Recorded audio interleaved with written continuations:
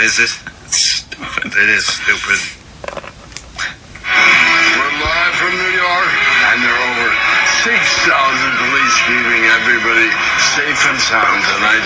When the clock hits midnight, we're going to drop over 2,000 pounds. When it hits midnight? Imagine, 2,000. Yeah, something. Wait a minute. Let's play that again. Play it. Something hits at midnight. I couldn't quite hear that because my headphones. Yeah, put them on and all right. Give a listen. We're live from New York, and there are over 6,000 police keeping everybody safe and sound tonight. When the over 6,000 police keeping everybody safe and sound tonight. When the over 6,000 police keeping everybody safe.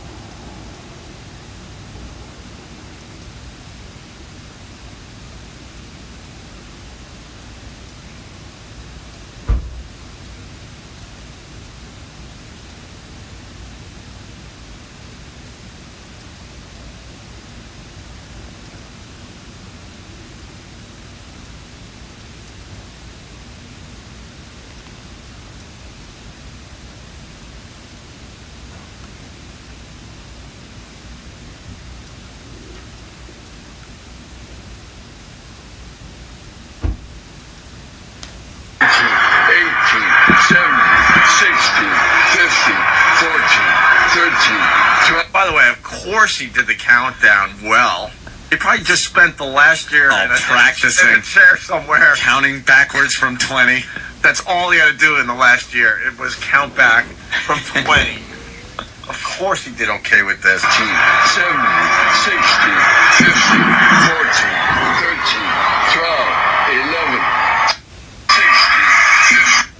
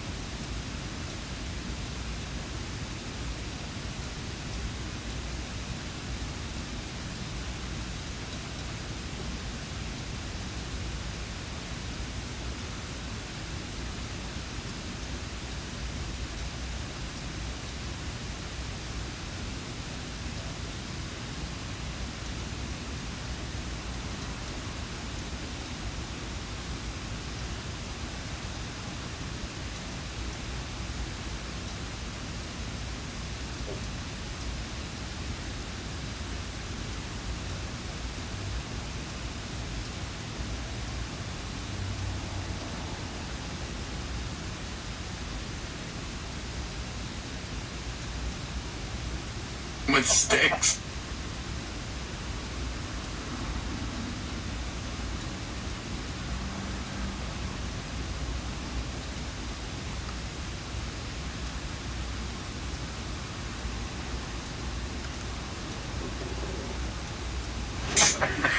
They have like a little electrical thing, and when he's talked too much, they just zap him with it. Oh, We told you only 5 seconds at a time. Yeah, they have a little electrode attached to his calf where you can't see it. Give him a good lower leg shocking. Bottom of my heart, I hope you have a healthy and a happy new year. Ow. Wait, all right. I know where you're going. Hold on a minute. I'm with you. I gotta find mine. A healthy New Year. New Year. Oh. Don't daze me, bro. I say this every year and I mean it every time.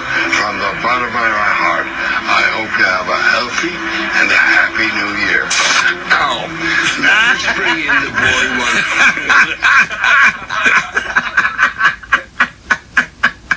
Okay, one more time. You gotta hear it again. Well, we have to do it one more time. It's a due year. It's New Year. Happy New Year. Bottom of my heart, I hope you have a healthy and a happy new year. Ow. Let us bring in the boy one. There might be more audio. I'm not sure if we have some behind the scenes audio here. Oh, a few of the takes that didn't make it. Yeah, okay. Okay. Bottom of my heart, I hope you have a healthy and a happy new year. Okay, a little late. Yeah, a little late. Let's Right? We are perfectionists. Yes. Every time, from the bottom of my heart, I hope you have a healthy and a happy new year. Ow.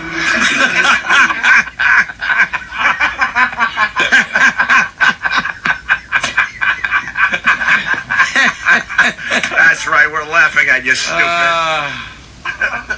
It's horrible. Okay, try this one. From the bottom of my heart, I hope you have a healthy and a happy new year. Let us bring in the boy one. Wait, and then he has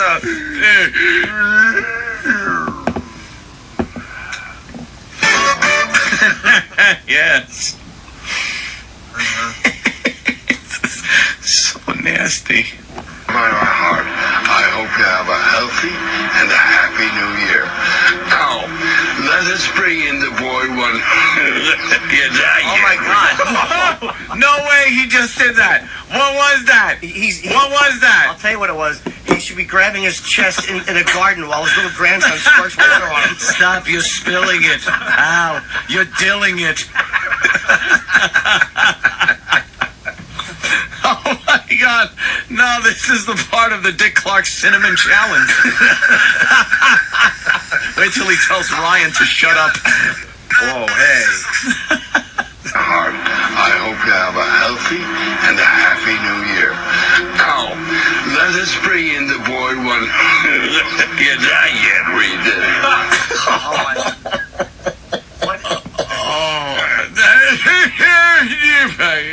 What is that? Just decided to do a Foster Brooks impression.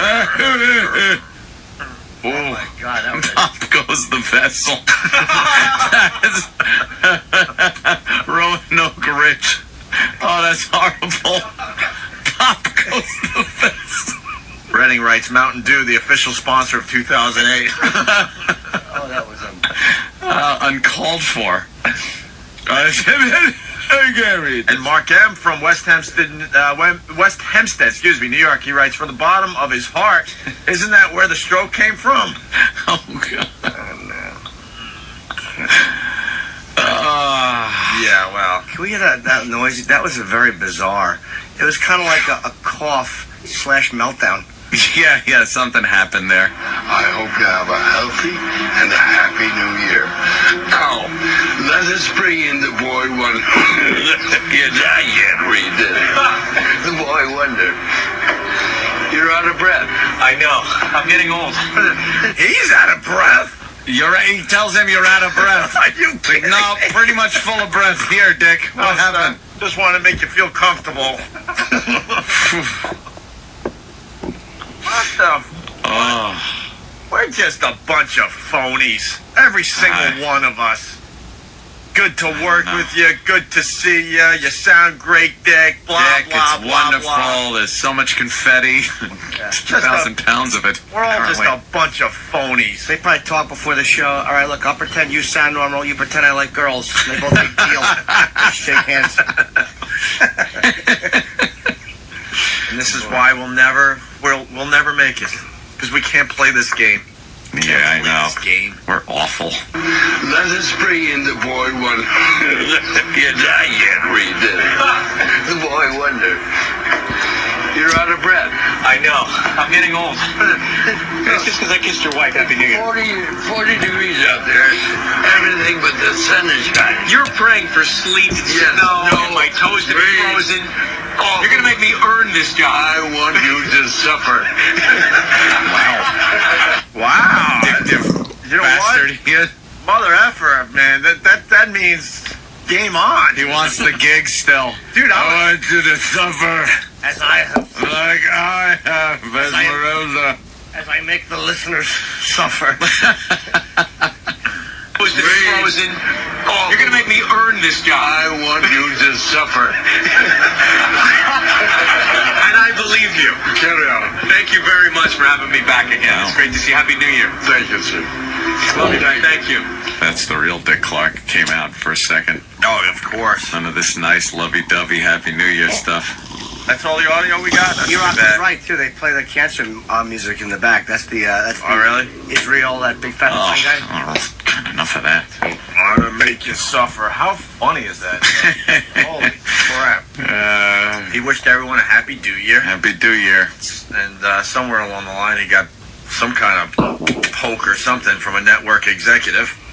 It was such an institution, Dick Clark and New Year's Eve, and it just... You're not thinking about that anymore. When I was growing up, How bad- Dick Clark was on TV, it was like that's what everyone watched. Right. And it was Dick Clark ringing in the New Year. This isn't the same. You're not like, oh, it's Dick Clark ringing in the New Year. You're looking going, oh my God, it's the new year. Right. How bad do you need drunk viewers Yeah. on New Yeah. Year's Eve to watch your dumb TV show? Just let him go, man. Dick was an institution, now he's in one. I don't know if he's home or not. And was Ryan trying to say he was out of breath because he kissed Yes. Dick Yeah. Clark's wife? Yes. Yeah. And that got him all, what, hot? Oh, no, he had to hold his breath so he could kiss a girl. That smells everywhere. Hey, Cigars and Scotch, what's up? Yeah. Happy New Year. Scooby-Doo Dick Clark. Happy New Year. I hear a little, Scooby-Doo. I hear a little Cousin Brucey and Yep. Clark. Mr. Mr. Magoo. Magoo. Magoo. Little Buddy Epps. Happy New Year. I know. He had a little W.C. Fields in him too. Look like her. Can we do the Happy New Year A again? little Lou Costello. And his... I can't read...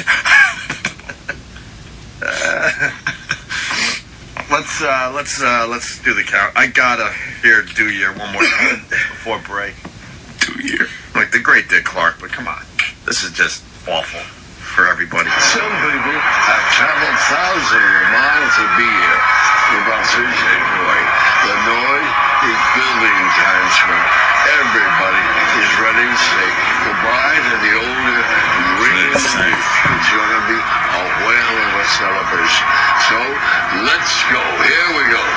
20, 19, 18, 17, 16, 15, 14, 13, 12, 11, 10, 9, 8, 7, 6, 5, 4, 3, 2, Happy New Year! Let's just skip one and go right to Do Year. And the way he says it is like, Happy New Year. It's perfectly clear. How about just happy? Yeah. Happy year. Happy year. Amy, New York, what's up? Good morning, how you doing? Good, Amy. I could have sworn at the end when he was saying goodbye to Ryan or greeting Ryan, whatever, that he said, "Thank you, Jim." Thank you, Jim. Thank you, Jim. If you listen to it again, I could have sworn he said, "Thank you, Jim." No. Maybe he meant Shim, Ryan's date. Have a good day. All right. Hey, Or Jim, Ryan's date. hey, Yeah, I couldn't have said that. you got a gunshot there? We're getting perhaps. suggestions here. Yep. You got the gunshot ready? Oh, yes. I say this every year and I mean it every time. From the bottom of my heart, I hope you have a healthy and a happy new year. Let us Rode over. Oh, wow. Need a quicker one. All right, try that one. my heart, I hope you have a healthy and a happy new year. Now, let us bring in the boy wonder. He can't be killed. I can't read it. The boy wonder. Just get him out. Get him to a hospital. For the love of God. Holy Jules' beverages, Batman. Oh, Jesus. Inside of his head looks like a lava lamp.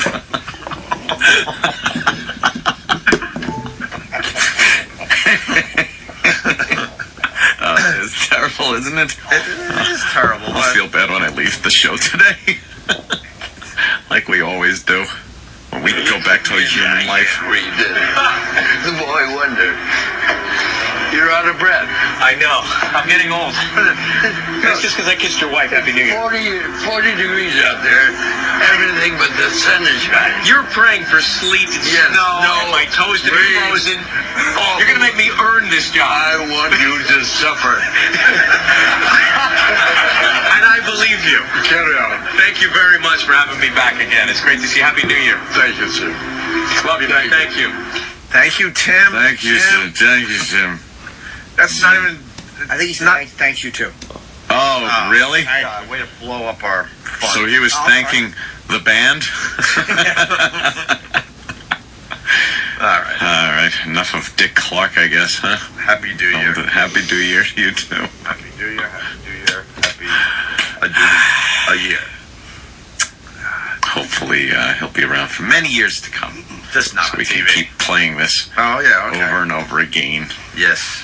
All right. His brain scan looks like a tie-dye shirt. All right. They're all coming in now. But he does sound better than last year, am I right or wrong? I mean, I thought it sounded a little bit better. Well, relatively speaking, I guess. Sure. They can't fix that. No, it's the thing about the brain. Why is it like, you cut your finger and that'll heal? You cut your nails off and they grow back. And then the important stuff, like, your brain, that can't regenerate. Well, how about this? They say we only use, 10% of our brains? So Yeah. why can't you find another part we're not using It's and always somehow make that work? It's always the part that you're using to talk with that Right. gets all Great. drenched. Great. That gets the leaky shower on the second floor above it. Lots to do today. Hey, did you take my request, Gregorio? What's that? I sent you a tweet Oh, yesterday. yes, I saw. You did? I wanted to respond, but they were all Sure. too long. What happened? I couldn't give you the at mention because I had to call you Gregorio. Gregorio. What was... I thought someone would let you know. Fuck, no one let me know. Hold on a minute. I asked them to. Oh, hold on a minute. Should I Extra. do this after the break? Nah, it's brief. Oh, yeah. Sure. I was talking to Anthony. I was talking to you. Anthony, I saw that one, too. I wanted to know if you followed my request. It's pretty bad. What do you write? Hold on a second. What's it say? What do you write? Let me see, Sam. Oh. Someone remind Gregorio to keep it all shaved down there. I want to play turkey pubis. It's like turkey foot, but on the pubis. Pubis. Uncle Paul's so disgustingly creepy. With his cigarette breath. So uncomfortable. Saliva's got like a brown tinge to it from all the smoking. From the nicotine. The non-filtered Pall Malls. Fuck. I could scrape my fingernail through the plaque across my teeth. Want to smell it? No, Paul. I gotta eat. How come Eric didn't answer me either? I get no respect. No respect. Did you tweet Yes, I did. E-Rock as well, Uncle Paul? I wasn't getting nobody talking to me.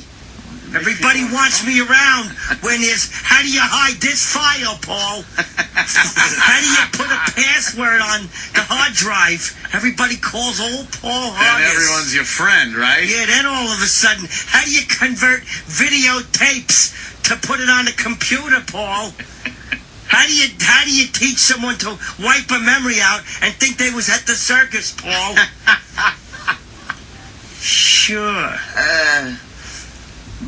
I didn't hear back from him. So, you Where's that fat Nagel kid? I want to kiss his little plump shoulders while I show him how to make a girl pregnant. Oh, God. But you wrote girl, G-O-I-L, Goya. Goya, but I should have spelled it G-E-H-R-L. That's how I spell girl. G-E-H-R-L. I spelled it. I was in a rush. I wrote Goyo. I ain't Popeye. What the fuck? I kiss his shoulders real tender. Yeah, And I Real say- tender. And I say, this is what happens. The man puts it in. I'm going to fertilize you. Oh. Yeah. I'm going to show you how we start life. Push back a little bit. Come on. All right. Come on, eat your ice cream and push back.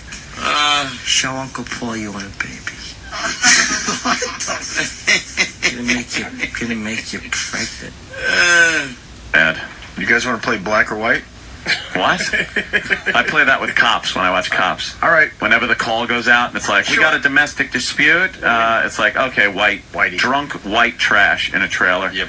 And then they go up and Well, let's play our own some version. woman arguing over the cost of her teeth with her daughter. We got some stories here, and we'll play one or two that might pique your interest. But let's play black or white before we play the audio. Of course. You got a newborn found in middle school trash. Black. White. Absolutely. Wow. No. I'll say black. I'll tell you why. How are we going to figure this out? White. My best. Yeah. All right. I just realized this is radio and we got just audio. White people refuse to own up to anything they do. Black people will just give the baby away in plain sight. If it was high school, I might say white. But since it's middle school, I'm going to say black. Black. What, middle school girls are getting knocked up? Are you fucking serious? More because it's white, because it's middle school. That even makes it more of a case that it's white. Here's the story. All right. Ant, of course, says black. Patrice, of course, says white.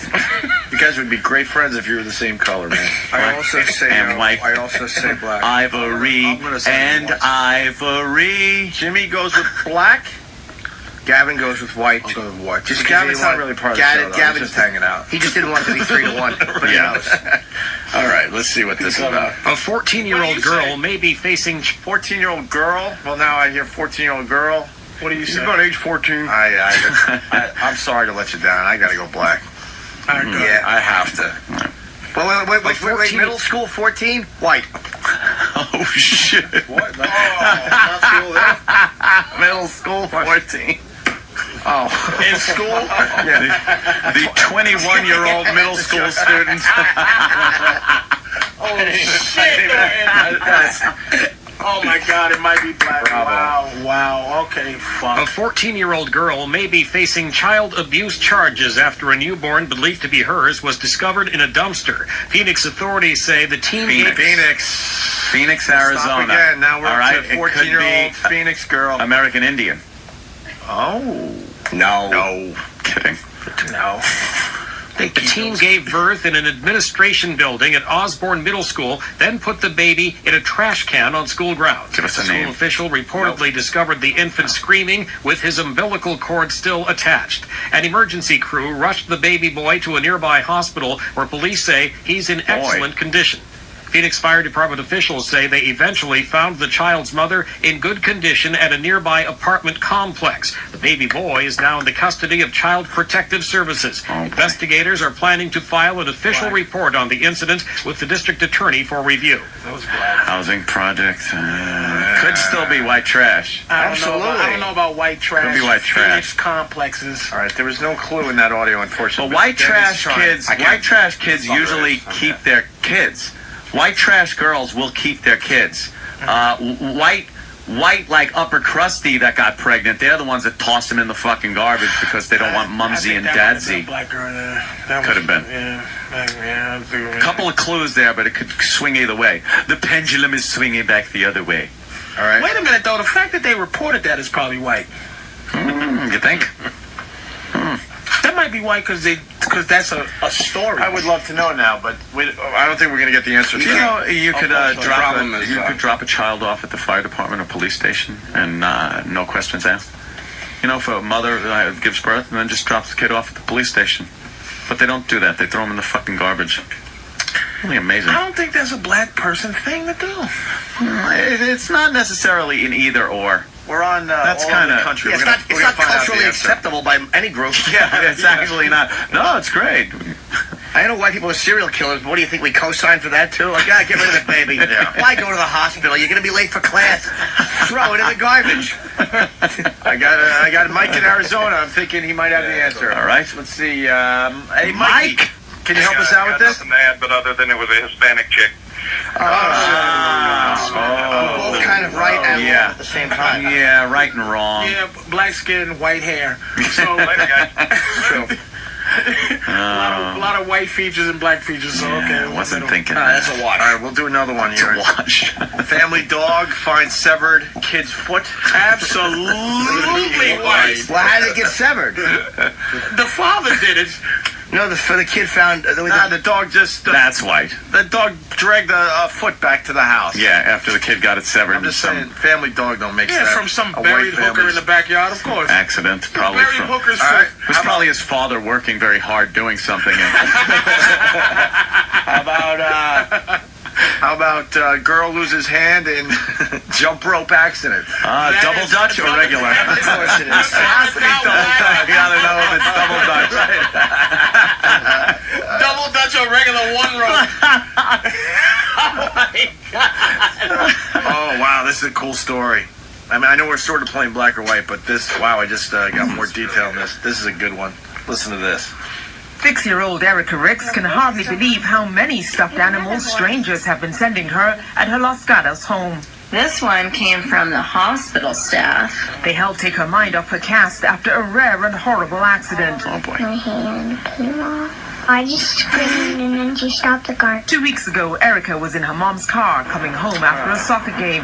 She was dangling a jump rope out of the window. I wanted to see it go up and down because I thought it was going to fly. But suddenly, a freak accident occurred. It's a stupid. Screaming and screaming, and so I got out of the car, and at her window that was just cracked about that much, the remaining part of her hand was, and most of it was gone. There was so much blood that I was just afraid to let go of her.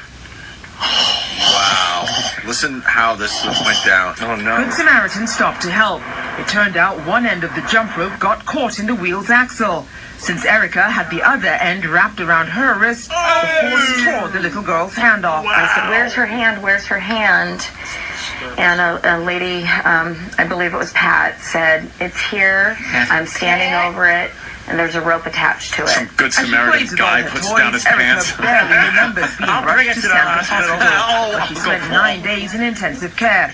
With surgeons trying to attach her tiny veins after the crude amputation. And it was a 10-hour surgery. Now Allison says there's hardly any room for all the get-well cards and toys, and the family is overwhelmed at the strangers who are fundraising to pay their enormous medical bills. We hear about all the negative and, the economy, it's depressing, but people out there are good. She's worried about and the want to economy? help, It's a and little I'm kid that saying got its hand ripped firsthand. off. Of She course says people it's are going proof to something help. good can come out of something so awful. Yeah, even awful people will probably Yeah. try to give a hand back if they find it on the side of the road. Yeah, but Lehman Brothers, nigga. Yeah.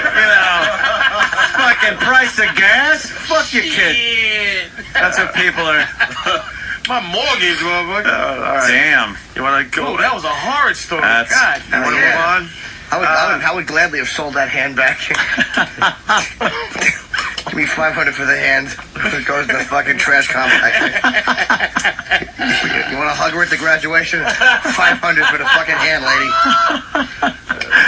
All right, we're playing black or white. I got the next one, okay? Okay. Daughter Here can we have a go. blue hand for the rest of her life. Is this black or white? Okay, black or white. Racist Obama flyers left on driveways in New Jersey. Jeez, I'm up in the air on this one. Yeah. All right, well, that was my attempt at humor. All right, here we go. Porn in car leads to man's arrest. That's white. White guy. White. Hair thief cuts off woman's ponytail. Oh, shit. Oh. Wow, let me think. Fucking Yeah, boy. well, I'm giving you three Yeah. choices, then we can play black or white. Or man arrested for subway upskirt pics. That's gotta be white guy. Of course it is. White guy is a fucking pervert. So you think the upskirt pics is white. Hair thief cuts off woman's ponytail. Where are we at with that? Probably black. That's too strange to be. That's that is a weird. white Just guy take the thing. money. I gotta say, I think that's white guy. I think it's white too. Yeah, I think you're white all around here. Goes with the crazy white thing. Yeah, white You want guy. to try that one? Let's go with that one. So now every woman that has a ponytail, watch out when you're around white guys because they will cut your That's right. ponytails Well, that's- off. Yeah, white guys are creepy like They're that. Creepy crazy. shit. What Yeah. do you do? Creepy white guy. We begin with the search for a man accused of doing something pretty strange. Strange indeed. He cut a woman's Strange indeed. Yes. Well, strange indeed. An op. Exactly. Dopes. He cut a woman's ponytail and took off with it. We spoke with the victim late this afternoon. I wish I could have my long hair back. Christine Rippin just does. Enjoy your Dorothy Hamill. Nice one, Uma.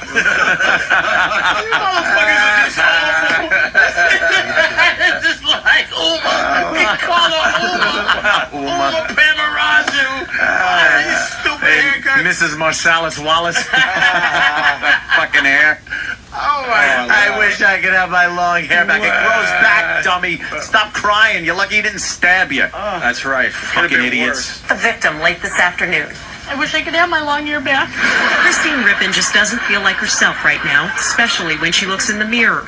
And he goes, well, can I see? So I turned around and showed him, and he goes, well, Whore. can I touch it? Whore. And so I walked out from behind the front desk, and I'm like, yeah, it's real. You know, I'm proud of my hair. It was, you know, what made me me. She was working at this Comfort Suites hotel in Ramsey on Sunday when a man came in and complimented her on her hair. But from there, the conversation quickly turned strange. It was real. He took a brush out and brushed down it, and I kind of turned, and I'm like, Such a you know, white what guy. are you doing? He's like, well, I want to brush through it. Yeah. This fucking dumb cunt. Stay behind the counter and give the idiot a room. And can I tell you why? Another reason it's a white guy? What? Only a white guy could get up to this Right. story. Right. The story's over if this is a black dude. It's like he came close to me and I stabbed him with my fork. Yeah. Hey, man, I really like your hair. 911 emergency, can I help you? Yes, there's a Negro, and he's asking about my hair. And then we had coffee. And then he brushed my hair. We went out. And then- He fucked me in the ass. We were in one of the rooms that were empty. Yeah, then he cut my hair off. You knew it was a problem, though. You knew who the black guy should have said. Then he pulled out a pick. Oh, yeah, it was a broad. It was a comb. Miles S. from Brook, Minnesota. He's trying to, make sure this bit continues. What's wrong with the hair we got? Yeah. It looked pretty good. Auburn. Blonde. What's some of those other hairs we got? Strawberry. Strawberry. Permanent. Straight. Body wave. Updo. Crew cut. Mullet. Crimp. Chop meat hair. Chop meat. Burn. I want to brush through it. No. Pete roll. Yeah, he had a pair of scissors. And it took him 2 seconds to cut my hair off. 2 seconds. It took him fucking 20 minutes to brush it and... You know how long 2 seconds is? Seriously. You got to see that. Scissors coming at you. what, one swipe did it? This dummy should have fucking stayed behind the counter. She was trying to fucking... She's probably not that attractive. She probably has this long hair that she thinks is very attractive. So when the guy comes up and starts complimenting it, she goes, here's my in. Yeah. So she gets out from behind the counter. She's letting him brush her fucking hair. Is that her? Yeah, exactly. Okay. Look at her. See, exactly what I pictured her looking like. Yeah, it's She's not that bad, though. Exactly. That's what I mean. And that's why she came out. She's working at the fucking hotel desk. Some Comfort Inn. She's watching people fucking fuck. It's not her. And that's a black girl interviewing her? Yeah. Just looking at her like, you dumb cracker. Yeah. Meanwhile, that's a weave on her fucking head. Don't tell me that hair is that long. That's another way. If it was a man cut the hair off a pony, yeah. A man took her hair just by grabbing it and pulling. She had a relationship And it took him with 2 the seconds to attacker. cut my hair off. The 20-year-old has since quit her job, saying she doesn't think she can deal with the public anymore. Shut up. Because I can't go back. He knows that's where I work. You don't have hair anymore. He knows that's where I work. I can't go back there. What if he... You're safe for 2 years. You wash your hair with Miracle Grow, you fucking hypersensitive cunt. You're so right, Jimmy. Put it in a bun. The safest place is to stay at this job Absolutely. He shaved off my pussy hair. Right. He has to pull down my pants. Right. You know, he knows that's where I work. I can't go back there. What if he comes back? What's he going to do next? Then we can't. Police say they have images of the man on surveillance video, and they believe he's done this twice before.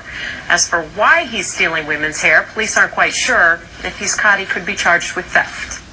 Could be. How about assault on someone? That is the fucking Yeah, that thing, seems is how like racist assault. the country is. They're not even allowed to even describe. If he was Yeah, black, describe the motherfucker. Exactly. That might help. In any of these stories, Do that's you know, the whenever point they we're making. whenever they describe a criminal on the news, black or white is such an easy way to just have everyone not look at a certain class of person, a certain fucking ethnic background, just anything. That's white people being guilty, by the way. Yeah, no They're shit. so afraid of saying, "Oh, the black guy." There's too many fucking phony Mississippi convictions that they feel guilty to say, "Well, the black guy assaulted the white." Sakes, you know. The man had on a red shirt and a green hat. Okay. What did the man look like? Because that he can't change in the fucking bus stop. Yeah. Change his clothes. Bus stop. So many articles wouldn't print the description, but Oh. there actually was one that actually had a description of that guy, and he was a white man in his 40s, There you go. wearing a Hawaiian shirt. That is so MO. Yeah. That's so middle-aged white guy. It's funny. He tries to blend in. He's got 3 different hunks of hair and a Hawaiian shirt. How did they not catch this guy? They're continuing. Beehive. Beehive. Princess Layla. Buffon. Princess Layla. Bun. Bangs. All right, one more, or maybe 2 more. Man arrested for subway upskirt pics, or porn in car leads to man's arrest. Both white. Porn in car is probably black because the guys like the Escalades with the fucking 30 TVs in them. In the fucking back With porn of the, playing through the yeah. windows. Yeah, that's I've probably seen those. fucking- Yeah. Well, this guy had I would definitely DVDs and magazines in the back seat. Oh, that might be. Oof. I'll What say, were they? That's such a White guy. That's such a non-story. It's got to be a white guy. White guy. And he also, then the guy says he claims you really had to be looking into the car to see. Also, well, he's arguing the point that could be black guy. There's some It suspicion could be there. an illegal Negro tent. Yes. Yeah. An illegal and tent. what you were saying about the DVDs and stuff like that. And the fact that he was arrested for that. Ah, yeah, white guy probably be able to talk his way out of it.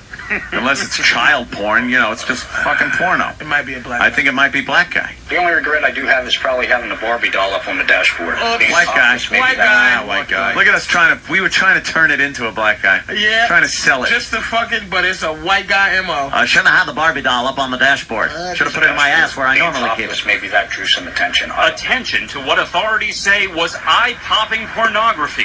That 47-year-old Robert... What makes eye-popping pornography? Well, that's good. Instead of just regular pornography. Cocky does. You ever see the girl's eyes after they're done? They're popping out all red. Him with a thumb and ponytail hair up his asshole.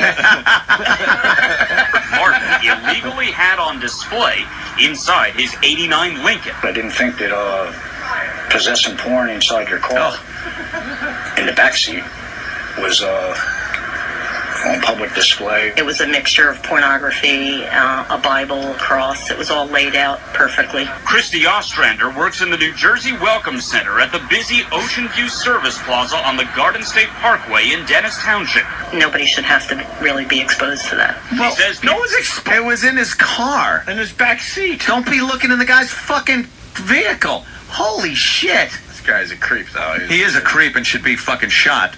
But I mean, I work at the New Jersey Welcome Center. And I don't want to be seeing that. What is that? Someone dabs dog shit under your nose so you get used to the smell? Hey, look at that ugly bitch Fucking who's Jersey. offended. Yeah. Ugly women are the scorn of the earth. Comb over. This guy's got leopard skin fucking seat covers. Hey, what a ghoul. Look at this fucking... Oh, look at this brutal linebacker that's offended. He is an ass. Really be exposed to that. She says people began complaining a couple weeks ago after spotting porn DVD cases and magazines on the seats and center console, along with that topless Barbie, even women's underwear. There was a thong on a gold platter. On a gold platter. This guy is fucking creepy. I don't know who I hate He looks like he rides a unicycle and plays the guitar at the same time. He's got the fuzzy dice, too, on his rear view. What a This douche. guy rocks. Look at this guy. Look at all the shit he's got. Yeah, he's got wacky stickers on his car. He's got, like, And this is the thing, look at him. This is a fucking murdered hooker waiting to happen. Oh, yeah. this that's guy- a we're bitching. problem. They probably saved a few lives. That guy's a problem. He's gonna, like, step up to the next level here. It was not on public display. It wasn't a public shrine. New Jersey State Police arrested Martin, who's from Dennis Township, early Wednesday morning and charged him with maintaining a public nuisance. They nabbed him after he parked the car at the service plaza. He's done that for months in order to catch a ride to his job at this boatyard in Atlantic City. It was majorly way overblown. The only way that thing would ever been known was anything was in it was for somebody to walk up and actually look in that car. Martin says he had the explicit materials in the car because he's in the process of moving to a new apartment. He was released after posting bail. The porn is now in the hands of state police as evidence. And I can just say, anybody that's out there, if you have any pornographic material whatsoever, do not have it in your car. Well, thank you. Thanks. Coming from an expert. John in Virginia writes, New Jersey, did Springsteen ever have a song for this guy? Go with the thing we did yesterday. And also, the helicopter. Yeah. Who came? Luke. Right on, Luke. All right, another white guy. So we'll do one more and then get out of here? You. All right. Man arrested for Subway upskirt pics. This is so white, it's not even funny. This is a throwaway. This is a weird white guy. Beth Hanger turns the tables on a man who allegedly took very private pictures of her in a subway station, and she told her story exclusively to CBS News. Exclusive. Like Exclusive. All the networks were like clamoring for the big interview. Right. Please, fucking. We got the chick who fell for the mirror on the shoes trick. Right. Fucking us. Fucking shoe mirrors. They used that exclusive thing way too loosely with the fucking news. CBS 2's Dave Carlin. This woman who asked not to reveal her identity, you're going to hear in just a minute, says she was walking upstairs at the Dyckman Street station in Inwood. That's when she noticed someone behind her taking pictures of her skirt. She decided to fight fire with fire, in this case, photo with photo. And I said, oh my God, this man is taking pictures of me. I went in the train and I walked over to the last car and I sat down, I prepared my camera. What did you say to this man? That's what I said, smile because I'm going to the police. Smile. Yep. Using the photo taken by the woman, police found and arrested 36-year-old Aaron Oliveri at another subway station. He is charged with misdemeanor unlawful surveillance and attempted sexual abuse and harassment. White guy still. Should have erased Crazy his guy, pictures. Italian. What a dummy. Why don't you just delete the pictures of the camera, you fucking idiot?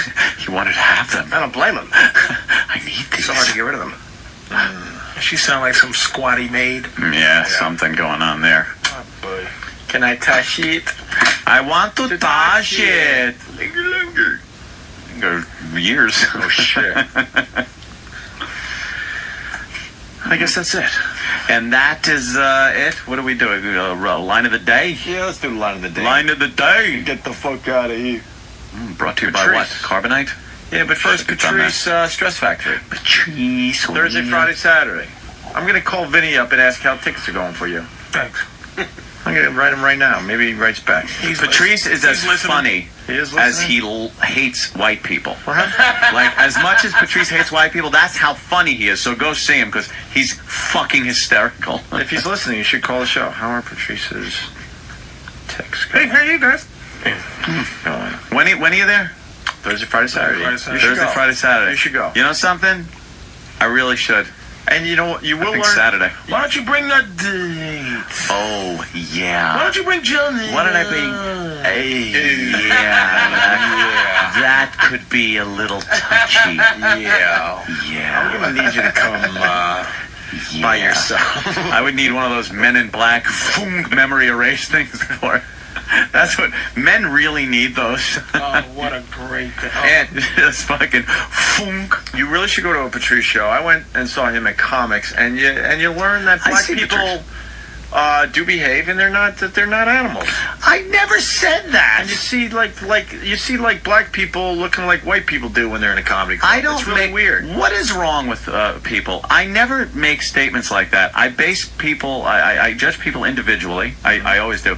I don't like gangsta motherfucker criminals. What's Travis was at that Jack White show. What a douche Jack White is. And yeah, Sam, you're a big fucking Jack What a White fan. douchebag. You got his name tattooed on your arm. Yeah. He's a dick. He was on Saturday. Why? What a dick. Well, here's the story. I guess he played where? Radio City? Yeah. Yes. And he played for maybe 45 minutes, and he was in a bad mood or something, walked off the stage, and there was almost a riot there. People were fucking pissed. Yeah, he didn't like the sound. And they were trying to like give back their merchandise and everything that they bought. Instead of acknowledging from the stage, like, hey, look, the sound is off, I apologize, it's not our fault, it's their shitty venue. Is that the excuse he's given? That's a bullshit excuse. Oh, Well, he has to come up with something. The sound was fine to save face. You can't say I was upset at some guy in the crowd, or I don't think the crowd was really into me, so I left. So what happened, Yes. Travis? You were Okay. there. Yeah, I mean, Sold out show, obviously. Sold out show. You know, How close were you? I was on the floor, maybe about 30 rows back. You know, Nice. Radio City goes. Yeah, you pretty had a far nice back. seat, man. Yeah, I mean, yeah, they were decent seats. So yeah, you know, show starts, everything's fine. Who warmed up? I don't know. We No didn't. one? We didn't go to the. No one. The Tetley 5? Yeah. Fair enough. So everyone's excited. Jack White hits the stage, and then Everyone's what happens? excited. Jack White hits the stage, plays a couple songs. Then he says something like Jesus Christ, what is this, an NPR convention? You know, kind of commenting that the crowd's not as into it as he would like. Yeah. What songs did he boy. play before that? He played a couple White Stripes songs, but like not Dead not Leaves? Popular. He played Dead Leaves later on. Oh, it was Dead it was a retooled kind of like piano version, which is good. That's all right. Once in a while, but Yeah, you know, just play the he songs how I know. He plays some White Stripes songs. He plays some Dead Weather songs. He plays some Raconteurs songs. He plays some White Stripes songs. So I guess he wasn't really feeling the crowd. The crowd was okay. The crowd wasn't great, but they weren't like.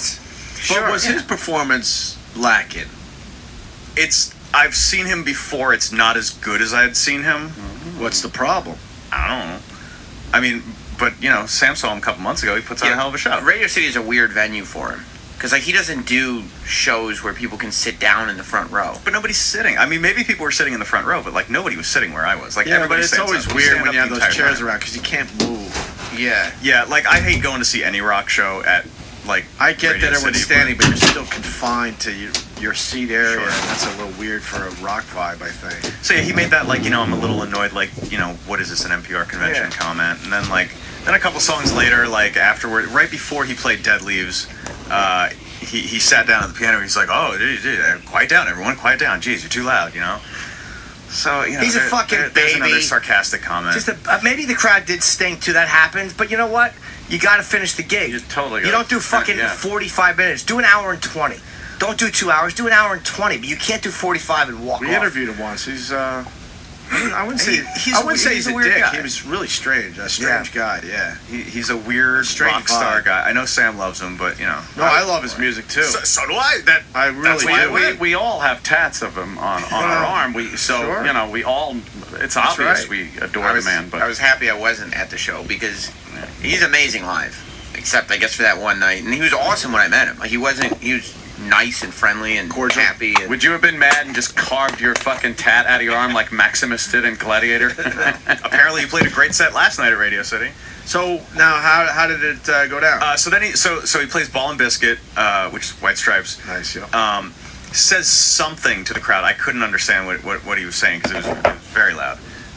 And then he left, and everybody thought, all right, well, Encore's coming in a couple minutes, and be long. He should be forced to give that money back. People should demand that money back. If he did a way shorter show than the night before, they should clamor for the money back. He played 12 songs. He's averaging about 20 songs on the tour. Yeah, so he fucked the He fans. barely played half. Yeah, he's averaging about And 12 2 hours. songs, man. A lot of songs are short. That can't be more than 40 minutes. It was a 55 minute show. It was? Yeah.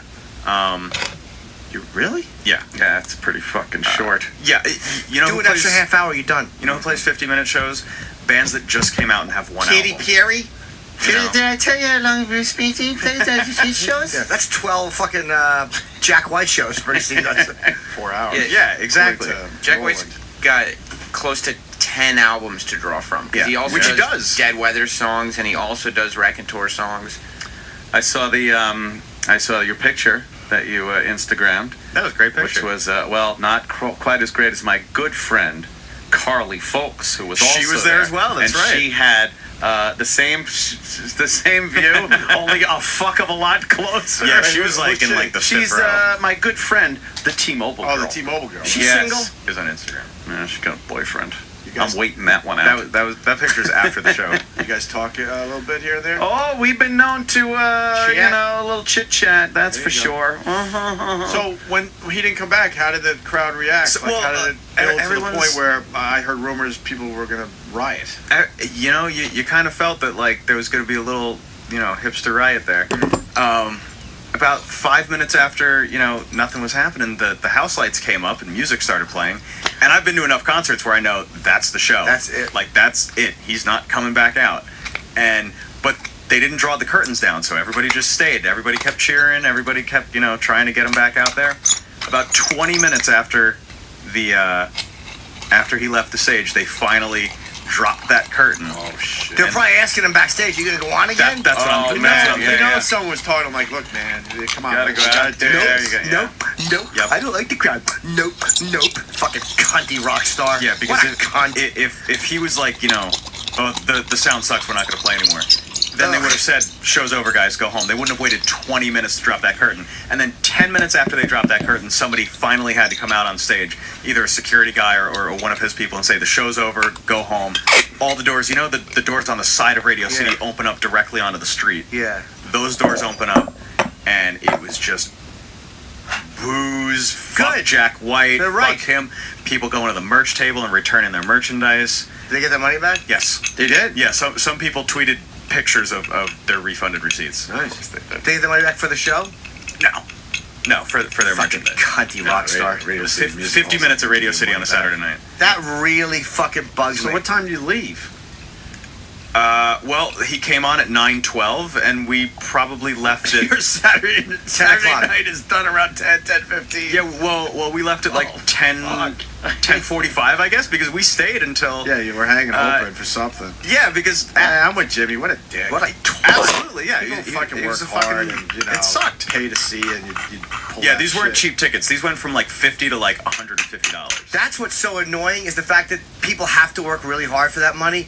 And if you have a bad show, you have a bad show. But don't bail out like a little faggot 45 minutes into Gotta it. suck it I'm up. gonna go home. Guys, suck it up. Fucking jizzbag. Give all that money back. In retrospect, I'm really glad I was there because it was an experience. It was a happening. It was a happening, and now I told Danny in the back, I said, I didn't have an answer for what's the worst show you've ever been to, and now I definitely have one. Whoa. Wow. Like, damn it, it's gotta be fucking Sam's Hero. Yeah. Well, I like Jack White too. I hate Not anymore. I hate fucking rock Not as stars much. that don't treat their, or anyone that doesn't treat their It fans. was a very right like Axl that. Rose. Yeah, another move. jerk off Yeah. move. My worst show, Neil Young. When he didn't play Oh yeah, any you didn't like hits. that. Oh my God, that annoyed me just listening to you tell the story. I was fucking fuming. I laughed so hard. The But guy. see Neil Young, he fucking pulls that shit. But I was so entertained by the guy behind me that just his excitement slowly went away when he realized the chances of hearing a hit were fading quickly. And he started going, this is bullshit. And then he was the guy, if you know the story, that finally stood up and said, hey, Neil, how about one for us? One for us. I'll never forget What a great line though to throw out there. This guy was going to rip his seat out. He was so mad. But he was the guy, he was the uber Neil Young fan that was sitting right behind me. Oh, He he was just all wanted to in. get Cinnamon Girl and fucking Right. Yeah, and he gets these obscure, brand new fucking I forgot what it was now. noodling for his own pleasure shit up on stage. But- Hate when they do that. But my dumb point, we didn't know going into it that was the show. I Yeah. mean, if you're a fan of a band and they go, look, okay, we're going to do something different. Let's say it's Springsteen. We're going to play all B tracks. Are you cool with that? If you Yeah, are, totally. I know him on anyway. I'll be. It's but- be silly. but tell us ahead of time so you go, you know what? Yeah, I would go see all B tracks, B sides, whatever. You know. Yeah. But when you're fucking blindsided like that, Yeah, and then you sit there, the guy was so mad. hey Neil, how about one for us? No shit. I heard he pulled the same thing in Central Park this weekend. There was a Of course he did. rock Are show. you kidding me? I don't know. I could have gone to that. That was Saturday night. I had tickets for A that. couple people tweeted me and Chill. said, Ticket Maven. Well, they were free. couple people tweeted me. They said they were above average Neil Young fans, meaning they know a wide variety of songs by him. And he supposedly only played about two that most people would know. I heard the Foo Fighters were very good. You have tickets for them? No, at Central Park. They played at Central Park. That annoys me I was so upset. fucking much. I've never seen anything like it. Like I was standing there, and these two girls behind us, they're like, "Do you think he's coming back out?" I'm like, "There's no possible way." And they said, "He's Shut gonna up, wait." creepy guy. Yeah, exactly. We don't like your beard. You're weird. Like, there's no possible way he's gonna wait 45 minutes and then come back out after nearly, the entire crowd turning against him. What do you know, Dr. Gay? That's what they said. My second worst concert, I'm being reminded because Brian on Long Island had the same experience. And I like the guy, but Bob Dylan fucking blows in concert.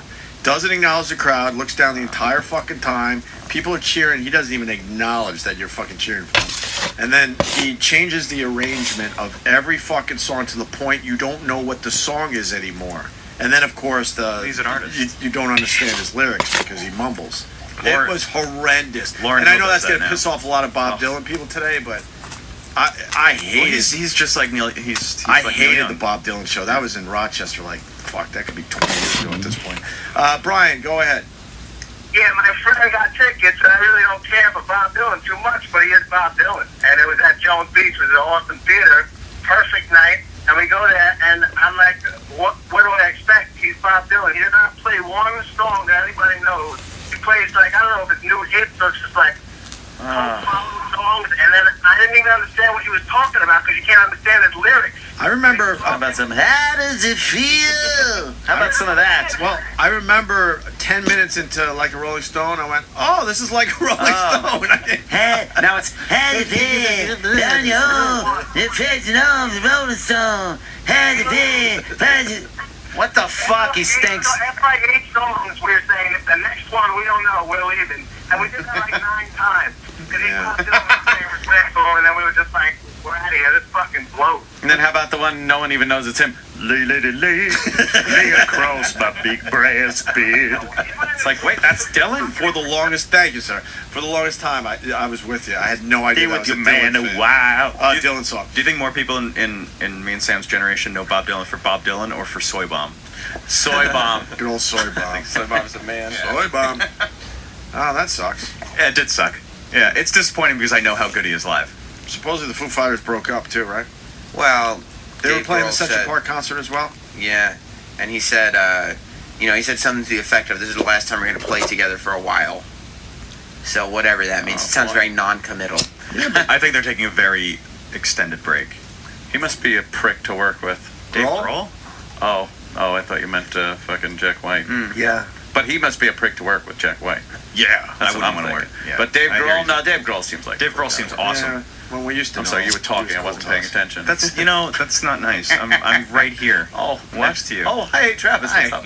Jack White is a perfectionist, but He's a twat.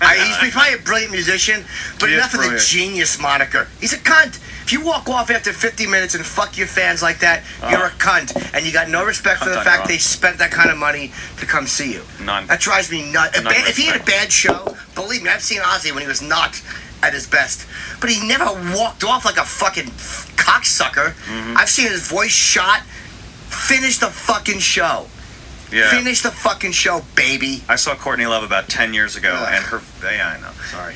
And she lost her voice in the second song, and she played for an hour and a half. I bet Ozzy tried, and Sharon just like kicked him back onto the stage. Yeah. From side stage, she's got to chase him. No. Yeah, you saw back a out. shoe on his ass the entire Yeah, time. just pushing him back But out. any band you want to mention, like just to as a performer, you think I've never had fucking crowds, and I was like, ugh. I didn't love Cincinnati last time I went. I wanted to walk off to 8 minutes one of the Wow. Can't do it. Gotta go. Fucking use all the Gotta years do you've it. been performing, put together a decent set, whether it's a crowd or it's you. Sometimes you walk off and you go, the only thing that salvaged that was the fact that I've been doing this for 20 years. Wow. And I know how to fucking, it's like you know how to do smoke and mirrors and put together a good show. Right. Yeah. Like you know how to make it. People go, all right, that was cool. But to walk off after fucking, it makes me crazy. I was telling Travis, it was also very bad timing because the same morning that this news breaks of, the fans almost rioting because Jack White walked off, Justin Bieber was in concert that same night, and Justin Bieber threw up on the stage because he had like a flu or something. Oh yeah, sure, the flu. And he kept performing. And it's like if Justin Bieber is now out rock starring you. Oh God. How's that video, by the way? I saw that clip. I don't understand why the Biebs didn't just walk back in where he came out on stage. Like he bends over like that. Why doesn't he just walk? Look how long it's taken him to puke. Wow. I wonder if fans were scrambling to eat it up. Wow. One would have easily. Yeah, because he wanted everyone to notice that he was puking. Yeah? Yeah, he's one of those. Oh, no. Puking's a weird thing, dude. That's a fucking horrible. I respect him more, though, for continuing to play. Yeah. That's hysterical. Shot of him just bent over like that. Puking. Yeah. All right, good for the Better than Biebs. Jack White. So here's the On that day. Here's the Foo Fighters announcement. Mhm. They've been out a long time. What? You think they're going to take a year or two off? Yeah. I guess. I mean, they could. Why not? Without making a big deal out of it, we don't have any shows after this. This is it, man. We don't have any ones after this. This is the show where we come out and we play as many songs as we can in a short period of time. Because honestly, I don't know when we're going to do it again. And this is the perfect place to do it right now, tonight. You know what I mean? What's that about? That was very He just wants vague. to take some time off. But that's a little dramatic. At the end of the want show- people to think they might be breaking up. That was in the I think E-Rock so. category of vagueness. Yeah. Did you see the show? Yeah, what? Did you see the show? Hey. At the end of the show, he said, I don't know when, but we'll see you soon. They'll be back. Because they're Probably take a up year in or that they're up in that category now of one of the biggest rock bands, and they're starting to do that whole play 3 hours long, play 3.5 hours long sets. You mean they don't walk off after 50 minutes? No, their sets are longer than Dexter's premiere last night.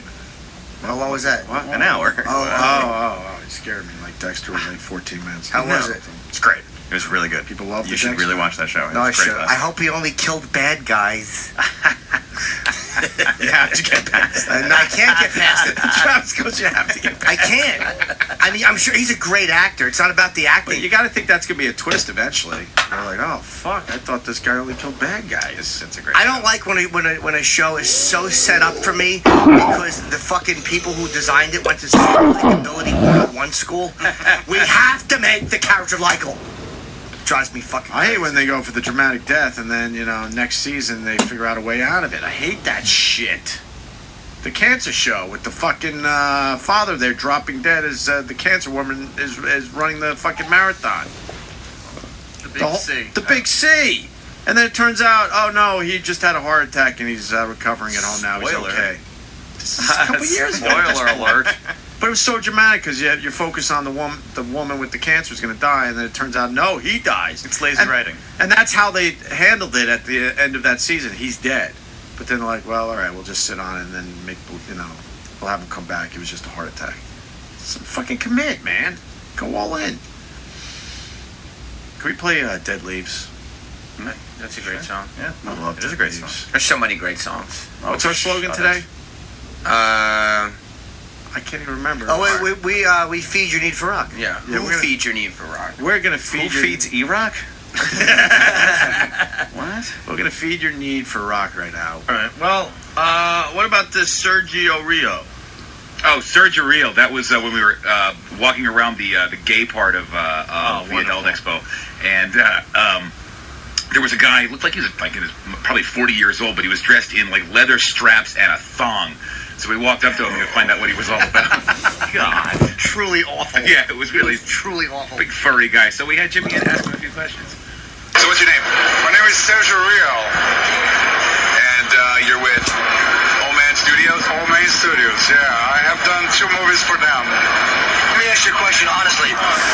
Would his shirt go well in one of your films?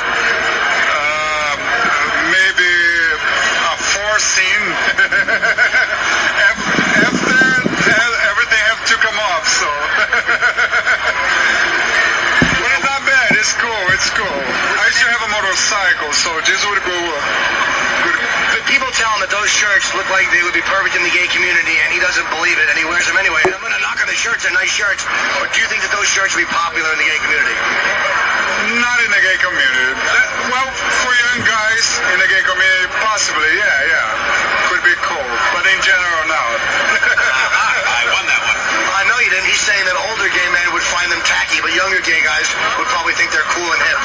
Thank you very much. The gay community is very, very big, and so it's very, diversified. So there's things for everything. So there's a section that probably would like that. Now, what would he be considered in the gay community? Like, what would he be considered as far as, everybody has a name. Like, what would he be considered? Well, he would do very well in the leather community because it's mainly about big guys, hairy guys, and he would be considered a bear. And he would be big on that. Now, who would be attracted to bears? Bears.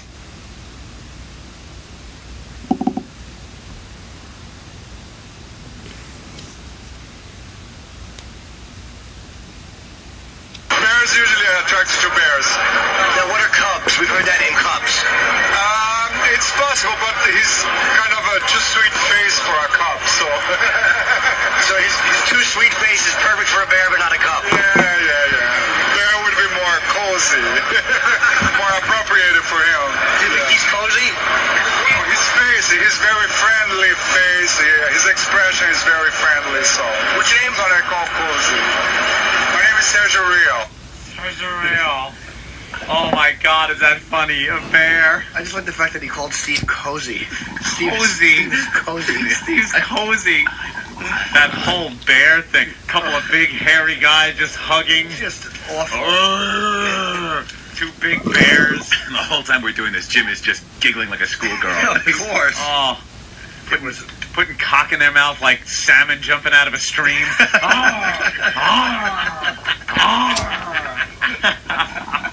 Pulling them out of flies with their big claws. Oh, big bear. Hairy. Steve Cozy from FoundryMusic.com. Oh, it's awful. That's truly awful. Hello, I'm Winnie the Pooh. Who are you? I'm not gay, I'm just cozy. Put some honey on that cock, Tigger. Oh, that is great. A big bear. Ooh, yum. Awful. Alright, well, we're going to step aside and regroup. My goodness. We did this already. I've matured in my almost old age. And I accept one mistake a day now, not 2. I know we're going through a merger, and I know most people have pretty much given up, like, working. Merger. 2 companies Bunnies were dying, Sam. They had to get together. It was merge.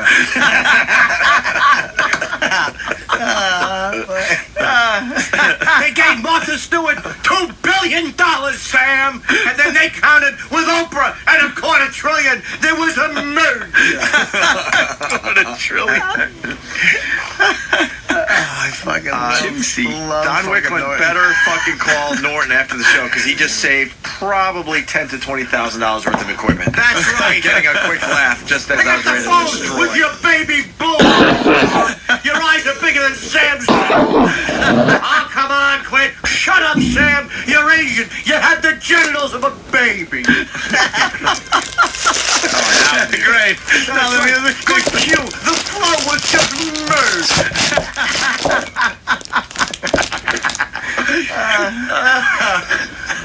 So what was the matter? Yeah, there seemed to be a problem with the The bodies sound. are piling up. I have a members-only jacket and a flat-ass girlfriend and 3 lines. I need a rider. No. Oh, fuck it, man. Like a gear broke. People stopped working like a year ago. Well, we don't stop working because the files are fucked up again. I got over-eager. I was trying to say we don't stop working because the bodies are piling up.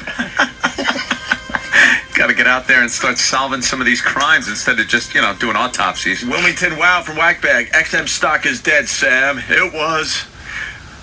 Urger. I don't need Wilmington's help. I bomb on my own with my own 3 lines. The stock was murdered. I have kernel of corn teeth, Sam. There's 80 teeth in 1/4 inch of space. I chew very quickly. That's fucking kid. God damn it. That's right. My girlfriend's on my houseboat. She has an ass like a T-square. I was burping. Hey, let me tell you, Quinn. I'm gonna go with you, Detective Monahan, and solve the murder. The people shooting at me. That never happens anywhere. Who shoots at the car and that? I'm 71 with a lump on my throat, but I'm fucking a hot blonde. Gypsy. God. I might. We are giving new people the opportunity to join Nude? new. Oh. To join the Opie and Anthony Totally nude interns. Totally show. nude. the Totally whole nude. thing. Hey, what the fuck? Why don't we hear any more Scorch? He started doing a different show. What is he doing? Well, then why didn't we hear that? What's he doing? Because it's like What's wrong with you? It's like an interview show where he's just interviewing like. That's beautiful. Dude, I Alright. gotta hear He's some. probably just interviewing sponsors, I would imagine. what do you do? He's just interviewing like bad bands and stuff. Fantastic. It's perfect for us. Okay, I'll get Fantastic. some. But what I was going to say was, we're trying to get some new interns. Speaking of Totally nude. having some heat. Totally nude? No, they don't have to be nude. Well, we have more time with our interns. No, we have 1 day left. Well, we have more time with Sal, and then the other one just has tomorrow. Is Sal going to continue with us? Sal will be. Why is Matt? How come nobody likes Matt? I really don't get it. He's rubbed. Where have you been for the past No. internship? I mean, I've been here, and I understand, like when he first came in, he had a great appearance on the Occupy Wall Street. It was interesting. He has a good radio voice. He was fun to listen to. Everybody liked in that first Oh, appearance. Could be the biggest drop-off in O&A history. Oh, my It God. is. And we've had some crickets. drop-offs. But- Pablo Francisco, what? What was that? But he was just an eager guy. Like he's not an entertainer, so it's like, yeah, of course he wants to get back on. But you Eager don't, to get on mic, yeah. period. But I'm saying you don't. When you're not in, that's pathetic for, if there's a comedian doing that or an actor, you're like, hey, douche. Yeah. But a guy who's an intern who's showing that he's willing to do anything to get on mic. No, doing anything to get on mic would be, working, being Right. a good intern, and then you get your mic time. Like he's starting fake fights and trying to drum up Yeah, controversy it's and getting not very hokey. not learning Oh, okay. anything It's behind getting the scenes. very, very hokey. I think we should hear his side of it, though. I mean, I don't want to silence anybody. It's Yeah, not- he was talking shit about me after He's the really show. pissed at Ant Yeah, he's pissed at me. Why? because yesterday. I don't think Because he could have felt up boobies, but Is he here? But he But- couldn't yeah. because the company wouldn't allow that. he couldn't because the company wouldn't allow Well, we it. could have made believe like we usually do, Should we get it? Let me get to hear what he says. Just we tell have the to hear company it. that We he's have coming to to hear look. That's his last day, right? Tomorrow's his last day. Yeah, I don't give a shit if he's. You guys have fun with Piece this. is peace. I'm honestly curious as to why you Van Anthony for that. I just said, yeah, I don't care if he's on the air. He's already at the fucking door. You called him all greasy and everything Well, yesterday. he looked like a madman. Now he's not going to walk in No, because Kenny stopped him. Oh, No, Kenny, let him in. What are you doing? Well, yesterday Kenny. I just want to double check. No, he can walk in when right. he wants to. He's an intern. Yeah, take a seat there, Alfalfa Schweitzer. There he goes. Hi, Matt. Oh, your hair looks a little drier today. Yeah, I didn't. It was a bit greasy yesterday. Come on now. If there was a picture of you when you walked in that door, it looked like you were fucking. You should have been on Breaking Bad. I just wanted to, do it all nice yesterday. Yeah, do it all nice. Yeah. I hear you. Yeah. So you got 2 days left. Yeah. What, day and a half? Today's almost done. Yeah, so you pretty much got one more day as an intern. Yep. How do you think the internship went? I think it went great. Yeah? Yeah, I enjoyed it. I had a great time. He is dumb. I got some airtime, which was cool, but the that dummy in the wasn't hot what tub. it was all about. Did you learn anything I learned a lot. about the broadcasting business? Yeah? Yeah. Sure did learn a lot. I learned a lot, apparently. Including the basics. Yeah, all the basics, pretty much. What'd you learn about the broadcasting business? Well, it's a tough business. I mean, it's not easy to break into. It's Yeah. not easy to What's- get your voice heard. What's rule one of broadcasting? I'm gonna give you your Sure isn't easy to get your quiz. voice heard. I'm Your giving you your voice quiz. I What's rule one of broadcasting? have no idea. You said you learned a lot. So what would the answer no one be? ever told me what rule What's rule was. one of It's broadcasting? obvious. Is it What would you say the most? You're dressed? I don't What know. would you say We the are most literally important talking about thing? rule number one. What would you say the most? Have the mic on? Huh? Have the mic on before you. That's probably the best. That's a good You one. do realize your mic hasn't been on the entire fucking time. Well, touche. Touche. He got you, Will. It's still I not guess on. he did. He got you. You got to admit, you were a little more into the airtime than you were about the mundane aspect of interning, right? Yeah. Yeah. What was, our boss, Gary, not even our Your that's our boss, idiot. sorry, you're Don't put me in Not that Chuck category. Roast. no, our Chuck Roast first tier What boss. the fuck is Chuck Roast? Oh, you don't know about Chuck Roast? That wasn't Rob's on-air name. Yes, it was. Well, if you insist on saying that, but you would be. I know it was. It's terrible. Chuck Roast. Chuck Roast. Who's his partner? Rump. Fucking yuck. Chuck and Rump. Chuck and Rump Roast. I love it. So you're idiot boss, not ours. You're right. You're right. We officially don't have one. Good for you. Yeah. But Gary, who's even one tier above Chuck Roast, he said to Matt on Matt's very first day, Matt, how was your first day as an intern? And Matt looked at him and said, I don't know, kind of boring. I was being honest. That's good. That was the first Yeah, impression he made on his But boss. now, just Boss's being boss, in a boss. place should be exciting. Just Yeah. being in the radio environment stuff should be exciting. So even if you were doing, boring stuff, you're here. That's Right. that's 99% of the battle right there. It is very exciting. Yeah. I mean, it's more exciting to be in here, but it's exciting. Why do you think people didn't like you? Because I like you, but That's a really good question. I'm Why do you curious. think you rub pretty much everyone the wrong way? I think in a couple instances it's been jealousy. In other instances, I mean, fair enough. When do you think it's been jealousy? well, I mean, obviously with Sal, He's jealous of you. yeah, How is he jealous of you? He's the golden boy of interns. How is he Right. He's going to jealous end up of? getting a job out of this. Yeah. well, maybe. I mean, It's not even me. I would say they don't really looking hire for- much out of here. That's true. No, everybody that we have working for us started as an intern. Yeah, they True. don't hire. They don't how many pay, but they interns do have hire. their? Our whole staff was hired, and they were interns, and they still continue to hire the better interns. But you have You don't interns have a come shot and at go. that. Sal will absolutely be hired by this company. Well, good So for him. why would I he be hope jealous does. of you? I don't get it. Well, I mean, Why are you like this? I don't know. It's frustrating because you Why could are be you like this? because you could be a cool kid. Like, stop. I Sal's not jealous of you. Is he even here? He would say this. Yeah, he's here. You want him in? Yes. You got some kind of weird social problem. You don't get along well with people. I get along Because you well. say stupid shit. Okay, I get along well with some people, and other people not so well. Like, there's several people here. Name who one absolutely person love that me. you get along with. Who absolutely one, loves you? Roland, Mars. Roland They doesn't like absolutely love yes. Roland and Mars do you absolutely love me. you like Matt? Wait. First ask him how often he deals with Matt, and then ask him. All right, how often do you deal with Matt? Never. All right. And do you like him? He riles you guys up. Oh, yeah. Okay. Yeah, I can All respect that. And Roland? But he doesn't. Roland's coming. Wait, Mars. Do you like him as a person? I don't give a fuck either way. And Roland is the underhanded, by far biggest shit stirrer in the building. Way bigger shit stirrer than me. It's creepy that you're kind of delusional. Nobody likes you. I've had no one on staff likes you. I disagree. Mars just proved it. He doesn't give a fuck. He likes what you bring to the show, but that's different than actually liking you as a person. Can I chime in for a second? Are you jealous of Matt? I am completely jealous of Matt. I mean, it's just there's so many things I wish I could do and be like him, and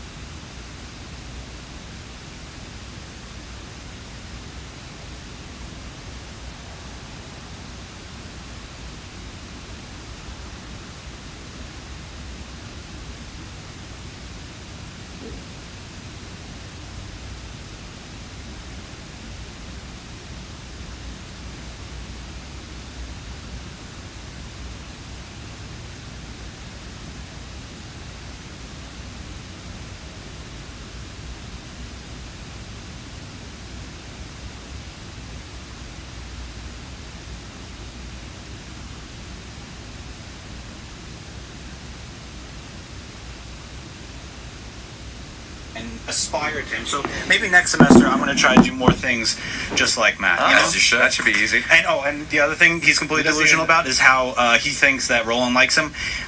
Roland, every minute he gets a moment to tell me something, he always just goes, fucking Matt. He fucking sucks. I know. And Roland riles him up so much. The second he said Roland, though, loves me and stuff, I in my own head, not even knowing the situation, I know Roland doesn't like him. He does. I've had many a meaningful conversation with Roland. Actual conversation, Roland not just is fucking laughing around. behind your back. Oh, let him. He's a foot away laughing. Roland, honestly, Yes. not for a bit or anything. Yes.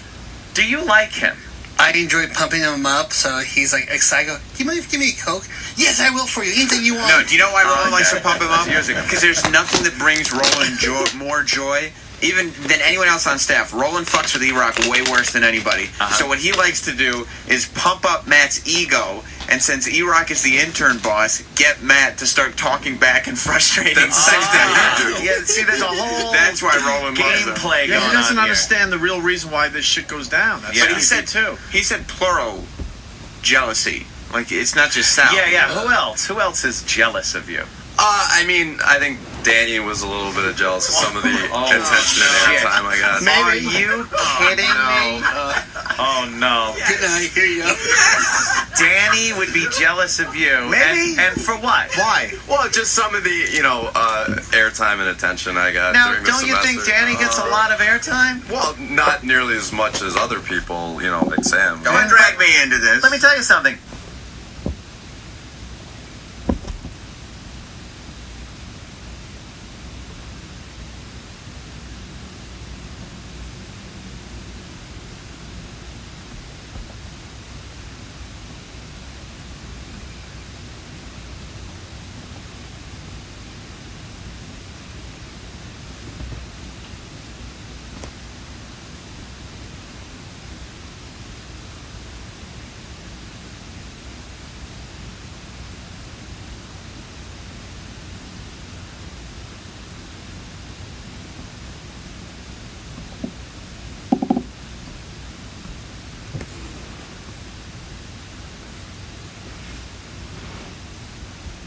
Danny was in the studio. Danny chose to get an off-air, out-of-studio position because he likes it better to be able to, get shit together for the show and more of a behind the scenes. Yeah, go on He didn't Facebook. want to be. What? Whoa! I say go on Facebook.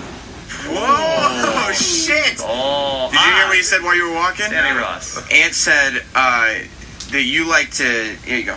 I go, yeah, Danny was on the air, but and in studio, and he took the position. He voluntarily took a behind-the-scenes position. And Danny has an open mic. He could be on whenever the fuck you want. And then Matt said, Yeah, you mean go on Facebook. Oh, as if to say you do nothing. Well, if let's say I went on Facebook all day, that's 300% more work than you do here. Okay. Oh. And he's right. I am kind of jealous of him because I would like to finger girls and get my own breakfast. So that would be kind of nice. Well, go do that. I mean, don't go bring your girlfriend in here every fucking Friday to show everyone off. That I brought her in once. You brought her in 3 times. Whatever. And what are you trying to make? What does that have to do with it? I don't understand. Just bring her in. Just says, oh yeah, I got a hot girlfriend. What is? You brag about girls all the time. Wow. That's just That's flat just out what you try to lying. do. I think I've had a guest here. I think one time. It was more than once. When everybody brings their girl in, it means they're showing off or something. Well, yeah. Is that I it? mean, one time Troy brought her in too, and I mean, she's fucking hot. But it's not just maybe you doing something or she don't know where to go for 2 minutes. When you came in on Saturday and Jess was here, was that me being like, Oh, yeah, Matt's yeah, gonna yeah. be here? No, I mean, she had a reason to be here. She had to videotape Eastside Dave. That's a reason? I don't know if that's a shot or not. I can't tell. I can't it's either. not. I can't tell. It was attempted, I think, and then Now, you realized. Why would I take a shot at you? Why do you think Danny's jealous of you? Like he's got an on-air gig here if he wants it. Yeah, well, I mean, I don't know what happened, but for some reason, like on the Pro Tools thing there, it still says Danny as mic number 5. But obviously, the whole semester I've been here. Look, you're setting up a case that Danny's not jealous of me. Danny and me get along just fine. You said Danny was jealous of you. But you're not so saying don't bring me in. It definitely doesn't say Mike 5 is Matt. And it wasn't No, important I know enough to that. change his name on the. What's wrong with you? It makes no difference. It doesn't matter. make a difference. He's jealous of me. He doesn't want to be on the air, and he got a hot girlfriend. The name is still my name because Mars is lazy. Yeah, there you go. But Damn, that's a good name. That's a good label. But who would even notice that? I don't know what. Yeah, I didn't. No, he's How he's mics are observant labeled, though. that's It's creepy. Observant. He takes pays little attention things to his and makes environment. big shit out of it. That with this delusional twist to it is Yeah, what you're kinda I see. delusional. You are delusional. Delusional is an excellent word because I've It never really seen is. I've never seen somebody feel that they're more deserving for having done absolutely nothing. I understand the game for what it is. All right, you guys need interns to do shit work for you guys, and interns want to come and be a part of the show for a couple months and feel special because they get to have their voice heard on the radio. So No, it's more than that. If you got skills, it leads Yeah, to some people gigs around some here. people want to be in the business and they want to learn and they take the internship as an opportunity to learn what running a radio show really is and doing the work that leads to to getting that job. You just showed up and instantly decided that I just want attention, I want to be on air. Now I'm not saying that's a bad goal for somebody who wants to be in the business, but you can't start talking about how you're deserving and people are jealous of somebody who just showed up and didn't do anything. Well, if you did something that was worth me being jealous of, I would absolutely be. I'm just not because you haven't. every time I was on the air, even though it was a couple times that I was on for more than 5 minutes, you seem to be even more. No, I argued of a with you dick because to me as I usual. argued with you because you made asinine points about whatever the argument was that was taking place. Yeah. I'm never jealous of your on-air because I just knew talents and what the fuck I was abilities. talking about. No, you don't know what you're talking No, I about. know. We already got past all this. We're not going to rehash it. I don't want to You rehash talk out of your ass. You repeat things that you've read somewhere else on somebody's blog, and then you treat it like it's the fact because you read it. And you treat memorizing things and knowledge as the same thing when it's different. All right, go back on Facebook. Oh, man. Well, maybe I will after you rebut what I've just said to you. There's nothing for me to rebut. I come I come on on the know air and I just exactly. make a lot of noise, and because I'm the loudest, I win the game. Is that what you're doing right now? No, that's what you're doing. What's your response, man? Well, is that he's completely wrong. I mean, I do know what I'm talking about. I do my research. Yes, I said do. What are you going to do after the internship? What research do you do? All I see you doing in the back office is reading magazines anyway, so what do you do? What magazine?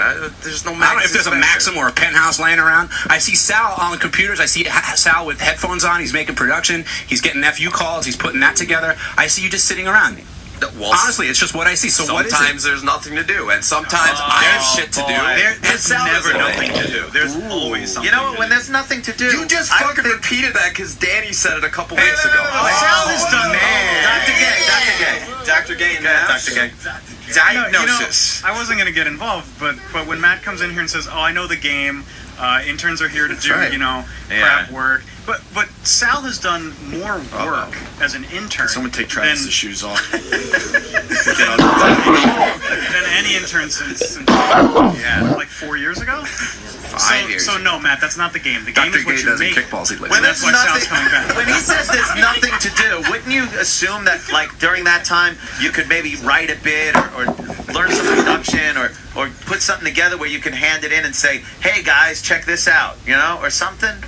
Not just sit around and go, I'm waiting for someone to give me something to do. Right, that would be the normal approach. Matt's approach is just look at NHL.com and pretend like he's doing some research for the show. I did try. I never pretended once that I was doing Matt, research once going to NHL.com. this will be a blown opportunity for you. So what happens next for Matt? Daddy will take care of him. Well, Like Sal is staying on, and Pat Duffy's now mad at me. But the fact is, it's different skill sets, and I see that they might end up, hiring Sal down the road for production or something. Well, there are multiple channels. I would that love can to use hire Pat Sal's Duffy. skill set. Trust me.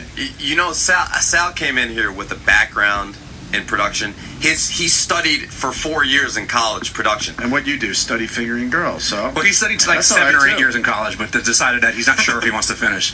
But I still learned a lot since I've been here. I still had to learn the entire dynamic of how a radio show works. I never knew had how no to idea screen how it phone calls before I got here, and now I'm you still I'm the best phone screener on the staff. Right. You didn't answer my Really? question. On the staff. What? Where do you go from Where here? does he fucking get this from? I don't know, delusional. Where do you go from here? I haven't decided yet. What are your choices? Okay, well, I'm gonna go back home. I might Make a go on Julia another video. venture. To be honest, I might. I kind of want to travel out west and see Colorado and see. You want to be a bum, Jules. He's a free spirit. I've never been out Wanna west. walk the and I earth. Want to Get into adventure. Is there a graduate school for NHL umpires? What? He hasn't even had his undergrad degree yet. Travis, is your Don't you go to NHL umpire? don't you go to umpire school? It's baseball, you dumb fuck. Oh shit! You got me. NHL umpire. Sorry. Danny once Like the rest of the world, I don't watch hockey.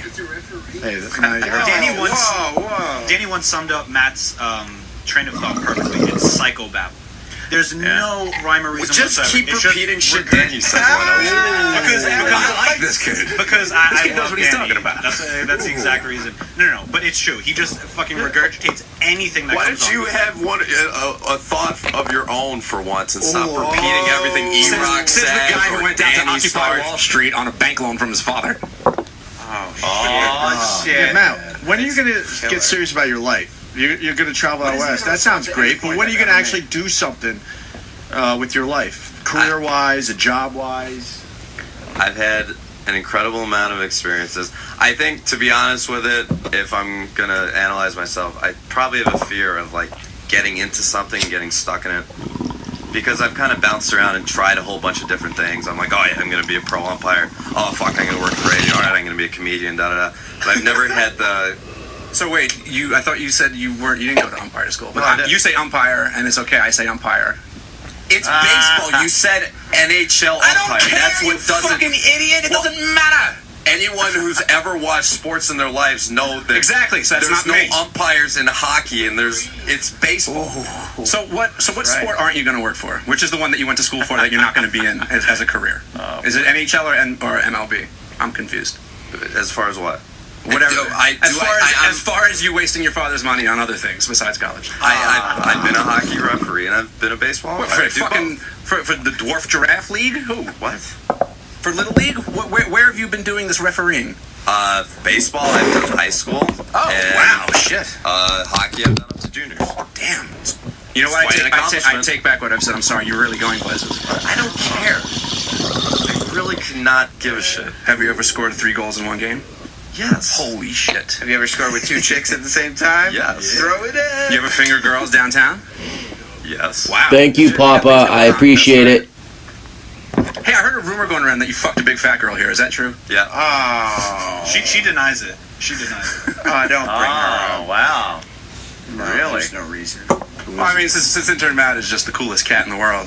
I was just curious as to some of the fucking. It shouldn't be brought up. Well, you know, he likes to bring up other people's girlfriends. So let's talk about all the fucking pigs he's fucking. Oh! Fucking pigs, Matt. Did you bang a fatty? Well, I respect that, but I can't do it. She wasn't huge. I mean, she wasn't thin, but she wasn't huge. thick. It was the one time I was on. Yeah, yeah. So, yeah, she wasn't that big. I didn't see her. I just saw the pussy. I mean, I wanted to see the pussy. Just show it. I wanted to see it. Why is she showing the pussy? Can we go home?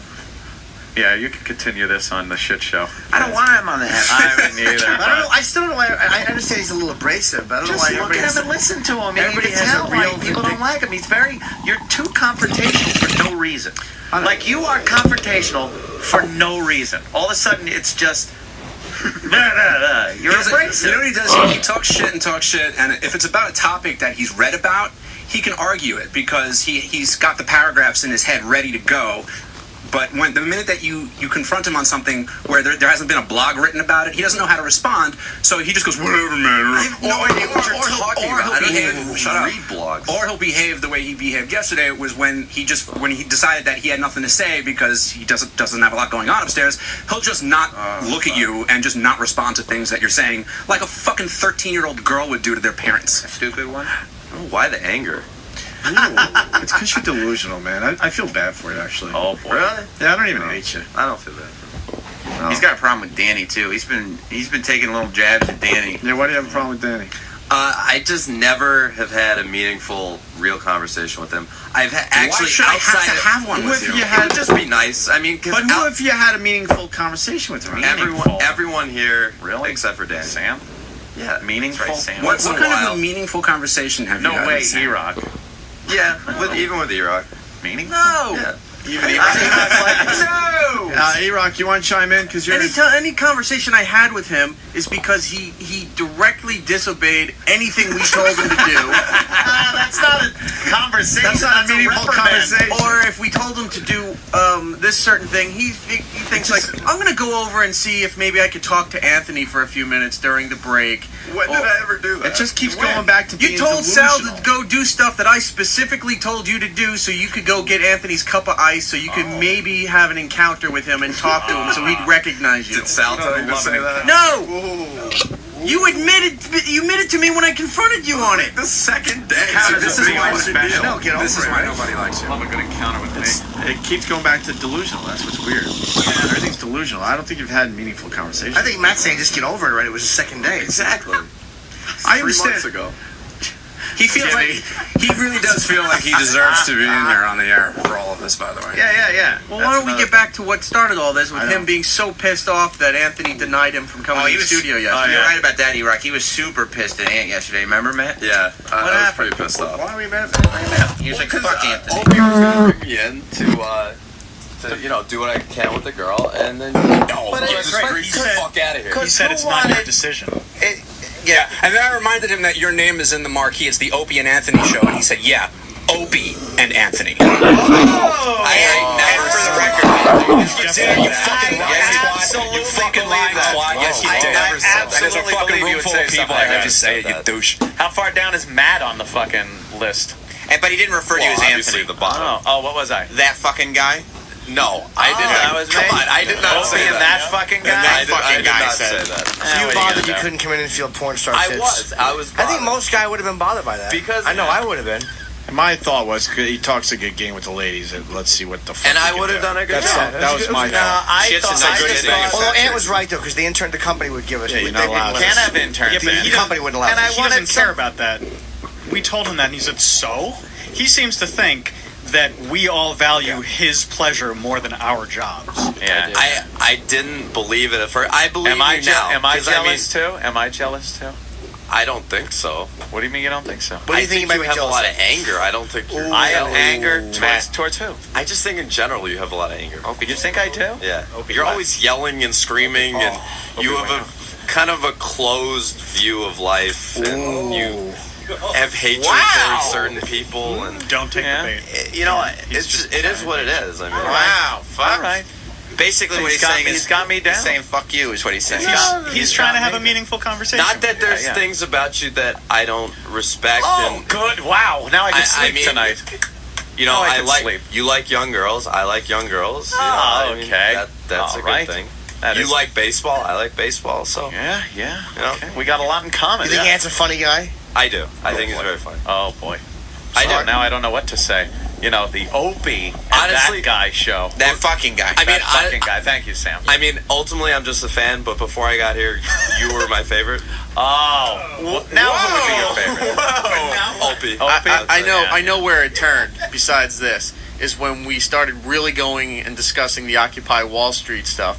He'd be back here saying how fucking delusional you were with some of your views as far as speaking out against the Occupy Wall Street people. You know, life experience does account for a lot when you look at the world. You know, maybe one day, you know, you'll but see. I mean, things I a don't little think differently. your basic views of life have probably changed that much over they have. time. They have. They have. How do you think that you have a view of life? Oh, yes, Opie, please. What? Whoa! Getting comfy in the chair. Oh, wow. Nothing changed. I'm still on a microphone, so why the comment now? So am I. What's the comment now? Okay, so what makes you think... What's your question? What do you want? Oh, I'm sorry. It's the Intern Matt Show, apparently. Yeah. It seems to be. Well, my question was, what makes you feel that you have all this life experience to talk about it? Well, I'm here. I'm on Earth. I've been on Earth 25 years. But what jobs have you held? Have you ever been on your own? I mean, what have you done? I fucking traveled the world on my own. That's not on your own. So what job? Absolutely What job did you work for and save money to afford these trips? Yeah. How'd you afford the trips? When you're given things to travel the world, it's not you traveling that's the not an world. accomplishment. You have a different view of even the world when you're traveling the world on someone else's dime. Let me be honest with you. If you earned that money, you would have a different appreciation. The real world has never smashed you in the face. Nope, not and yet. I can't wait for it. This is the closest. Well, I mean, it's come. I've gotten punched in my face quite a bit, which you probably never have. We're talking figuratively. I've been punched in the face, believe it or not. Yes. You've been in a fight? I think we've I all- absolutely have been in a fight. Oh, is that a? Does he want to fight? Do you want to fight me? No. Because that's not exactly a sign of intelligence. I don't- when you start I don't running fight on your mouth, No. screaming how you want to fight people. I don't fight people. It's Can I really chime not in an 1 intelligent second? thing to do. Yes, sir. The other day, Matt goes. He asked me. He said, "Have you ever been arrested?" I said, "No, I've never been arrested in my entire life." Yeah, and Matt admits to me he's been arrested between 25 and 30 times. That's not an admission. That's a lie. He hasn't been. No. But he even said he can't go to Canada because he's had a DUI. He's Well, his lying life to you. experience. Piece of shit. Yeah. What have you been arrested for? Drinking pot. What's the 30 worst times. Worst Well, thing. you're not supposed to drink it, stupid. B&A? Worst would be no B&A? No, DWI. Sorry. 187 on an undercover cop. Oh shit. Yeah. I think that's why he's so upset that he's not coming back, is because he's been given so much in his life. Well, that's why he was down at Wall Street too. Give me. It's just more of that attitude carrying over. That now we're not giving him another semester. It's okay. I never expected it. I never No, expected to come but back. I I think knew you did. I'd burn my bridges here pretty quickly. It's okay. Jim likes you, though. It's not a matter of burning bridges. It's just that you didn't do anything. Like, if you understand, you could have the worst attitude in the world, but if you did great things and you made this great shit, you'd say, you know what, Intern Matt, he's kind of a cunt, but look at all this great stuff. But we don't have all that great stuff. You know There's what? no great stuff from you. At the very least, I'd provided some entertainment for you people. That's it. And that's exactly what it was, the very least. But we could have literally, we could have dragged, and we have anyone from the street up here, and they could have given us the same thing. All right. I did tell You him know? there's an intern Matt every semester. Exactly. That's another thing. Yeah. He really thinks that he's this unique case. Like, we've never seen Yeah, this yeah. guy before. But you know, he's just another cookie cutter You're intern. Gardner in Platoon. Am I? Yeah. So take a hike, Love Buzz, or whatever. Exactly. I don't know, Love Buzz, whatever it is. Unless Mars can hook you up with something in the engineering department. Yeah, I did have a dream about that. He's your boy. I had a dream the other night that I was staying in your house, and so was Sal. And Sal was in my room, and I was trying to sleep, and Sal was walking around just muttering to himself about something Korean, some Korean, Korean thing. Yeah, I'm fucking crazy. Yeah, why are you in Matt's room at Anthony's house? Yeah. It's his I don't dream. understand. Well, it's a in his symbolic dream warped of this mind. place. Dr. Gay, an This is analysis, Anthony's please. house. Right. This is My Anthony's house. This is work, and it's about you and him at work. I don't know exactly what the Korean So thing is. maybe it meant that like Yankee Sal cranky. was like constantly bothering me, Or talking like, about things that you don't understand. Like maybe the Korea was something you would understand. Okay. So maybe you're both at Anthony's house, and he's muttering in Korean, and he's speaking a language that you don't understand. Something so maybe you it don't bothers understand. You. He Like understands broadcasting something that you don't. stuff. Right. Honestly, yeah. Maybe. that, okay. Like that makes broadcasting sense. stuff. Yeah. That actually might make sense. Like, you know, Like check the about levels. production. Might as well be Korean. Well, Shit. All right, look, I'd love to continue this, but I got a long drive. We have to finish this with Matt tomorrow. I hate to see him go, but Yeah, it well, has to happen. This last day, we'll say adios to you tomorrow. Maybe you should co-host tomorrow. I don't know. Oh yeah, maybe.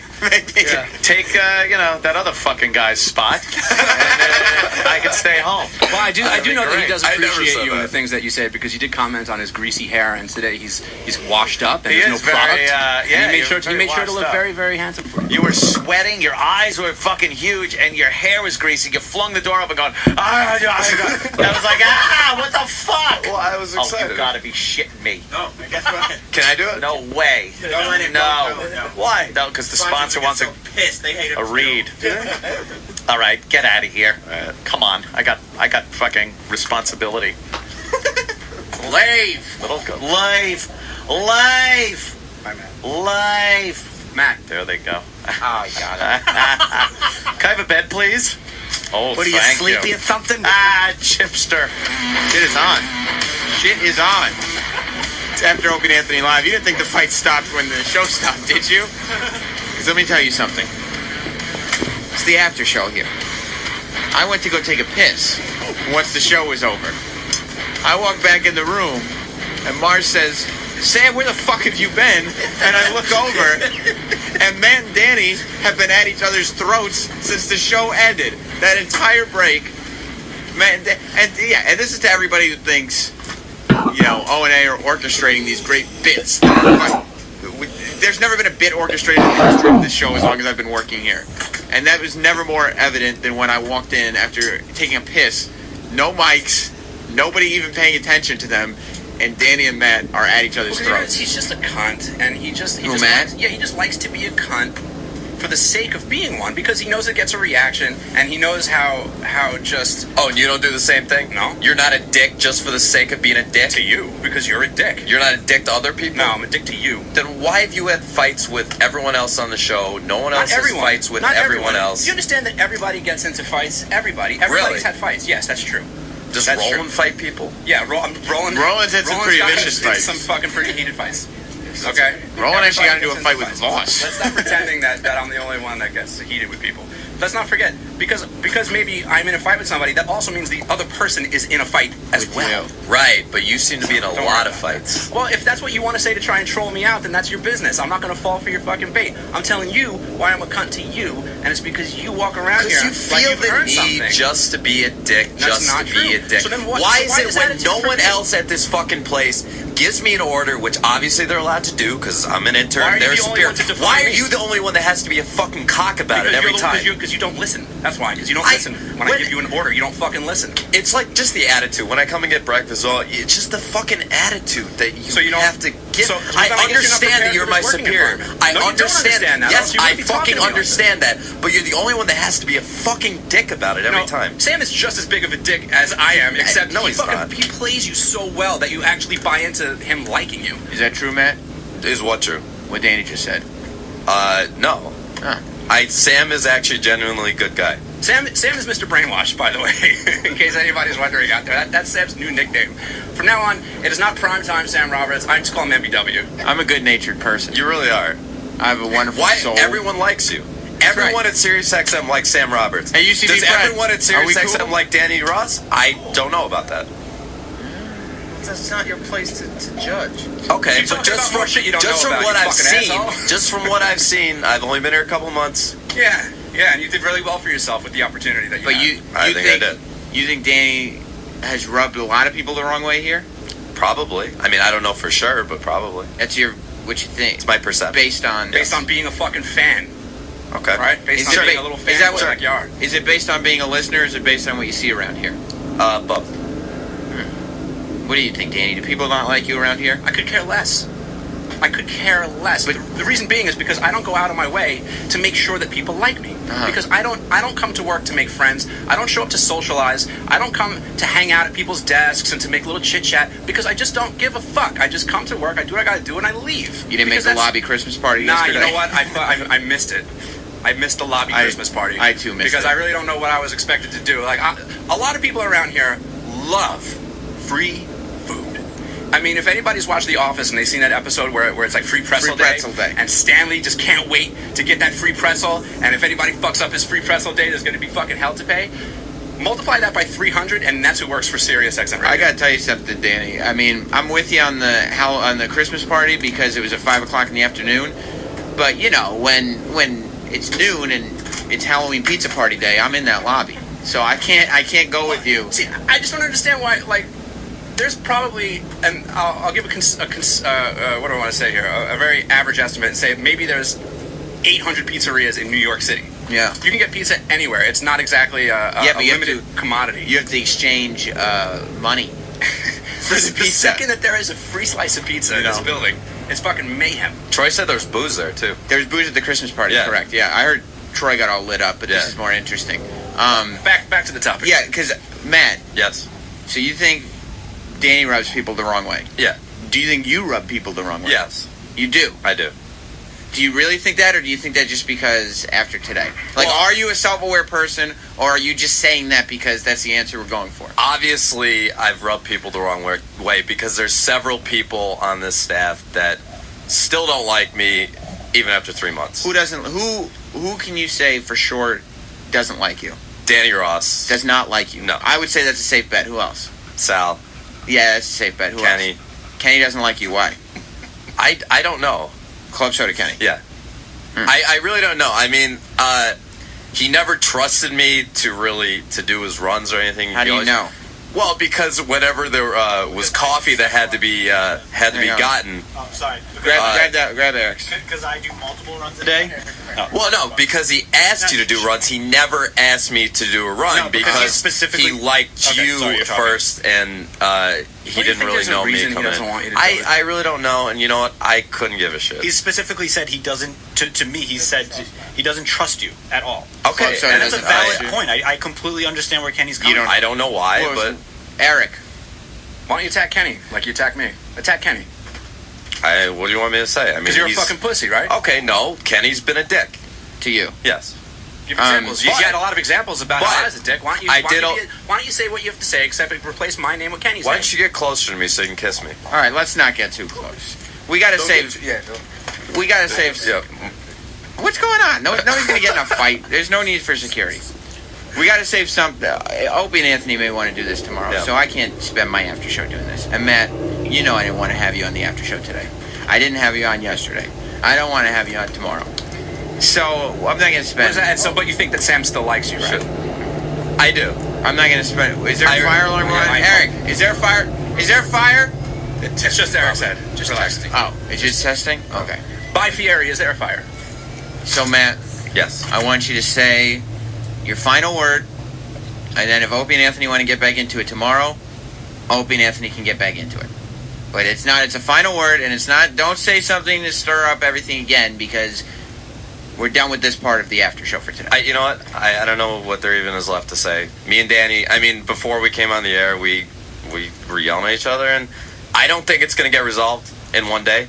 Right. I don't think there's any reason for it to get resolved. No, I just think I'm never going to see you again. Exactly, and I think I'll walk out of here saying, you know what? Danny Ross is a dick. Okay? And that's fine. I'll walk out of here and I'll go, who is that kid? I don't remember, but he was an asshole. All right, no response. That was it. That was the last word. Not kicking out, dismissed. Okay. This is not a dishonorable discharge for today's after show. All right. But I can't keep the conversation going because you know what? Thank you for the opportunity, Sam. Okay. I appreciate it. Tomorrow's your last day. We'll see what O&A want to do tomorrow. Eric's got to talk to you now. Oh boy.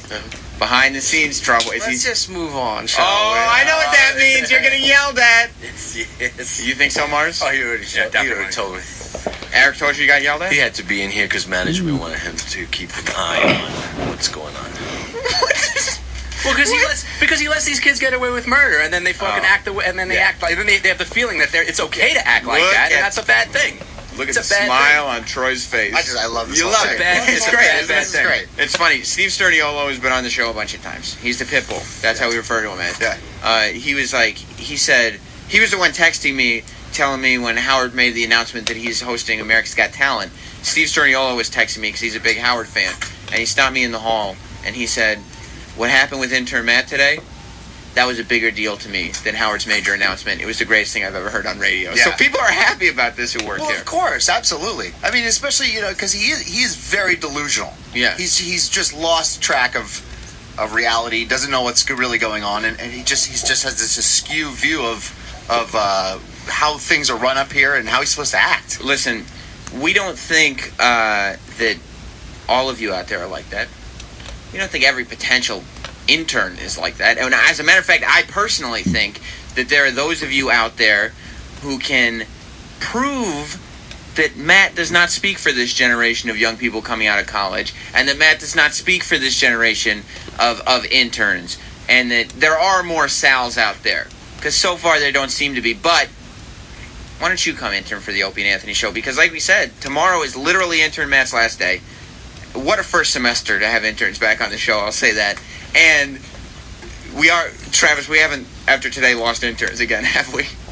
Not at this Not moment. yet. No. Not yet. Okay. But look, the day is still young. Here's what we got to remember.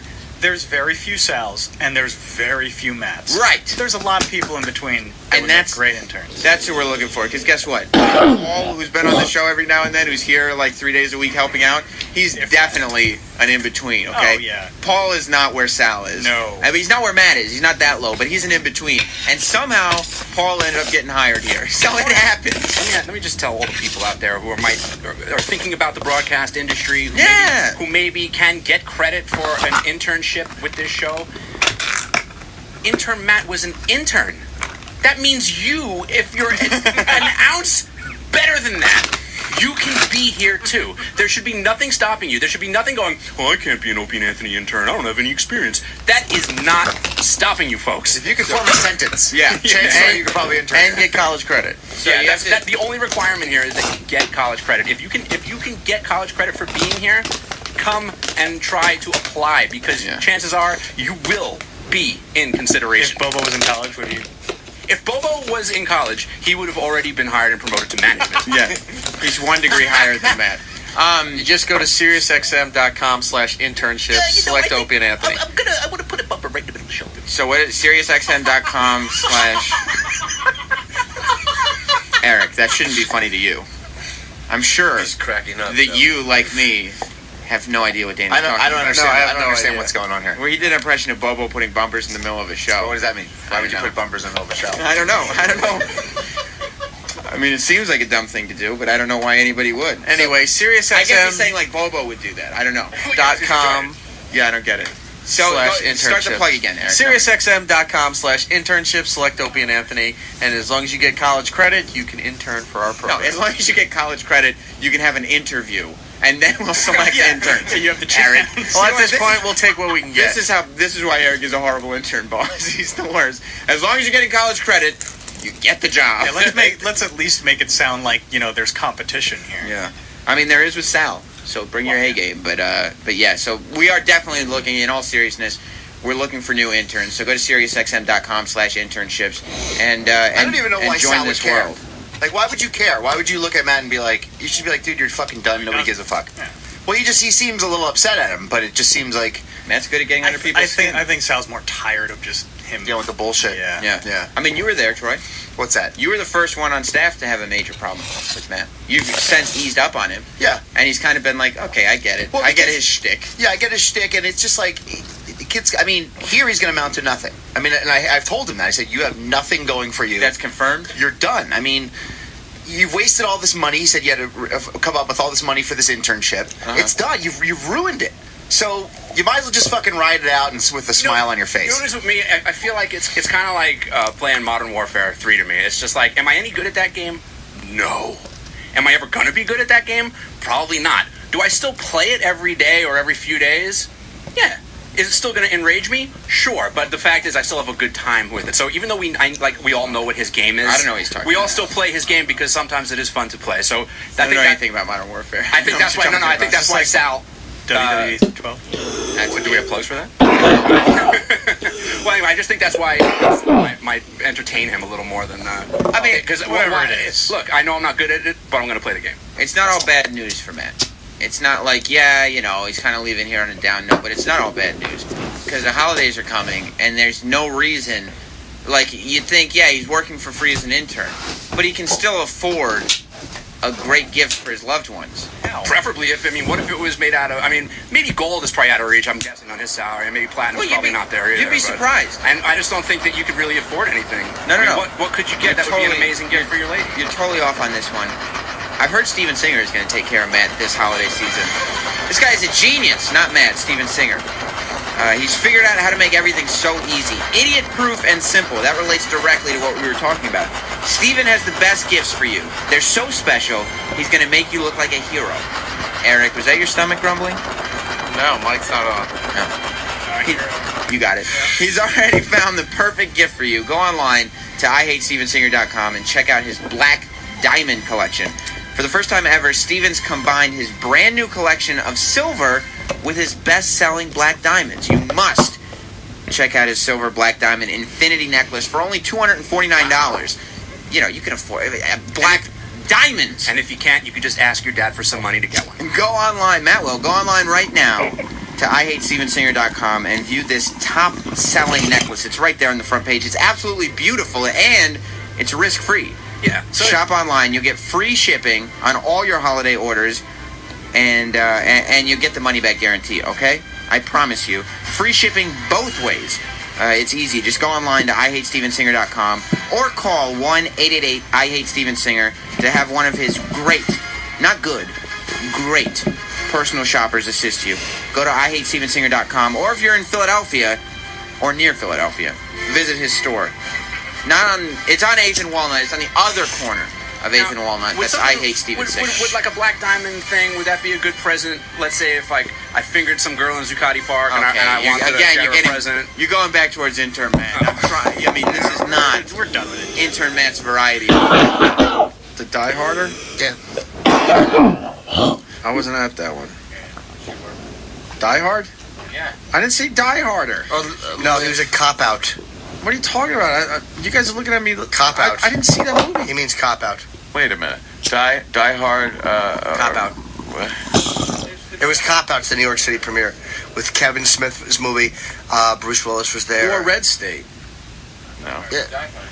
I didn't go see the last Die Hard movie. It was Cop-Out you went to see. No, we didn't see it. We saw it at the Radio City Music Hall. Oh. You got pissed because they were asking to check in phones and stuff like that. I didn't go. It was years ago. Hold on. Oh, okay. Oh my God, I didn't go. Either that or I got a brain tumor. Got back to the Belfry something. Oh, Chip. What are you talking about? It was the last Die Hard movie starring Bruce Willis with a cameo by Kevin Smith. I didn't go. It was at Radio City Music Hall. I did not Remember? go. That's the guys who do the red carpet thing, but then you guys said, nah. I didn't go. I believe the whole show went. Yeah, I think. Oh my God, I didn't go. I'm positive of this one. No, you said we were going to do the seats, and we got your aisle seats. No. Nope. That's right. Yeah. I didn't go. I think you did. Yeah. I swear to God, you guys are crazy. Because we were supposed to maybe do the red carpet and all that, and then in the end, I just didn't go. I have it in my notes because I keep notes about things you go to. It says Ope did not go. That's what your notes say. I'm kidding. I'm looking at my Facebook. My actions are Sorry, Roland. Oh, he pretty much just farted all over Roland. I didn't mean to. I forgot you were there. You were a skunk right there. I felt warmth. You know what? E-Rock, find the audio, because people are saying we talked about it on the show. Oh! Now it's becoming a thing. And you find the people walking in, these getting images. Sam, you're so brave. Let's bet. You bet a kiss. Bet cocky, motherfucker. Lose a kiss early. Boy. How much? I will bet my brain against your brain. I'm telling you right now, I did not go to this one. Winner gets the loser's brain. What happened? We're betting for brains. How about we bet TVs? Could you pick a worse bet for you two? You bet TVs? You know what I got in my living room, and I know. Just don't bet TS's or I'll I jump know in. that shitty TV of yours, but I'll take that a second and put it in a tiny bathroom in my house. Bedroom TV. Huh? I'll bet the We're Quasar. going living room TVs. My TV for then see you're not brave enough to stand by what you're saying. I'll bet the Quasar though. The Quasar has been in my family for generations. Quasar. Nope. Yeah. Let's bet living room TVs. I bet you a piece of wrestling paraphernalia against $500. I'm pushing a 60 to 63 incher. Yours is what? 22? It's 32. 32. Let's do this. How about your wrestling chair? Let's do this. No, I'm not gonna. Why not? I'll never Let's bet do my this. wrestling chair for anything. Let's do this. I'll do the. Wait a minute. And I know what you're not going to I find don't remember. me. You went. I You remember think hanging you with did go Opie, Ant. right? Yeah, I remember hanging out with. Believe it or not, me and Ant would have hung a little bit Yeah. at this thing. No, I'm Kevin telling you, Smith- I did not go. Kevin Smith was up on a platform type thing by the red Yes. carpet. And I remember getting up there and talking to him. Did you? And yeah. Oh, this was the K-Rock days. I've gone to a bunch of these and they're great, but I did not go to that one. And Sam is not brave enough to bet living room TVs. Bedroom TVs. I said living room TVs. I want to go bedroom. Same size. No, bedroom, How about we living go room, living doesn't room matter. plus bedroom Tiny TVs? fucking television. Because I got a 50-incher in the bedroom. Let's go. I'll say you do. TVs. Oh, 50-something, I don't know. That living room TV was phenomenal. Going bigger. Fuck. Are you? You don't need to. I think it's the perfect size. No, you have to Because go those bigger. 70-inchers look Do you like it that height? Is that height the right height? I like the height you have it at. It's low. It's good until your kid starts, hammering into it with whatever he can find. It's that low? Do you want it higher though? Like mine is above like neck level. We have to look up. Mine, if you're sitting on the couch, is just Yeah. right Is that the way it should be? straight ahead. What do you think, Ant? I don't know. I don't know. Yours is raised a little bit. Mine's a little. Jesus. Mine's a little. Great picture. Well, that's the dumb makeup picture. I know. That's a horrible one. They put the Ronald Reagan look on me. Yes. Hello. Stretched my neck. I'll never forgive that fucking Oh guy. God. Look at the horrible makeup. Photoshopped. I weighed 3 pounds. Who is that guy? Oh, That's no. not me. Those are horrible photos. That is funny. That giant brontosaurus neck. And you can see where he fucked up the Right Photoshop. there. That's I got That's two Adam's hilarious. apples. I forgot how funny that picture And I is. begged the guy. I said, "Do not fucking Photoshop." He these denied pictures." doing it? Those look like He goes, "Don't horrible worry about it. I know what I'm CGI doing." images of us. He goes, "Don't worry about it. I know what I'm doing." Yeah. That neck really takes away from the fact that Ant has one eyebrow up. Yeah. I'm pulling a Spock. Fascinating. How do you give me that picture?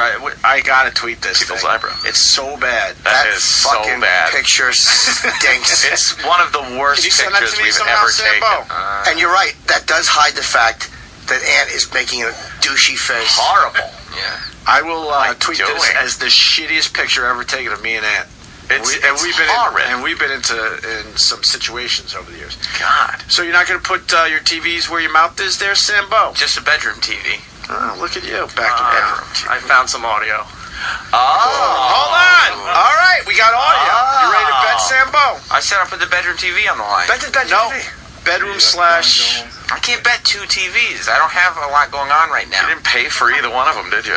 Russell Simmons helped out with the. Let the living room. record state that he already pussied out Yes, he did. from living room TV to bedroom TV, but What's I the will. bedroom TV? I will take that bet. Okay. What bedroom size TV. is the bedroom TV? Begrudgingly, I will Wow. take that bet. And I'm telling you right now, this is not a radio. Let's have fun. Okay. You're bringing in that fucking TV on Monday, and I'm going to smash it with my hammer that I got close to me. I thought you didn't Hammer like to do smells that. delicious. I would love to smash your Oh. TV. I know I don't like smashing things these days, but I will fucking What smash size? your TV. What size is it? The dimensions. It's the shittiest TV you'll ever see. Yeah. Technically, I'm going to be doing him a favor. I want to know what size it is. it's technically 12 inches, but there is a built-in VCR, so you give a little, you Wow. get a little. It's a What blowout. kind of definition do you have on there? It's SD. Oh, okay. SD. Wait, is it a tube TV?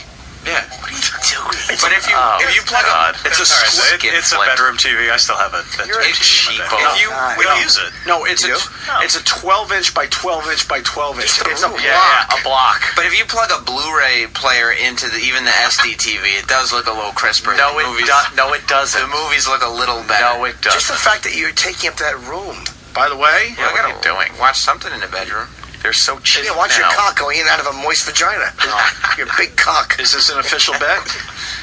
Yeah, it is. You have to bring this TV Okay. in. I will not. I don't. I'm not letting that's- this one go. Yeah, Hey, I'm that's not if letting you this win, one go. Opie. That's if you win. I'm getting it. Iraq seemed to have, with the way he said, I got some audio, it made it sound like, Opie, uh-oh. And No, you know, but Iraq would love to smash me Oh, today. what What I also did to him wanted to earlier. smash me. So This is Yeah, a that's no-lose for That's Iraq. true. Yeah, he doesn't. Much like weight. He would- Sorry, Eric. I apologize. And Pat Duffy just tweeted me. Can I read what he said? Pat Duffy? This is not a guarantee, by the way, but Uh-huh. he does tweet. It's Pat fucking Duffy on Twitter, and fucking doesn't have the G. It's Fuckin, so it's Pat fucking Duffy. Right. He writes, "Ope, I can back you up. You weren't there. I was, and I got a handy in the theater." Wow. Oh, yeah, Bruce Willis jerked him off. Oh, I'm gonna take pleasure in smashing that fucking TV. What do you got, E-Rock? Let's hear it. All right, here we go. This is from June 25th of 2007. But more importantly, Die Hard. You guys went to the premiere on Friday. I decided I wasn't going to be part of that. Wow. There it is. All you assholes looking at me like I had a brain tumor. Isn't it fucked Travis, up that there's Roland, a and record, fucking Sam. there's a record of everything we fucking do? How scary is that? Well, not as much for us as it is for you when hard drives are eventually raided by the FBI. Did you guys hear about Sam's TV? What happened? It's gonna be smashed. Oh, shit. You have to bring that TV in. Tomorrow. Oh, Monday. Monday. Yeah, And Monday Kenny the will be TV outside comes. this building. If you don't have that TV, then he's going to send Go home. He's sending you home. It's fair. I wouldn't bring the TV because I could use some sleep. I would just go home. Yeah, purposefully forgetting, right? Selective. That's right. Selective. Shut up. Yes. Why don't you put the TV? Can we hear that again? Yes, we can.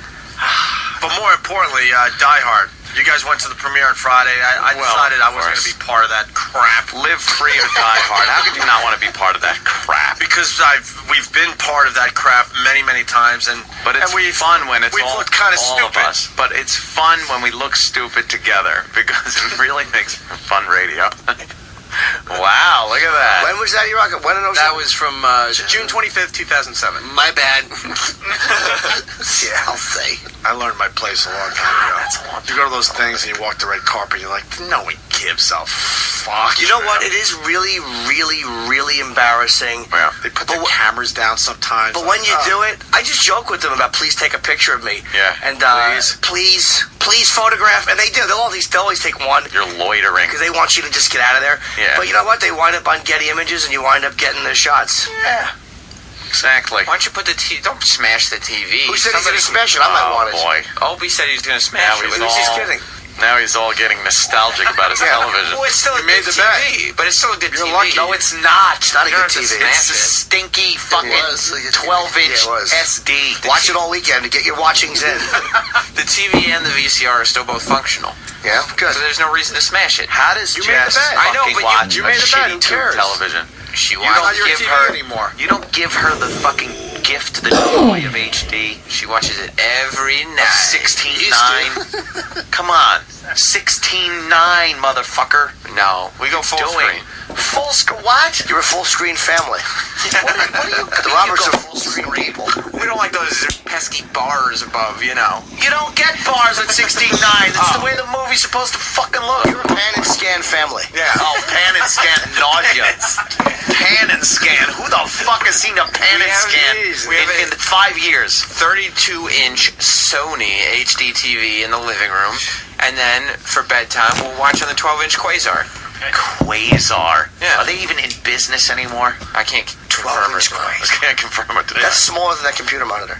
Yes. Yeah, I would say my TV's small. Oh my God. That's the bedroom TV. You'd have a better time with your iPad in bed. Yeah. That dumb TV. Exactly. At least you can play chess with friends. Yep. It's true. Hey, let me go to Kevin from Connecticut. Kevin, iPad doesn't have a VCR built in. first phone call of the new year. Kevin. Hello. You guys are betting on which fucking movie premiere you went to? We left over the go fuck yourselves part. Go of the phone fuck call. yourselves. I guess our jobs are pretty cool in the end. Yeah. You know what? I know that. Believe me, I know that. Do you know for just a couple? Yeah, look at the prices of this. That's $268. What is that? Oh, That's can I borrow a 32-inch LCD.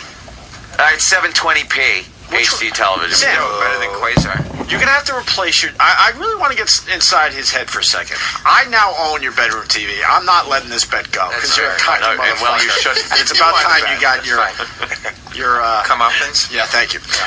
So, what TV would you buy from the Best Buy website here? You're looking at it. Can I a lot tell of you TVs. what my first plan is right now? Yeah. I'm going to go to my parents' house to see if they have an old TV there. Oh my God, he is the cheapest. You're a cheapskate. I'm just like, Jimmy. Well, I'm sorry, buddy. Oh God. Why are you so cheap? Oh God. Because I don't want to spend the money if I don't have to. Why? Because What are you but you saving have for? to.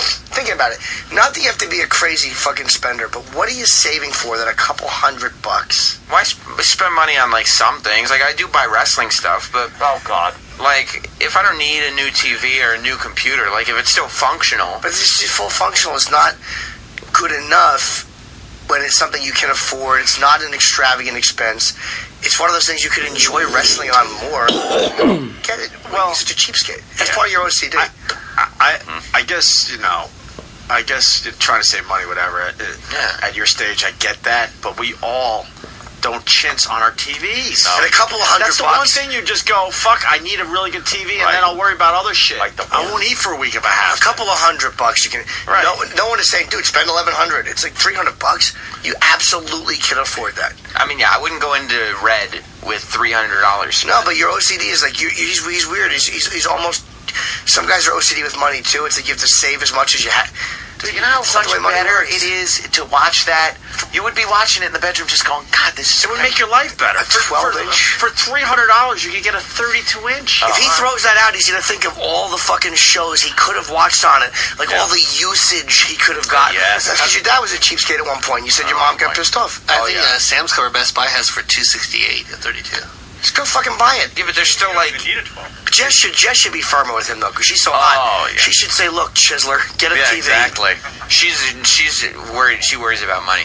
Oh, okay. So hey, maybe Kenny could look this up. I want to throw Sam's TV in the Hudson River. Why? What kind of trouble would I get in for that? Yeah, do you know? Probably depends what time. Trouble. The TV still. No, I got to film the whole fucking thing, obviously. Yeah, that would probably be some kind of a littering, polluting thing. What, about $100 ticket maybe? Is that the TV? It's very similar. Oh my God, I'm angry with you. We used to, when I was living in Rochester, I lived with a TV guy, meaning he was in TV, like broadcast TV, and I was radio. Sure. And he had so many fucking TVs. We had TVs like that we just put around the yard in the summertime so we could watch TV outside. Yeah. Like a throwaway thing. Like, here, I got this dumb 12-inch monitor type thing. We'll put our couch outside and chill outside tonight. It has a VCR in it. Yeah. Built in. It's TV VCR combo. And do you ever use the VCR? No. I mean, I have it recently, but it's nice to know that it's still functional. No, it's not. It's not nice to know. I don't have the remote with it anymore. Is that okay, Opie? That's fine. Are you going to get depressed when I smash this thing? No, I mean, I lost the bed, so it's my own fault. But why do you have to smash it, Ope? There's other people that may also be willing to smash it. Other people that... I know you don't like to smash Oh, E-Rock!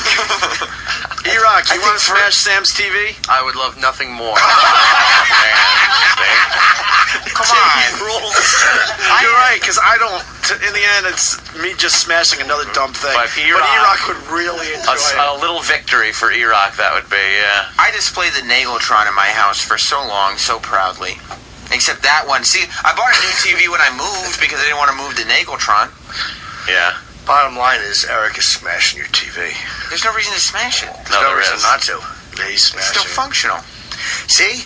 And that's how he thinks. If something is still functioning, there's a line between, hey, get your use out of something, and it's almost like it's a bizarre way to view money, and I've known people like that where it goes way beyond being smart, and it goes way beyond being cautious and planning for the future. It becomes obsessive, and saving money is the cause. And it's like you're constantly sacrificing your little moments of enjoyment. Like if you watch a TV every night as much as you watch a TV, that piece of shit, a 12-inch mono, dude, it's horrible. It is. It's just got this. If you buy like a little flat screen for your room, you put it on the wall, like it would just be so much more enjoyable. People saying you could buy a 12-inch, a new one for $89, but now people are saying, but Ant doesn't have a vested interest in this. Unrange. Oh yeah. I would love to take it out to Calverton and blast it with the 50 caliber. Do that. Let E-Rock do it though. I'll go out there. E-Rock firing a gun. I'll drive him. I want to learn the TV. Yeah. Let's do that. That'd be fun. Yes, remember, just don't tell him the wrong thing is the eye hole. Why do you have to stretch so far for the trigger? The eye hole. You're great, Jimmy. I love Jimmy. It's crazy that you even say mounting on the wall. That we had to put it on a Tupperware, like a big plastic. Your TV is sitting on a big plastic thing like a fucking... Like a big Tupperware thing with the winter clothes in it. What? Really? Sam. Because it was too low. Here's the problem. Here's the problem. You're poor. You're poor. Yeah. Because of this stupid fucking place. That's right. So that's where I stick up for you. That's true. But you're not that poor where you can't afford a nice little setup for your bedroom. Him and Jess both work Right. And what are you saving for? The upset, like what? I know you want to get a home and you want to have a life. Sure. $300 for a new TV that you're watching constantly is not going to sidetrack that at all. I know, but I would just feel like I'm wasting money. Even Yes, when I you was would, because you're watching obsessive about money. Because you're obsessive about money. It's an OCD What thing. about the pleasure you would get from a better TV? Then you don't think you're wasting money. On some level, I would resent the TV because I would think that's $300. I was watching things before. What were you going to do with the TV? What were you going to do with the $300 that's more important? Because anything, just No, to no, have but what? Just to have it. Just to have I could pay my cable bill. All right, you know what? What is 12 inches? Because I got to show you guys. You really want to know? Hold on. Let me unzip it. Couldn't trip over that dick joke fast enough, could we? God, we stink. This is your TV right here, right? Probably about Sure. this. Well, the screen, then add the VCR. Don't forget. Kevin from Connecticut's answer: a foot. All right, no. I was going to say that. A foot. Shut up, Jimmy. This is his 12-inch TV. Oh my God. And where you're sitting that's where he sees it from. Yep. How are you enjoying that? You can't. You're not. What he's enjoying is the fact that he's getting usage out of it.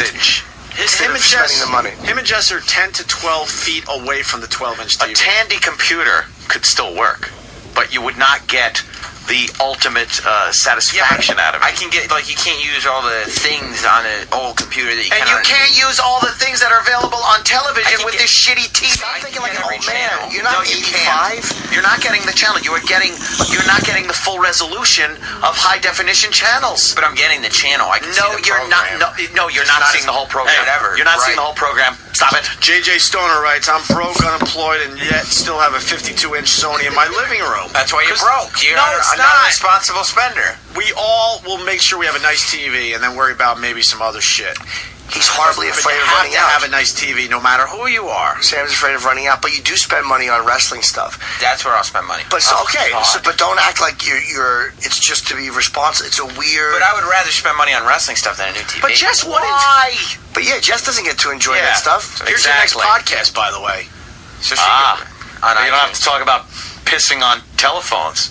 Somebody's been listening. On your cell phone. I listen to Sam Roberts. She tolerates it because she loves you, but think of that, like a TV that you both can watch and enjoy, or you have her watching this hunk of shit so you can buy a Hulk Hogan karate chop figure.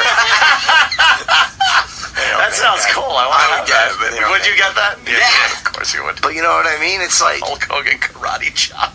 You're enraging a lot of people. Stinks. Because a lot of people are in your boat, but they know that a TV is just important in your life. especially for you because In you this watch day it all and the time. Especially, it's important for your job. In this day and age, Yeah, you but I should have be it- full Dude, do you realize you could get a brand new TV and then write it off on your taxes? Oh my because God, of you're what you paying do half. for a living? You're paying half Yeah, but of then that. that's just saving on the taxes. That's not saving on the whole. That's still No, a big let's say investment. the TV. That's right. Let's say the It's TV's not a big investment. Let's say the TV's $400. You splurge a little bit. You could pretty much write off about $200. We needed an accountant to make this official, but about you could write off half of it. So now it's only $200 to you to get a nice TV for your living room for you and Jess. Yeah, but keep in mind, I also bedroom. for the living room, I wasn't going to go above 18 inches or something unless Russell Simmons chipped in money. But your living room TV's a little small too. It's 32 inches. Yeah, but your couch is too far back. Russell chipping in enables you. He shouldn't that's right. have. Yep. And you realize Sam knows that people will eventually come to his rescue. Or I'll just sit there. He will. I'll just watch the Quasar if nobody comes to my rescue. Quasar. And then my first stop is going to be finding out if my parents have an old TV because we don't throw anything out. Exactly. That's the lesson you learned from home.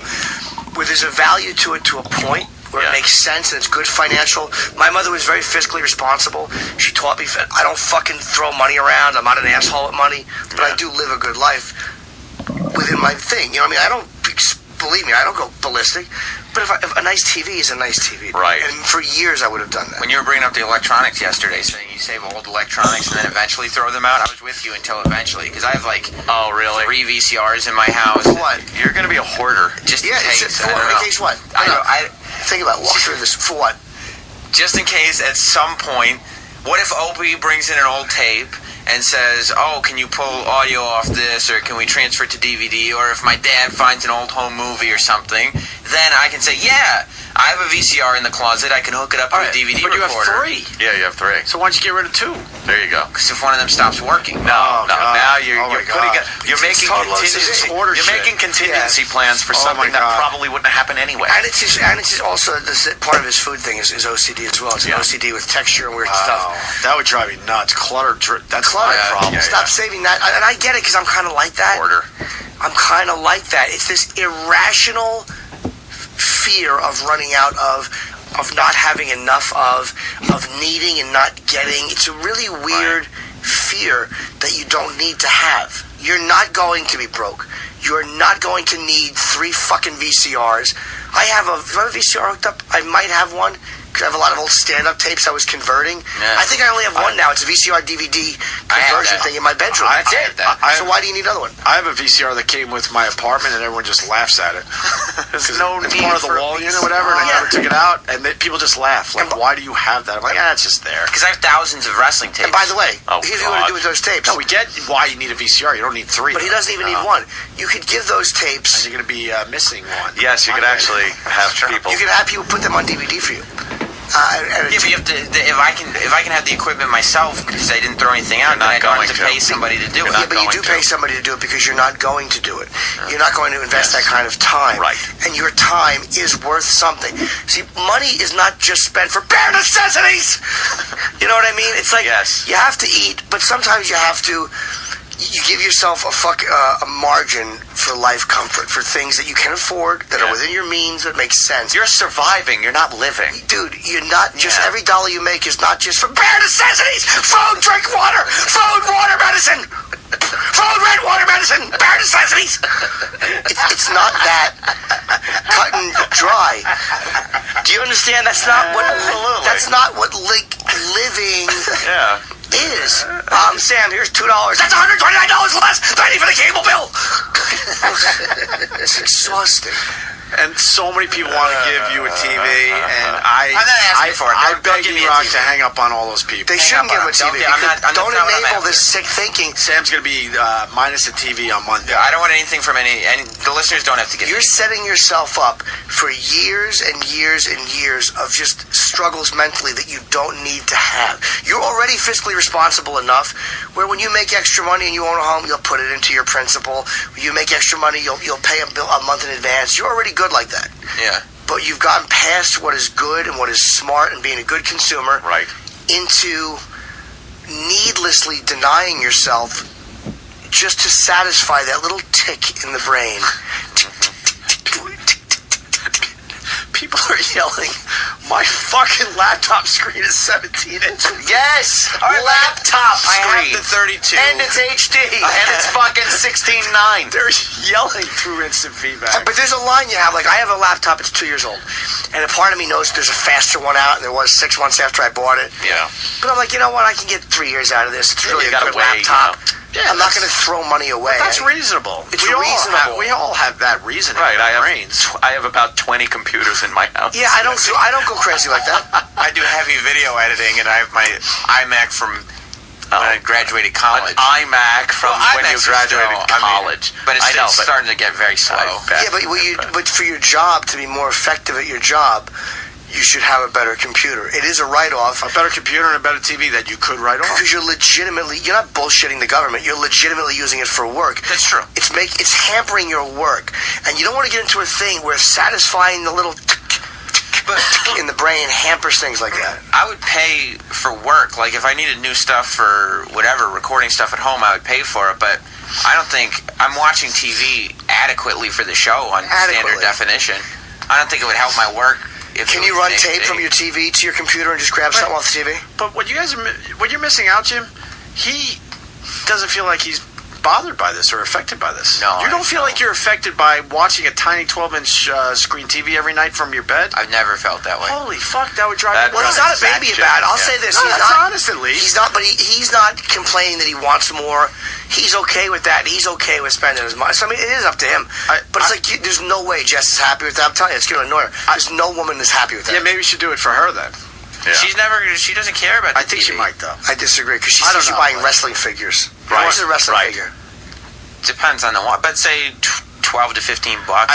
I used to go at it with Sam about food. I'm like, do you understand when you're missing, when you don't eat steak and this and that? And I would just talk about simple things. And I finally realized, hanging out with Sam enough, that he feels like he's missing nothing. Yeah, he doesn't care. He feels like he's missing nothing. I finally got that. Like, okay, I'm going to leave him alone. He doesn't feel like he's suffering or missing out on tasty food. And he doesn't nag other people about what we're eating. Like, I've eaten with Sam many times, and never once has he said, well, let me see if they have what I want. He's like, I'll find something. You know the people you're with and they're dieting or whatever, and you can look in their eyes and they're just missing out and they know they're missing out. Sam has not even a hint that he's missing out on what he could be eating. I get really annoyed, number one, when people ask me, will you be able to find something there? And number two, when people read chicken items off the menu to me. Oh, right. I can't read the menu. Oh, right, yeah. I'm like, just leave me alone. If I can't find anything, I just won't eat. I know some people that are that were like that. Yes. Completely leave me alone. Like, don't treat me special just because. Yeah, I finally get that. But I guess it goes further with this TV and stuff. What happened? I don't know. Kurt Angle, speaking of wrestling. Whoa. He's talking about the Jesse Ventura. Sealed with a punch. Yeah. It's Kurt Angle's involved now. It's so good that hold on. So now, Kurt, you made this transition from Olympic wrestler to pro wrestler. And a lot of people just got to know you then because... it's good to know that it's now Fox's story. Yeah. With no credit to us. We don't know what was said, but you're probably right. I think I'm right on this one. Oh, God. Sam, I'll give you one more... one more... what's the word I'm looking for? Kiss? Blowjob. One more kiss. Ass fingering. File video. I will allow you to break your own TV so you don't have to watch E-Rock break your own TV. I'd rather watch E-Rock. I can't. I'd rather watch You wouldn't be able to do that. No, I don't want to break my own TV. Damn it, I wish that was part of the bet. Fuck. Can't do it. May not be part of the bet, but I think as the boss, when the mood strikes you, you can dictate. Sure. It is You're your the name on boss. the wall. Exactly. I can't let you slide this one. Do you want it smashed, or do you want it to take it to No, the we want him to watch it forever. No, that's a good question, actually. I would like to take it to the range, but the truth of the matter is, I don't know if the people out there at Calverton would like if I fucking shot a TV. In the old days, you could bring anything out there, a fucking car, and they wouldn't care. Watching E-Rock finally to get back at Sam a little bit. That's good. Watching Sam smash it when you know that he doesn't want to. I love that.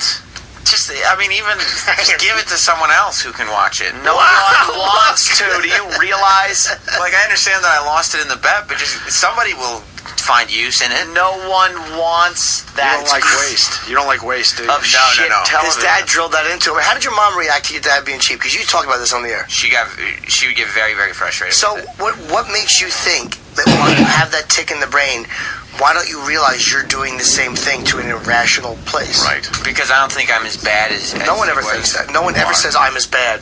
That you think alcoholism is perpetuated. Right. No one thinks that they're as bad as the next guy. You're pretty bad.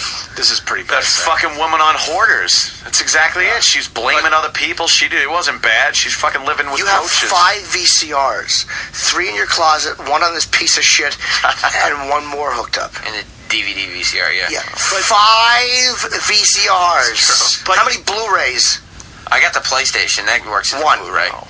But you need us to take your TV and give it to someone else. I would prefer that. Holy fuck, that's so fucked He's up. a weirdo. Yeah, I understand that, though. Kid's a weirdo. I get it. Really? There's a way to break the pattern, though, is to start forcing yourself to do what is unnatural. Like, if you're going to start resenting a new TV, then start telling yourself, I'm being an asshole. And this is like, it's almost like when somebody has their leg cut off and they feel the itch, they have to realize it's a phantom itch. So you have to tell yourself, this is a fucking lie. What I'm feeling right now is a lie. It's bullshit. We got to get Dr. Robin Z on the case on Monday. Yes. She's right. a psychologist from I want to hear about this. Or Dr. Steve. Yeah. Dr. Steve is an intuitive guy. He'd probably say, what Sam is afraid of is that he's going to get a new TV and fluid. He's going to leak from the ceiling onto his TV and short the electronics. But plus, it's like with TVs now, they don't last. Like, this TV's been around forever. Exactly. Like, I haven't needed a new TV. And they do last. I have a beautiful plasma. God, yes. It was a high-end plasma. I got it when I first moved in probably 6 years ago. And it's perfect. I'm still using the plasma we got from K-Rock. That's in my bedroom. Wow. Yeah, that's been hanging in my bedroom since 07. Wow. That one is at the Compound West. Yeah, I get 5 beautiful years out of that TV And they both work perfectly. There's no pixelation. It's great. What year is your TV from, Sam? 60. No, I probably bought it in like 2000 or 2001. What group wasn't allowed to vote when that TV was bought? So The you good got, old days. you got 10, 11, maybe 12 years out of this. That's good. Yeah, but it's got another 10. That's not what I'm thinking is how much. I know how much it's is got left. So when it finally runs out, he'll think I've gotten every bit of use I can out of this particular. He needs to complete things. It's so weird. yeah, that's true. But here's the deal, really quickly. Just like the food, I believe you're not going to be bothered by, having a bigger TV in your bedroom. You don't care. But you got to do it for your future wife. But you chose to go into that world where now you have to have a little give and take. So maybe for her sake, you get the bigger She's TV. never complained about the television. It doesn't matter if she's never complained. You do something nice for her. She would be like, "Oh my God, this is great! I so love this TV." I think she would love so much a bigger more. TV in the bedroom. Because she's not shallow. She's a really nice girl. She's not a money whore. She's a really, really She's good cool. person. Absolutely. She loves Sam. But I'm guaranteeing you, she'll say, no, I don't mind. Because maybe she's a little nutty too with that stuff, but there's no way she wants to watch that hunk of shit. Can you see it in your head to do it for her? No, because I don't think that she would get that much out of it that it would be worth doing. It's a tiny 12-inch TV. But you're too smart to believe that. You convincing. See, what you're doing is you're allowing your intelligence to be overridden by satisfying and quieting that little fucking brain tick, that little OCD fucking elbow to the brain we get. You're allowing your smart part of you to be dumb with that. You know, as a man, as a smart guy, there's no way a fucking hot chick wants to lay in bed and watch a 12-inch square TV in 2012. Can we call her? No chick Yeah, wants of to course. do that. Get her on the phone. Yeah, that's true. We should go right to the source here and see what the hell. She loves Sam. She'll probably say, no, I'm okay with it. God, the battered wife syndrome. But I'll bet you she would enjoy. First of all, you'd save some room. You put it on the wall or a little stand. You'll have more. Oh my God, it'll look nice. It will look better. You'll feel just good. It'll Just definitely feels look good. better. I mean, right now, Dude. she can't like the way that she hates the way that the Quasar is put on the Tupperware thing. So look at value in a certain way is by spending that money, you're not losing views on this. Kenny won't honk his horn. Kenny's the same type of wacko you are. And I'm like, hey, dumbbell, they don't give you a certain amount of uses with the horn. You're not going to run out of beeps. There's only so many beeps. You know, I don't know if we talked about it on the air, but he lost his suit New Year's Eve. He did a gig at the, at the Wax Museum. But the dollar store won it back? And he threw a guy out, and then on the way back in, I guess it got caught on a thing and ripped his suit. So I asked him about it today. He's like, oh, he is out of his mind that he lost one of his suits. Yeah. Like, out of his Drives fucking him mind. crazy. And I realized I had to shut the fuck up. Look at him. It's a Here he real is. issue with him. Hey, suitless in Seattle. But he has like 12 suits. Yes. And it's not like it was a $2,000 suit. It was a functional suit. All those big giant suits he has. I buy cheap. Jess has to go, so we got to do this quick. Okay, Jess, and hello. And then we got Kenny. Hey guys. Hey Jess, listen. Let me start. Tell her what I lost. Jess, I officially own your bedroom TV. How's that? Did you just buy it from us? A bet. She's hoping you bought it from No. Who would buy that? Sam lost it in a bet. Sam was stupid enough to make a bet. He lost, and what we bet was bedroom TV. So if I lost, you guys would have got that sick TV I got in my bedroom. Oh. So I'm sorry we lost. So Sam's got to bring in the TV Monday, and I'm going to smash it in front of his face, or E-Rock is, because I have no... What? I don't know how that's possible because it weighs like 60, 70 pounds. Yeah, no shit. Do you like right? the way it looks on the Tupperware? Yeah, it's the only thing we had. Sam wouldn't put it elevated, so I had to finally do that myself. It's really a heavy TV. So you have a heavy TV elevated on Tupperware. This TV's heavy. I can carry most of my TVs under my right arm. TVs now, they're like credit cards. I remember buying one, and I was on the subway. I brought it home and just carried it under my... Anyway, listen, Jess, really quickly. Yes. Wouldn't you enjoy... Let's just... We don't even have to go crazy. A 32-inch flat-screen TV mounted on the wall in your bedroom. I would absolutely enjoy that. I would love that. Sam. What happened, Sam? Why aren't you seeing the obvious? Do you want me to We said you would say that, by the way. Do you want me to go buy one? They're very See? inexpensive. By the way, I think you should buy one today. Wait, and Jess, because we don't deal with that fake radio bullshit. Yeah. This is how you really feel. You're not just saying it thinking this is what we want, right? Yeah. No, why would I want a humongously heavy, boxy TV in my bedroom? And so little, too. And by the way, did you see that interaction they just had? The Jess is a nice girl. Sam just went, "You'd want me to buy it?" In that moment, that's how they operate, where he'll let her know, he'll let her think that she's siding with him, right? But realize he's manipulating her into saying, no, I guess it's okay, because then she feels like she's calling him cheap or something, or being disloyal by saying, it stinks. Our whole point, Jess, just to summarize, we feel like Sam should do it for you because we don't think Sam is suffering at all. Like, he's totally fine with the 12-inch, 70-pound TV or whatever it weighs. And we're saying, all right, well, at least do it for your future wife, because she would enjoy it in the bedroom. Yeah, I think he likes it. I think he feels like it's a rat trap. No, he doesn't. He's cheap. But you hear how enthusiastic she didn't say, "Hey, that'd be cool."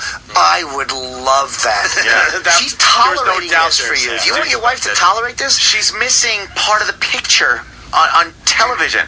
You're looking at a square fucking picture when you could be in that lovely 16:9 ratio. Can you letterbox that shit? Oh, God, letterbox a 12-inch television. Wow. I was watching American Beauty on DVD the other night on the 12-inch with the letterbox. Oh, my God. It was hard to see some of it. You're looking at a picture that has got to be 8 inches high. Yeah, Are you surprised at her reaction? I was quite surprised, yeah. You're not seeing the obvious with her, and she loves you very much. You're a good couple, but you're going to build up a lot of it. She's going to be annoyed in years to come. I'm telling you, nip this in the bud. You're not married yet. You can nip it in the bud. Yeah, this kind of got real. No, but it's good though. This is kind of real. They're a good couple together. Yeah, she's going to tolerate. She's a this nice stuff, girl. But it bugs you a little bit, Jess. Oh yeah, I mean, I don't know. We don't have a lot of money for it. Well, that's understandable. But there are certain, things in life that you should enjoy. Can I say this, Jess? Could you guys find $300 for a 32-inch flat screen TV? I mean, we could. If we really thought about it, yes. This fucking place has got to start paying people. No, but she's a little panicky about what were we going to ask her? No, they don't have a lot of money. Does it bother you that I have like VCRs and stuff in the closet? Honestly, the fact that you have 2 TVs on all the time, VCRs in the closet that you've never touched, and electronics in boxes that I don't even know what they are, does bother me. It's almost this hoarding mentality. Yeah, you see it as being irrational. And you love Sam, and you know he's responsible with money. But don't you think it goes a little bit beyond being responsible with money and into a little bit of too much holding on to it? Yeah, and I mean, he's still taping wrestling from, months and months ago. I don't understand why he does that. It's OCD. I DVR every wrestling show and then record it onto DVDs. Holy shit, we got to get them on Hoarders. Do they do some of this Why shit do you on keep- Hoarders? They're all available online, Sam. You can get all of them. Why do you keep them? Because what if they go offline? I don't have possession of it. Why do you? It's OCD. He has that. Have you ever? Do you watch these? I don't time. I'm recording. The wrestling thing is a big obsession because so weird. I was at Sam's over the summer, and his father. I didn't ask. He goes, "I want to show you some stuff." And he took me on a tour of the house where Sam has taken over complete closets and and said, "This is all wrestling here." I don't want to exaggerate, but he's like, "This used to be our hallway closet. As you can see, it's all Sam's wrestling stuff." And then he took me into a bunch of other rooms where Sam has pretty much taken over his parents' house with wrestling things. You're living your life, Sam, for the day that never comes. Right. It's all setting up for that magic day when you get to watch all these things, you get to enjoy all these things, and everything you're doing is setting up for a day that will never arrive. So months go by and years go by, collect, save, and the day to enjoy them never comes. And I was like that at one point. Well, you're like that with your pictures. I am. You're not enjoying events because you're too busy obsessing about getting celebrity photos. I'm thinking about what I won't get, We all what have I can problems here, by collect the way. and get. So I'm right. not judging you. I get it. No. But I'm telling you, you're setting yourself up. Like I caught myself last night. Asshole, enjoy what you're experiencing. Yeah. Life doesn't have to just be looked forward to or remembered. It's like enjoy it as it's happening. Enjoy the moment, Jimmy. Yeah, it's silly, but you got a hot wife coming. You got a good future in radio. Like enjoy that. Don't Good just future save in for the day. Podcasting. Hopefully. Hey, Jess. It's got to be something. Thanks for being honest. Someone is saying quality of life, Sam. Time Goat on Twitter. quality of life is important as well. There's equity and It's not quality just of life. about saving money. You got to have quality of life. Absolutely. And if you're not bothered by quality of life, you might want to at least do it for your wife or your future. She surprised you. I think we have different points on what makes quality of life that I wasn't. That you were being selfish about. But it was a surprise. I didn't know that she would actually care about what TV was in the bedroom. Why would anyone not want something better than a 12-inch? Yeah, we're not friggin' on Tupperware. We're not talking That's about crazy. a TV that takes over the whole wall. No. It's more than reasonable to And have Jess- a 32-inch in the bedroom. Well, and this is where Jess probably could have said something. Why didn't you tell Sam, like, hey, let's like, I really want this? Oh, good question. No, because I don't really want it, but I would definitely like it. I mean, that's the distinction for me. I don't really want it. It's not a necessity that we have to buy today. Right. But if you guys are saying, hey, go buy a TV, I'm going to say, yeah, go buy a TV, because I would like a new TV. But she doesn't sit. But it's not like we would sit there and say we need to buy a TV. But that was her That's nice Sam. way. She That's really the- wants a new TV. Yeah, she's being overly nice about it. She's a nice person. Yeah. Jess, She'll accept whatever you decide, obviously, but would it bother you if I replaced that TV with another old TV? Jesus. Yeah. It would bother you? Okay, well, I'm glad I asked that. I do think you should bring it in for Greg. No, I lost the bet. I have to bring it in. And I'm not even. He wants me not to smash it and to at least hand it over to somebody else so they can enjoy the remaining. You're giving someone a burden. It's not a gift. That's a burden. And then there's another secret thing that I think deep down, maybe Sam would love a new TV too, and need it. Maybe deep down, because Sam has a pretty good show memory. So maybe deep down, a part of him wants to get rid of that TV and needs it to be taken from him. He can't do it. Right. So he's like, I need a reason. Absolutely. Like You lost the bet. I couldn't buy the nice TV until Russell Simmons it was gave me taken money. away. Yeah. But this was taken away. You deep down might have remembered. Part of you might have known because you're pretty. But we made the bet way after Sam was very adamant about Opie being at that premiere. Sam felt like he wasn't going to lose that bet. He would never bet maybe. it down in Okay, his mind. maybe. In the beginning, I was just saying it because just to be annoying. Just to annoy. Yeah, that's why this is so. It's such a sweet victory. Well, Jess, and then to congratulations. hand over the TV to E-Rock to let him smash it. You have a new TV We're both coming. going to enjoy on Monday. Wait, do we actually get a new TV? No, Sam will that's buy a up new to TV. you. He'll buy one. Oh, Sam's gonna buy one. I have Yes, he another will. TV if you want. No. Why are you enabling? Why are you such an enabler? Because fat piece of shit. You're replacing a 12-inch Quasar. Is it really a piece of shit? Right. All right, guys. Bye, Jess. Thank you. Thank you, Jess. Bye. All right, we could talk about. She really wants a new TV. Yeah, that is a surprise. You really were surprised? That's strange. Yeah, I didn't think that she cared almost at all. But she was like excited. She loves Yeah, you, man. definitely excited. She fucking loves you. She loves you. What's not to love, he says. Your fucking wallet's hilarious. You're gonna have to compromise like that. All right, we're Talk gonna to her like that. Ask her about that stuff. Tell her that will keep her happy. Little shit like that will keep her very happy. On Monday, Sam brings in his piece of shit 12-inch Quasar, and E-Rock smashes it. And forced to get With his 12-inch camera. and you have to sit and watch. You can't It's part of the gig. Wow, you look depressed. Well, it's not gonna be. I don't want to. Why don't you bring in one of these? He's freaking out. He's freaking out, man. You gotta bring it in? Did you I see know. that reaction? I know. Dude, he's freaking.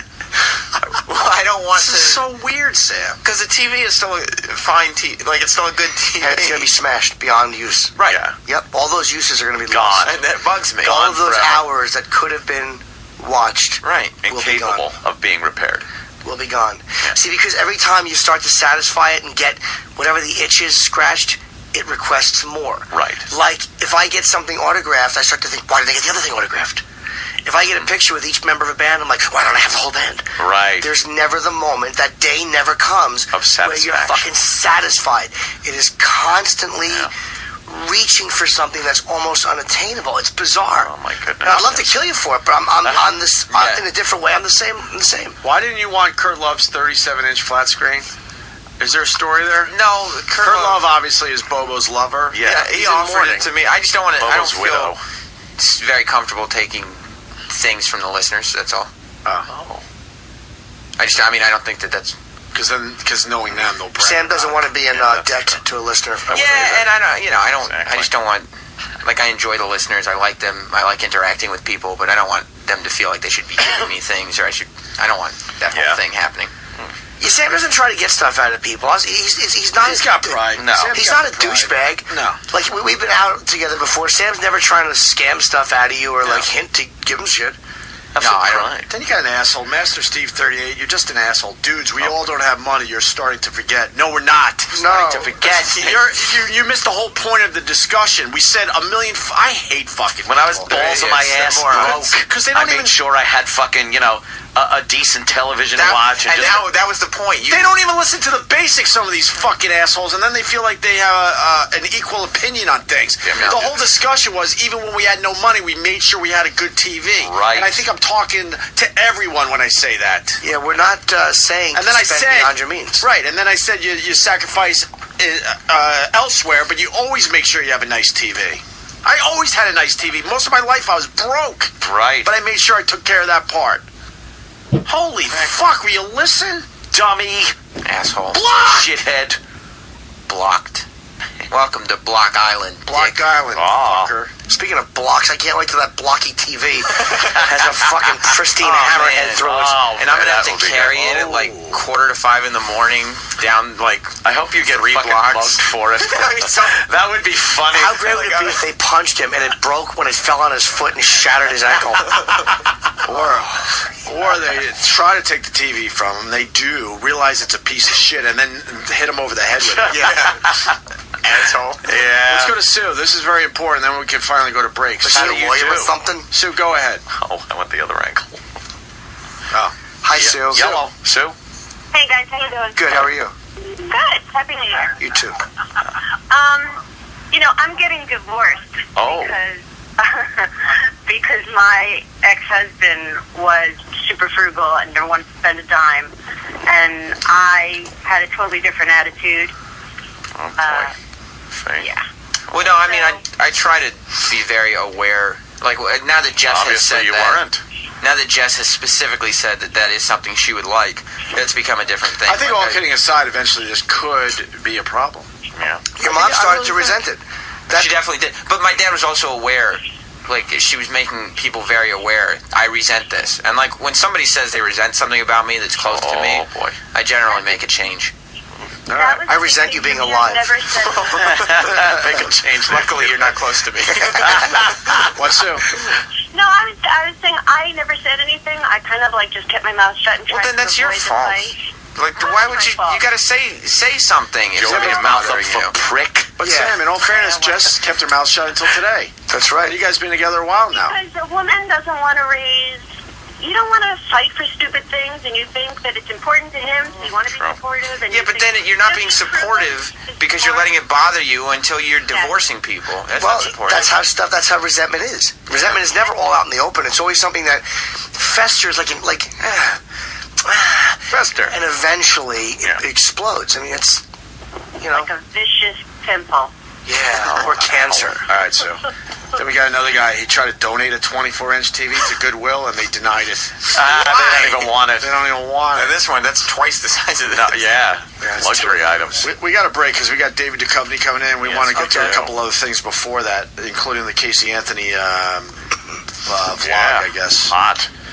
And He's wearing also, a little wife beater with her big tits. and also the Home Invader audio. Yeah. So, all right, Sam, bring your TV in Monday. I'll have it here on Monday. I might have to bring it in over the weekend, so I'm not walking around in the middle of the night with stupid giant Quasar in my arms. Not giant. Why are you coming in on the weekend? Just to bring the Quasar in. Oh, okay. Yeah, I'm gonna pee. Yeah, Ladies and gentlemen, Jay Moore. Hey, Beans, I thought I told you to go fuck your mother. What's up, Jay? How Bing Tang Pong. Let me tell you. I wish I was big just once. You saw a newspaper, my fucking head was like this. How are you guys? Let me, Jay, I know something about you that no one else in this room does. Are you ready? Yeah? It's your birthday in a couple of days. It's today. You know what? I think it's Thursday. You second, I was genuinely nervous. I know. Yeah, I heard in your voice like, well, yeah. What? I think it's Thursday, right, Jay? Yeah, it's Thursday. People are saying, hey, it's Jay Moore. People are typing right now. They're sending in. They're saying, hey, it's Jay Moore from the Ron and Fez show. Yeah, Jay, I'm never up this early. I'm finally up. There's 5 minutes left in the show. I figured I'd call up and give you my new Tracy Morgan impression. Oh, good. Yeah, let's hear Tracy Morgan. He just drives into a wall. Yeah. Oh, you got nothing to worry about, Jim Morton. I know you're legendary. Yo, Opie, I remember when Opie and his brother came over to my apartment and kissed my mustache. Yo, Jay Morton's uncle. Oh, damn, that is good. I about Christopher Walken burgers all the time. Sometimes you gotta put Tracy Morgan on top of that like a good pickle. The thing with a Tracy Morgan impression is every last sentence, it sounds like he wants to have sex with you. Yeah. We'll go on a long run and go, yo, Anthony, I know you're from Long Island and you live with your girl, but I understand also you could make memorabilia from World War II. He gets all smooth. Yo, I'm in the market for some new wheelchair gloves. I lost my arms and legs in Vietnam. I need one of them fine wheelchair gloves. You know, the kind with no fingers where they're cut off so you can still be mobile. This is a mating call. Don't let anybody fun. I'm not gonna fuck with you, Jay Moore. I know you legendary. You choked out the big man on the 17th floor. Come on, Jimmy Norton, trim my mustache. Sit on my... No, you got a big black man. Everybody's afraid of the black man. That is damn good. Tracy's in a fucking I rip. guess I can blow the dust off the Forrest Whitaker, but I don't dare do it after Tracy, so we'll tease it. Forrest Whitaker. Anthony, I asked you to tell me. You did not persuade me. I got like 9 new black guys I'm doing in my act. 9 new black guys. Now we know what you've been up to. Damn, that's good, man. I just been sniffing around the Knicks locker room, picking up some pointers. How's LA, Jay? I'm never up this early. How's Los Angeles? Los Angeles is hotter than a asshole, but I mean that's why you move here. And Jimmy, congratulations on the New York Times bestseller list. Oh, thank you, man. I fell off, but I had 4 good weeks, so thanks, buddy. I had 1 week in last place, so take it and shut up. Yeah, I'm happy. I was happy. With your month, you prick. What are you fucking eat, shoots, and live? Do it. I like to have more. I don't know. Guys like men like myself and Al Gore. What's making fun of you that made you crazy? I can't. Your phone crapped out, Jay. Who was the book right in front of you that made you crazy? The Secret. Oh yeah, The Secret. That was on that Secret. That was on the list. I made it to number 7 on Amazon.com. Briefly, I hovered at number 8 for a day or two, but I made it to 7 briefly. But I could not pass The Secret. And that paraphrase George Carlin: "Fuck The Secret. The Secret fucking sucks." You also had to deal with the Harry Potter book there. Oh boy, they run over everybody. When I was on the bestseller list, fucking Eats, Shoots, and Leaves was in front of me. Oh boy. Eats, Shoots, and Leaves? A book about punctuation. Yeah, it's yeah. Well, obviously a book everyone bought it because nobody knows how to spell. Were you on the like if you actually know punctuation and know how to spell, it's a mindless book of no shit. So you were in? Did you make the extended list or the printed list? Whoa, Jimmy, come on. No, I only made the LA Times bestseller list. Well, that's nice. Yeah, I'll listen to Jimmy. That's cute. No, you might not, Jay. No. It's really? all about stories that report to the New York Times. So if you did signings, you might have done a lot of signings and stuff in places that only report to the LA Times. I don't know exactly how that works. It's all who reports to what paper. When the paperback came out, I said to my editor at Hyperion, "How come you didn't put LA Times bestseller?" He says, "We don't really recognize regional newspapers." Jesus. That's kind of known. It's the LA Times. It's not like it's the fucking Kansas City Star. Yeah, it's up there. Cincinnati Journal Imperial. How they get the names for all the newspapers, like the Sacramento Bee. Yeah, I hate that. I hate the Sacramento Bee. Constitution. Like who names the papers? Just call it the Sac fucking Bee. paper. Well, I just called to say hi, boys, and give you a little Tracy Morgan with my wheelchair gloves, like Richard Pryor when he had the red suit and them gold shoes. Yo, I love my daughter. My daughter, Jay Moore's. If you're black or a low-income white, you have to put S on the end of Jay Moore. I love my daughter, Jay Moore's. Jay Moore's. There's a few of you running around. Go dirty. Yo, Jay Moore's is legendary. Yo, don't get caught up when you sip that straw of that Hennessy, you get caught in them helicopter fumes. Next thing you know, like Captain Kirk, you fucking green bitches. It's not only the voice, he's got the material down, man. That is such Tracy shit to be saying. Get it. Sometimes I spit when I don't give a fuck because I'm a dirty nigga. I don't give a fuck. I'm going to Jaguars tonight. That's a mating call. The mating call. All right, fellas. Very good, Mr. Moore. And let me get a nap in before I hit Ron and Fez. All right. boy. All right, Jay. Thanks for the call, man. Now you can tell Ron to lay off. I called you. Exactly. Happy birthday. Happy birthday to Rich Voss's daughter. She's dodging me.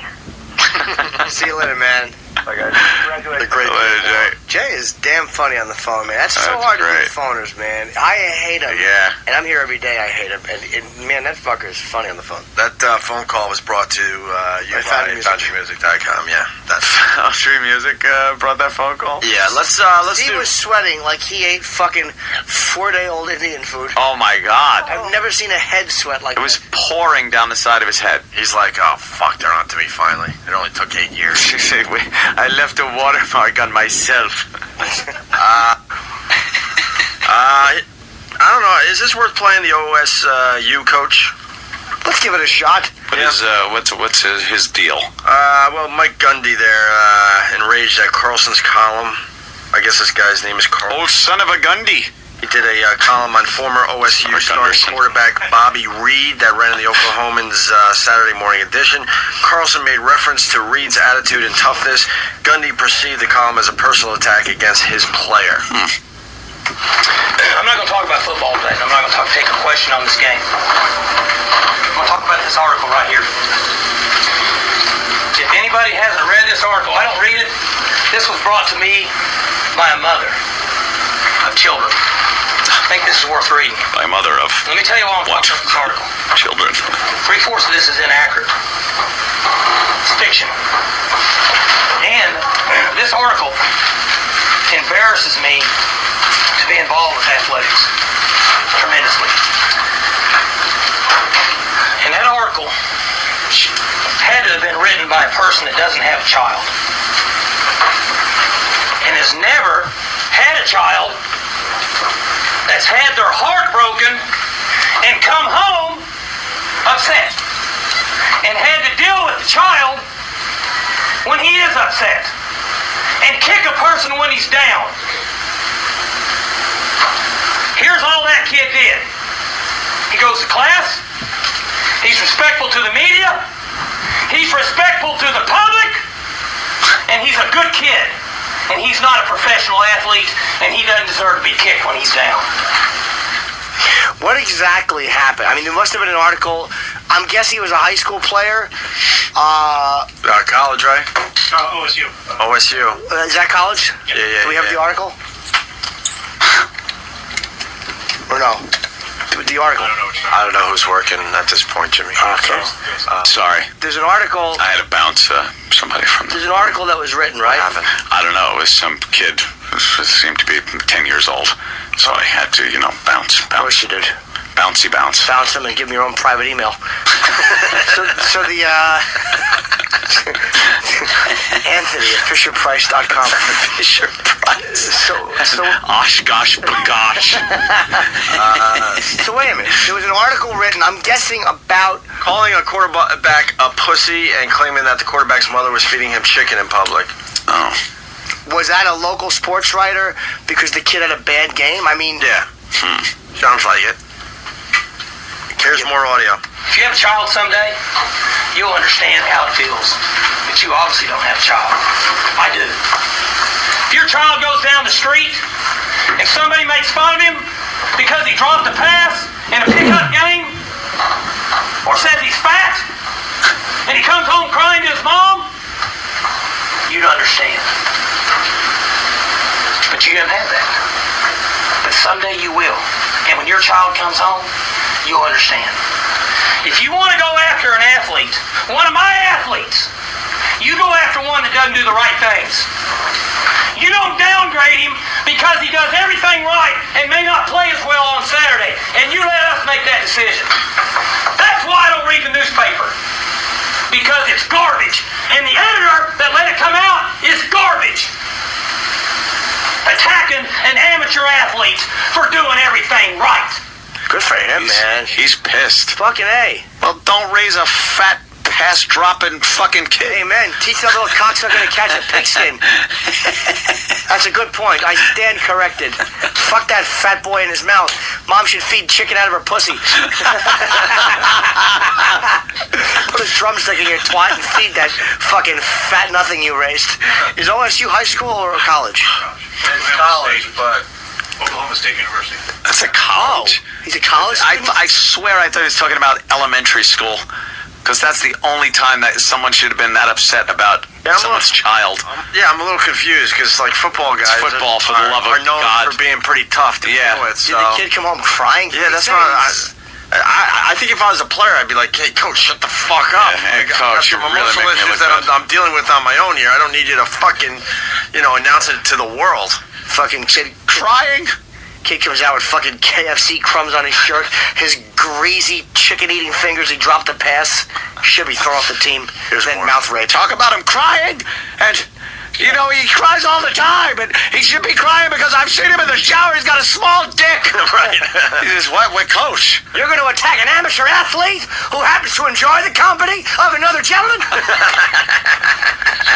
Sure, he takes a dick up the ass every so often, but he tries out there to play ball. Do you know what it's like to have a child come home and cry, "Dad, I looked at another man's genitals and mine stood up straight"? You don't have that in your life. You don't know how disgusting that feels and how badly you wish you'd kick that bitch in the stomach on month 3. You're going to criticize an amateur athlete who happens to like another man's genitals in his mouth while his mama feeds his chicken? So what? He can't catch a pass. He can catch a load like nobody's business. He can catch it in the hands, mouth, or asshole. I'd like to see you do the same. Black, white, Chinese, or Jewish. He'll take anything.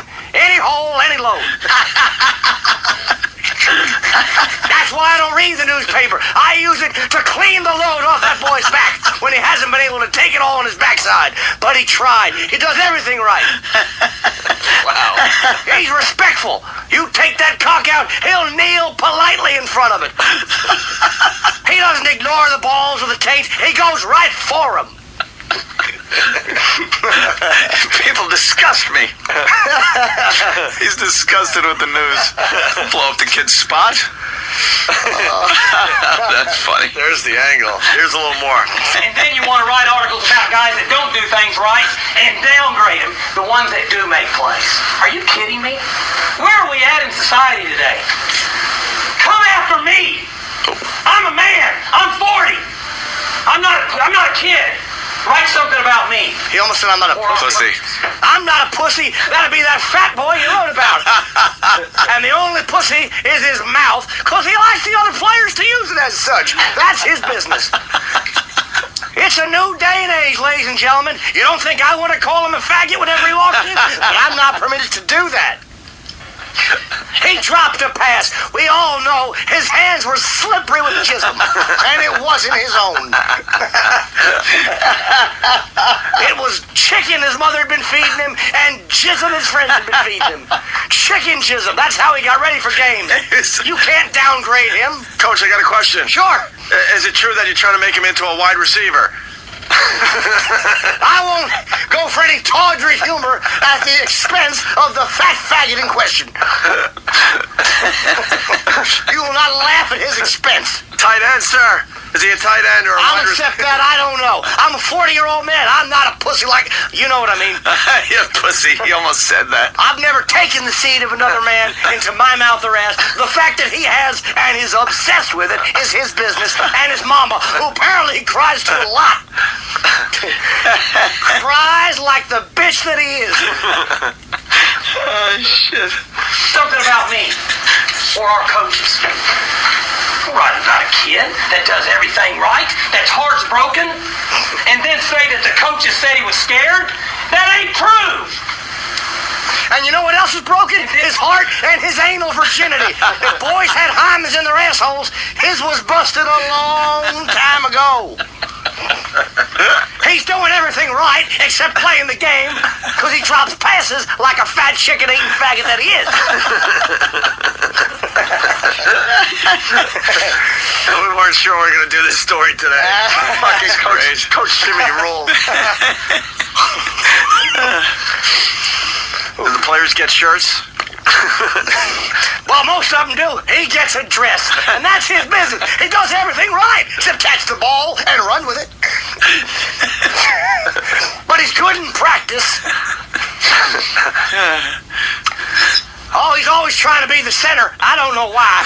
He said it's just a comfortable way to stand. And then to say that we made that decision because Donovan was, because he's threatened to transfer, that's not true. He's never going to transfer. He's always going to like Dick. He can't go from Dick to pussy. He didn't make that threat. Coach, put me in or I'm going to start licking pussy. I said, no, son. I like the way you work your mouth on the balls. Go on in right now. Don't make no transfer.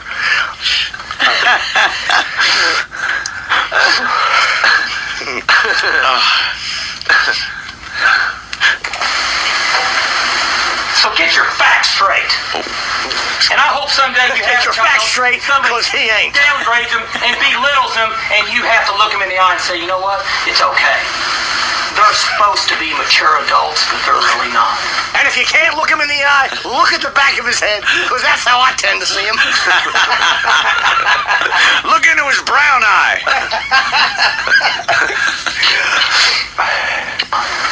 Who's the kid here? Who's the kid here? Are you kidding me? Jeez, I was trying to get off. That's all I got to say. Makes me want to puke.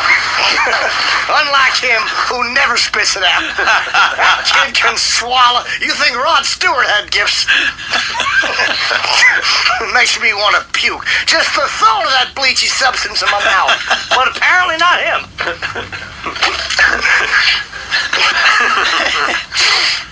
Oh, I get a tinkle. All right, listen, it's Bear Week in Provincetown. Yeah. 2008 schedule of events. We should go to this website and force Steve to pick one of his faves. Okay, I have it up. Oh, you do have it up? All right, we'll get to that in a second. All right, guys. Bear Week. Bear Week. Well, we start with Saturday, July 12th, which obviously has passed, right? Okay. This past Saturday, they had an event called Woof on the Wharf. What is that? Woof on the Wharf. It's a welcome party, Anthony, with hors d'oeuvres. An hors d'oeuvres buffet. Are there dogs involved? By Bayside Betsy's. $20 admission included with Bear Week pre-registration packages. Limited at-door admission available to the Woof on the Wharf party. And what are you woofing? Other woofs. Oh. It's wolfing. You're going to wolf down cum.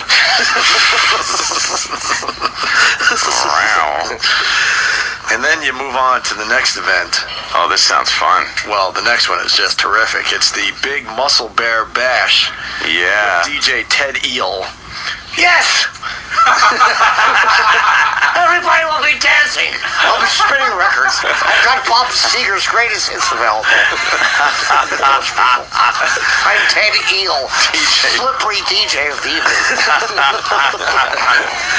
Hey, Ted, you like spinning for Bear Week every year? Yes, I do. They're very good dancers, many of them. Yeah? Although sometimes they'll grab me. They'll go, get out here, Ted Eel, and they'll make me dance with them.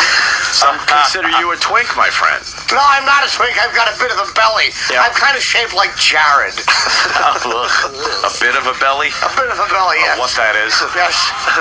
Fucking truck tires. Jared would have the perfect body if he were 11 feet tall. Well, there you go. You got Ted spinning the tunes. Hey. Ted Eel. Hey, can we check out? And it's hosted, by the way, by Big Muscle. Should I give the website away? Sure. All right, bigmusclebear.com. Here's a profile. Yeah. All right, here you go, guys. What is this? Oh my goodness. This is somebody's profile on bigmusclebear.com. Oh God. Oh, I know him. He's actually a very good dancer. Wait, how do you know him from just looking at his hiney, his hairy hiney? Yes, I recognize the way the hairs are on each cheek. Yeah. He purposely doesn't let it cover the crack. He's from San That's Francisco. Kelly. Yeah, what a Kelly's no surprise. bear. Kelly's from San Francisco. Why is he a bear? Because he's a beard? He's not fat. Kelly has very hairy armpits. It's always the talk of the pier.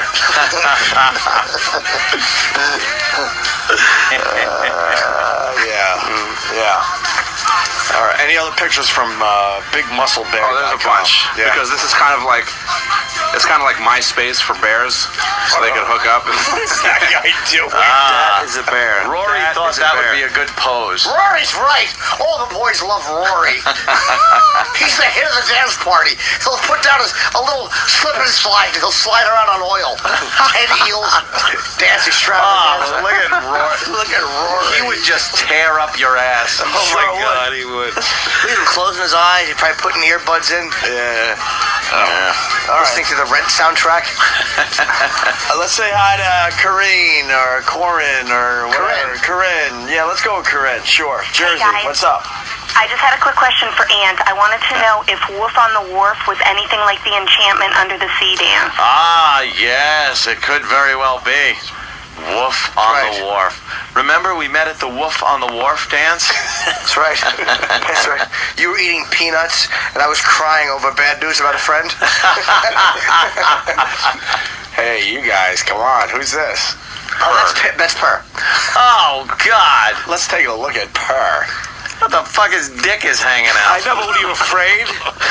A little. Go back.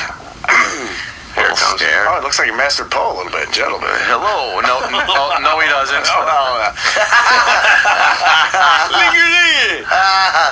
He's just happy to have a little plump cock. Yeah, we call him faucet penis because the way it hangs on top of his balls, it looks like your kitchen sink faucet. He looks like a fucking elephant, a small elephant. Old spigot dick. He likes when we call him spigot dick. Oh, Jesus Christ. Not really. DJ Ted Eel. Ted Eel stands He's gotta look like he's slip on in and dance the tune away. Ted Eel. Ted Eel's a douche. He certainly is. Oh, I like this picture. This is lying on the floor. Look at this. Wow, wait. Why? This is the upskirt shot. Usually the upskirt shots are pretty hot. There's no reason. He took a camera, put it on the floor right between his legs, spread his legs, the camera's facing straight up, and it's his whole undercarriage. You can see his fucking cock hanging down, his hairy ass, and his hairy thigh. You can see this on worstviewever.com. Dave in New Mexico. Dave. Yeah. What's up, Dave? What's up? Just got a question. I keep hearing bits and pieces jumping in and out of the truck about you guys in this limited days on XM. Well, we don't know if it's the end, that's for sure. We don't want to make it bigger than it is, but we're just throwing facts out there. 77 days left on our contract, and the talks have not begun. Oh, okay. Because I do believe they're waiting for some kind of merger to go through, if that's going to happen or not, and then maybe we'll know more after that. Okay, I just didn't know if I needed to get all these XM units lined up out of these vehicles and get them on eBay or what, because you guys are the only reason to be there. Oh, I like hearing that. We like it. Thank you, sir. Yeah. No problem. All right. Hope to hear you guys forever. All right, thank you, sir. Dave in New Mexico. Let's go to Mike in O-Town. Bring it on, brother. Hey, Amy, how are you? Welcome aboard, Mike. Glad to be here. I noticed. Glad to have you. I'm happy that you said that. Just wanted to say that I was at a water park here in Orlando, go figure, with my lady in the lazy river. As we're spinning around, there's more and more giant, hairy, fat men joining the lazy river. Turns out it was, I guess, gay weekend here in Orlando, and everybody was there. What was the name of the water park, you asked? I'll tell you. Wet and Wild. I bet it was. Waddle doodle. Indeed. This guy's a Can you imagine the filter after Jesus Christ, look at this fucking guy. Wait, his cock. Oh, the skimmer. Hold on. This guy's cock is almost to his knees. And he's wearing a fucking cock ring. You're right. It's actually down past mid-thigh. It's and he's a big, hairy muscle guy. That's what fucks you in prison. Yeah. Ow. Yeah. Yep. Well. Oh, that's Kirk. I know him. Yes. We've traded some emails. Yes, he's a big Dave Matthews fan. Yes. On that one. God. Happens. All right. Are we moving on I'm guilty. to the Sunday events for Bear Week? Or yes, we are. Oh, two guys. I like it. There they are. Two bearded, tattooed guys. One's nuzzling the other one's neck and holding his peck. Who's that worse for? Fucking touching the hairy peck or feeling that fucking goatee on your neck? That's just... It's repulsive. Well, it's repulsive to look at. I would make him shave. Yeah. Could you be a little blonde Scandinavian boy? And the guy's trying to look all tough, while another man is just biting his neck. You gotta be tough to take that. Yeah, I guess so, huh? What do you do, like a little soft vag? Take a dick in your ass, softy. Little fucking goody two-shoes. Call me a pussy. That's right. All right, on Sunday... It's fucking They're all laughing because there's a picture of Steve. Steve just popped up. Hello. Yes. You gotta put him up on that site. Yeah, that's probably be a hit. Oh God! Oh my God! Jesus! Oh fuck! This guy has got fucking. He's laying on his back. He's kind of smiling, half seductively. He's a beard. He's wearing an open blue terry cloth robe. And it's just hair all over the place. And he has a cock, and it's on his resting on his right thigh, pointing angrily away, while his two droopy balls, they hang like fucking. They look like eyes that have been ripped out of the sockets and are hanging on the front of the face.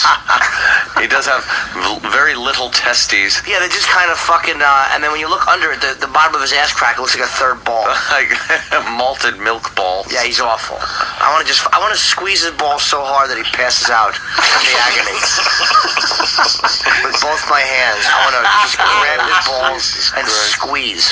Why are we looking at this? I don't know. Why are we looking at this? I mean, it's a radio bit if you look at a couple pictures. It's really gay if you look at 10 like we've done. Yeah, what do you see the fucking heart on? I'm sporting. All right, let's go to Sunday's events for Bear Week. Are you ready? Yeah. It starts with the Spiritual Bears Join Welcoming Congregations. What's that? I don't know. That's where they bang each other in the spirit. They fuck each other and chant. They fuck each other in the soul. Spiritual Bears Join Welcoming Congregations. What is he doing? Yeah, he's got a ruler under his dick, this one. Is that what it is? I don't know what it is. I don't know what he's doing. it's just his under. He looks like fucking Gorilla Boy. This is Stefan. Jeff Norris, remember Jeff? He looks like Jeff. He's great because he's he's supreme white. He's got very well built. He's very pointy nipples. That's what he's known for. Old pointy nipples. On the circuit. Yeah, Madonna tits. And his cock is kind of. He's got like a weird very sparse. crooked. He has a Larry Fine pubic hairstyle. And it's fucking. Hey, I'm warning you. Hey, Mo. Yes, that's what the dick says to the rest of them. Hey, I'm a dick, Mo. Yeah. Hey, where's Mo? They all yell here. And his fucking cock is pointing straight to the left. It's kind of crooked. It is very crooked cock. It looks like it was broken in a bar fight. Yeah. Now, what does he got in his hand there? No, it's his underwear pulled down. So it looks like he's holding. He slipped his underpants down for the photo, and he's going to slip them back on. He slid them down to mid-thigh, Michael. Sunday at 11 a.m. Sunday, 11. What are we doing? The Pool Beachside Barbecue Lunch. What a fair week. That was so boring. Then we move on to Sunday night. You get the festivities rolling from 6 to 9 with the Bear Tag Team Dance. It's gotta to be fun. What do you tag with? Stickers for singles, Playful Bears, and couples with DJ Chris Racine. Yes, he and I fought for that contract. That Chris Racine aced me out. Boo. I don't care what Ted says. It's always funny Ted for me. rules. Wait, what's that about again? Oh, I'm sorry, I was too busy. Stickers for singles, Playful Bears, and couples. It's the Bear Tag Team Dance. Oh, that's gotta or be Tag fun. T Dance. Swing your partner, Dosey Mo. Put your right ball in. Where are we going with this? Well, then at 10 p.m. you Freddie Mercury. It's the hokey with a little pokey. weight. 10 p.m. you move on to the Leather and Chrome Night. Leather and chrome. Oh, That's right. good. That's where they all wear fucking chaps and fuck each other with trailer hitches. We're immature Of dicks. course they are. Children. Monday we move into Bears at the A House. Look at Dylan. He's wearing underpants that don't cover his buttocks. Dylan. That's just silly. He's wearing a jock. Oh, easy access. Yeah. What is a jock? It's basically, it holds your dick up, and then your whole asshole's exposed. Why wouldn't you cover it? He's wearing that so he can turn to the right and slam that door next to him so the doorknob goes right up his asshole. The jockstrap is the worst design ever. Terrible. Lifts your balls in the air and... How could you not be gay looking at that? It's also nicely showcased.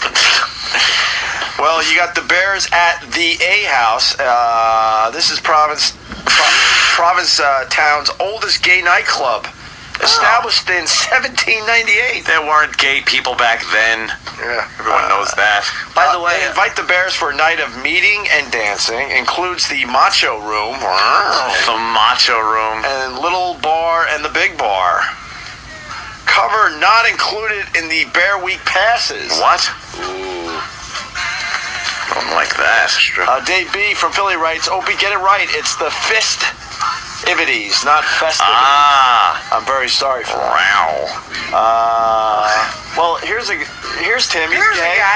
Here's Tim. He's gay. He's from Dallas, and he has something to say. Tim. I hate this shit, man. It's just, as a gay man, hearing all of these faggots come out and do this, because it puts us back.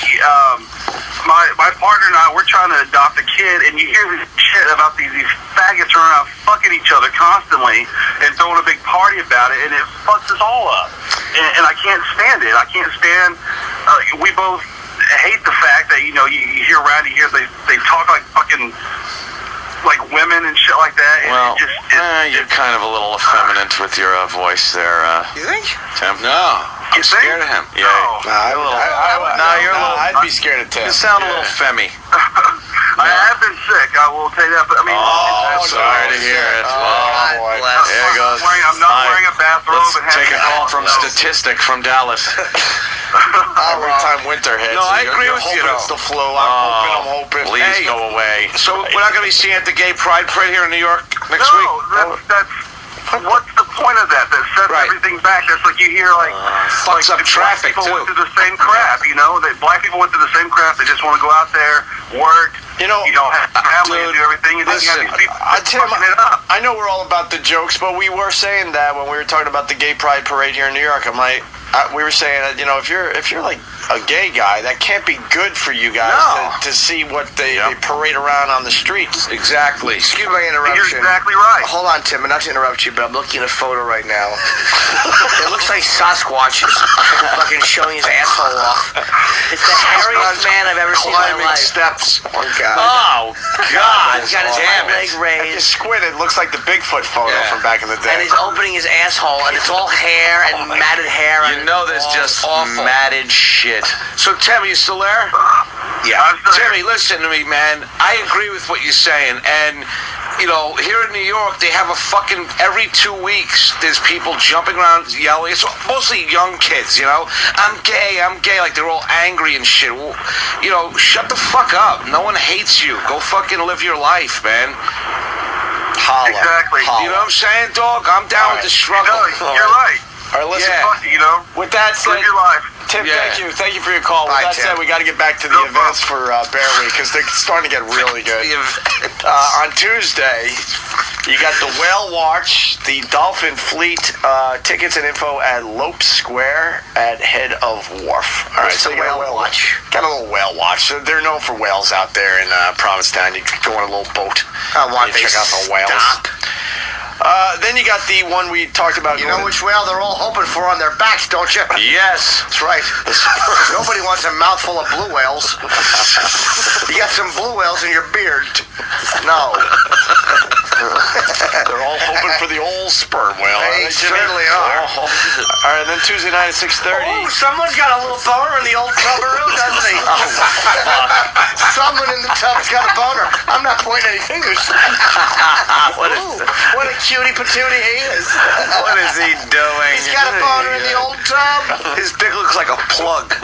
This guy is in the bathtub, laying back, a little smile on his face. Yes, he actually fit in the world's smallest tub. What is he laying in? Fucking asshole. With just a boner. Looks like somebody can carry vitamins in. He's a tiny little man with a fucking one nipple. Ugh. All right, listen. Gonna throw a plugged-in iron into that tub. Smile now. Fucking stupid boner with a little fucking ring around it. Old Saturn cock. A fucking brown ring around his dick. I wonder what that's from. I guess the last fella clenched up and black and blued it. Like Jimmy. What a sexy little picture in the old tub. All right. Tuesday, July 15th, we got the Sunset Dune Tour and clam bake with a campfire on the beach for everybody. Yeah, that clam bake. And then we get to Tuesday night at 9 o'clock. This is the big get, I'm thinking, for Tuesday. This is the big one. Yeah, the event is called Blow Off. I swear. Oh, boy. Wasn't that just in the news yesterday? Oh, boy. I think we all know what that's about. Sure. Blow Off. It's actually Bob Mole.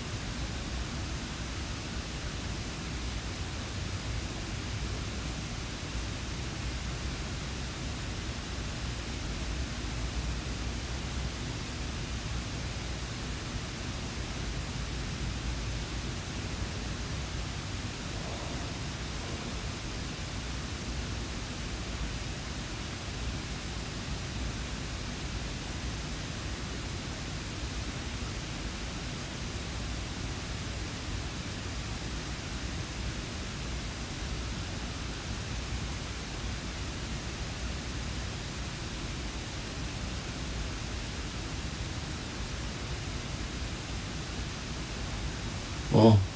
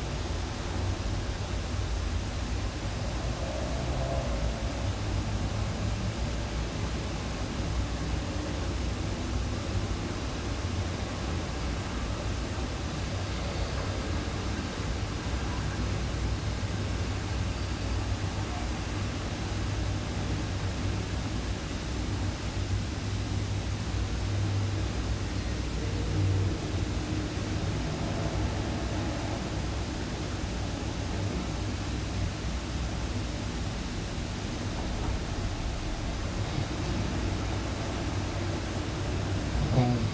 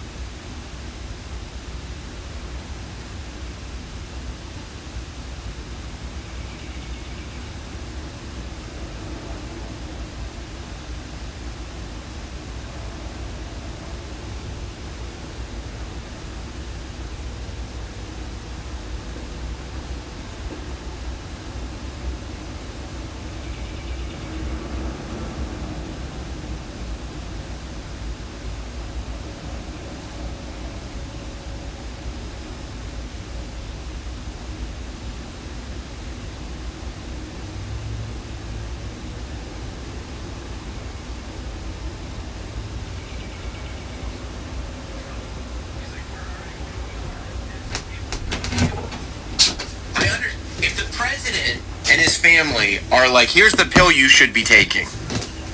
That's not the pill you should be taking. The government is the ones that lie, and they're the ones in charge of the government. You can't be the resistance and the president. It doesn't. Once you're the president, you're not the resistance anymore. But what was really funny is Elon Musk tweeted out, "Take the red pill." Ivanka Trump responded like, "Oh, we're already taking ours." And one of the Wachowski brothers, I guess he's not. She isn't a brother anymore. But one of the Wachowskis responded to the tweet, "Fuck both of you." Who's the Wachowski brothers? Used to be a brother. The Wachowskis are the ones that created the Matrix. Oh, okay. So the one who created the red pill, like the one who created this whole thing that you're referencing, was just like, "Fuck both of you." That's funny. Yeah, that's very funny. Yeah, it is. Did you see Elon was angry because he wants to send everybody, all of his employees, back to work in California, and they were like, "No, you can't." And he's like, "Well, come arrest me." And now he's thinking about moving everything to Texas. Yeah. And even Rogan's like, "Man, I might get the fuck out of California." Well, Bert was on. What they're saying, Bert Kreischer was on the. Oh, sorry. No, I'm sorry. Yeah, we were stepping over each other. Bert Kreischer was on Chip's podcast, and he was saying that they were all talking about moving to Texas. Yeah, Chip really got the skinny on that one. Chip Scoops Chipperson. That's going to be a new fucking thing. So yeah, Troy, they were talking about going, but Texas. Let's see what happens with Texas in a month. Like, I hope Texas is doing the right thing. Like, I would love to see it work to make stupid New York and LA look bad. I hope it works. I got to tell you, after dealing with a lot of people who live in New York and everything, and I was watching the Undertaker documentary, and the Undertaker was sitting in his house in Austin, and just living his life in Texas. And I was like, that really doesn't seem so bad. I started looking at Undertaker. It's different that your life will be in Texas. Why? Why would my life be different? My money would go way further in Texas. He has more money than you. He's a legend. Yeah, but I'm using my money in New York right now. My money would go further in Texas than it does in New York. Sure it would. Oh, yeah. Texas is not dirt cheap, though. I mean, there's some places that are probably cheaper, but Texas here's where I started thinking about Texas. Because if I'm going to be stuck in my house anyway. Yeah. I'd rather be stuck in my house in Texas than New York. Bigger. Yeah. It's nicer there. There's more space, better weather. I can get more bang for my buck. Maybe I'll build a Roberts compound. Bring my whole family out there. And we are. And then I'll consider myself doing this shit from home for a while. This is going to be. Saying. We're not going into work for a while, and I think that a lot of media companies. You and I thought of the elevator banks. Like, that's going to be a hard part. Like, Sirius might be okay going. Yeah, everybody can kind of section off in their own little areas and wash your hands. But then the elevator banks, you got to take an elevator with fucking 8, 9, 12 people. That's a great point. There's no way to do it where you can guarantee people. So until something is really moving forward, we're home for a while. Like, so this is going to be what it is for quite a while for every company. Like, I don't see a lot of radio companies or media companies, especially when you have Zoom now and people are improving their fucking connections, letting people back to work until probably September. We're lucky because we start a little earlier than most people, so we get up to our office before the rush comes in. Mm-hmm. But New York City, in a corporate building during morning rush hour, it's a disaster. I mean, there are people not only just in the elevators are packed, but then waiting for elevators. I mean, mobs of people just sitting there waiting. Where you have to wear a mask. I mean, they got to do more than that. They're gonna only allow a certain number of people in. Yeah. They'll probably, every building has building security. After 9/11. Every building that didn't have security added security and metal detectors and all that stuff and ID cards. Every building now has an ID card. I'll bet after this, the security only allow a certain number of people to go into the elevator at a time. Like maybe only 4 waiting people in the line like a supermarket. Yes, you'll be waiting in line. There's going to be like ropes set up with little feet, 6 feet apart, and they're going to let X amount of people in the building. And X amount of people are going to have to stand outside, and it's going to take. At first, you might wait 45 minutes to get up to your office, or an hour. Like everyone's going to have to adjust for a while. Because just wait for the first building owner first corporate building owner to get sued by somebody who gets corona in their building. It'll happen, and that's what'll change everything. It might happen, yeah, or you may have to, they may even do something where as employees, or if you're going to be in a building, you have to sign something, or there'll be a sign that says, by entering this building, you relieve the owners of this building of all responsibility of any viral infection. There might be something they can do with that is legally binding. I don't know. Yeah, like they take precautions beforehand. Well, like you ever see, like when you walk in, you're being filmed, so it's almost like walking in after seeing that sign is automatically consent. Disney just added that to their website yesterday. What did it say? Just that, you are, because they're reopening Disney Springs, which is kind of their, Universal City Walk type area. Yeah. It's like reopening that on P-Town Wednesday. for Disney World. Exactly. What is Disney Springs? Kind of town. Have you been there? Yeah. Where? Disney Springs. Yeah, all the time.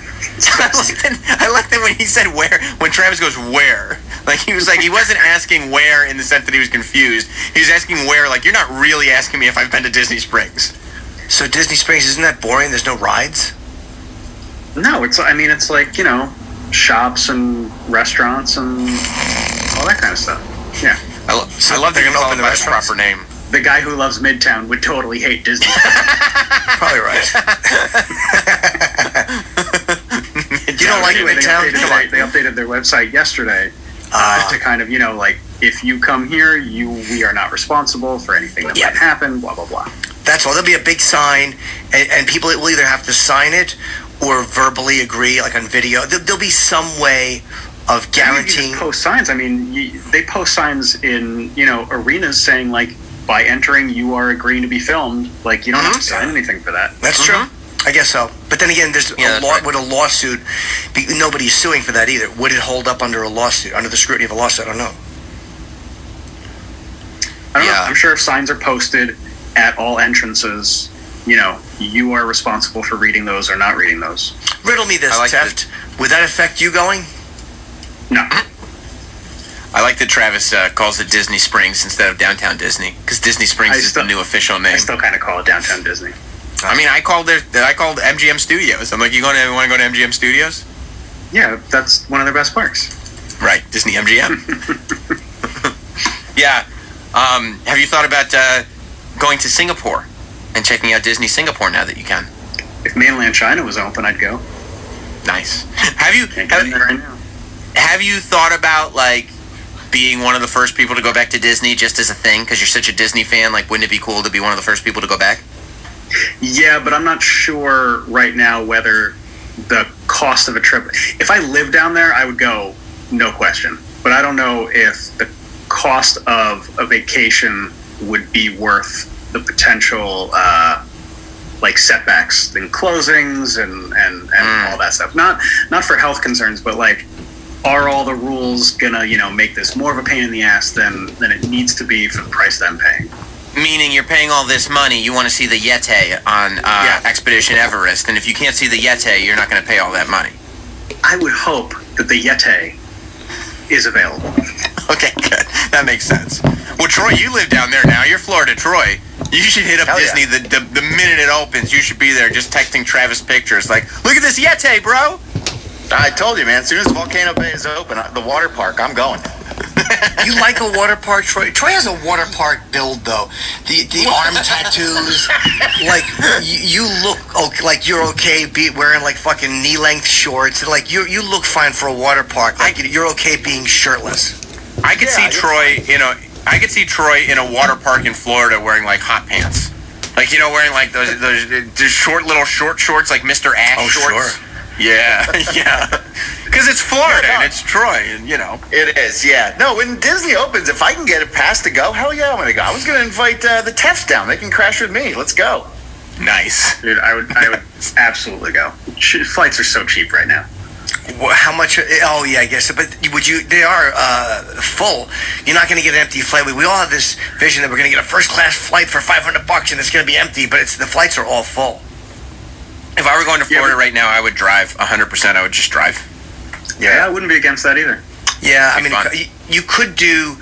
your job for a couple of days from the road. If you could just get a decent internet connection, Travis, you could probably do what you got to do from the road. I mean, yeah, come do it here. Yeah, plenty of room. Look how much room I got. We can do 6 feet apart over there.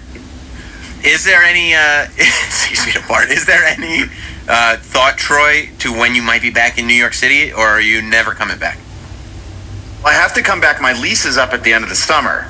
So I'm a little worried because I don't know what the hell to do. You know what I mean? Like, I'm not going to stay in a year lease in my apartment when I don't. It's so uncertain of when we're going to be back in the studio. Right. Well, you're staying at your brother's place now. I think that you should let your lease expire.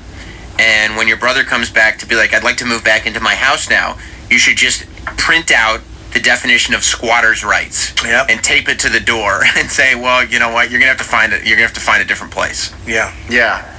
I don't know what I might just come back and put all my stuff in storage and then come back. It's funny, you know, you can look at Airbnbs and house rentals. You can get a fully furnished condo on the beach for like a fraction of what I'm paying in New York for a tiny little box. You can, right? Is there a chance, Troy, that you do not come back to New York, that you stay in Florida? Well, you know, I don't know, man. I miss having a routine in New York. You know, I like the hustle and bustle. I love being part of the whole New York thing. But, you know, I'm so scared of what it's going to be like, you know, in 6 months. I mean, you know, I'm hearing like 75-80% of the restaurants in New York, they're never coming back. So, you know, that just changes everything, you know, but you may be able to get a real nice place now in the city for a reasonable price. Yeah, but when the bodies are piling up, people are complaining about that too. Like, it's scary either way, but I think most of the restaurants will be back. There will be, because again, they're not foreclosing on things. They're not kicking. It's not like this is a fucking a clear out, you know, a clearance thing where everybody's getting wiped off the deck. I think that everyone is hopefully being understanding about this. And restaurants will have a shot at coming back.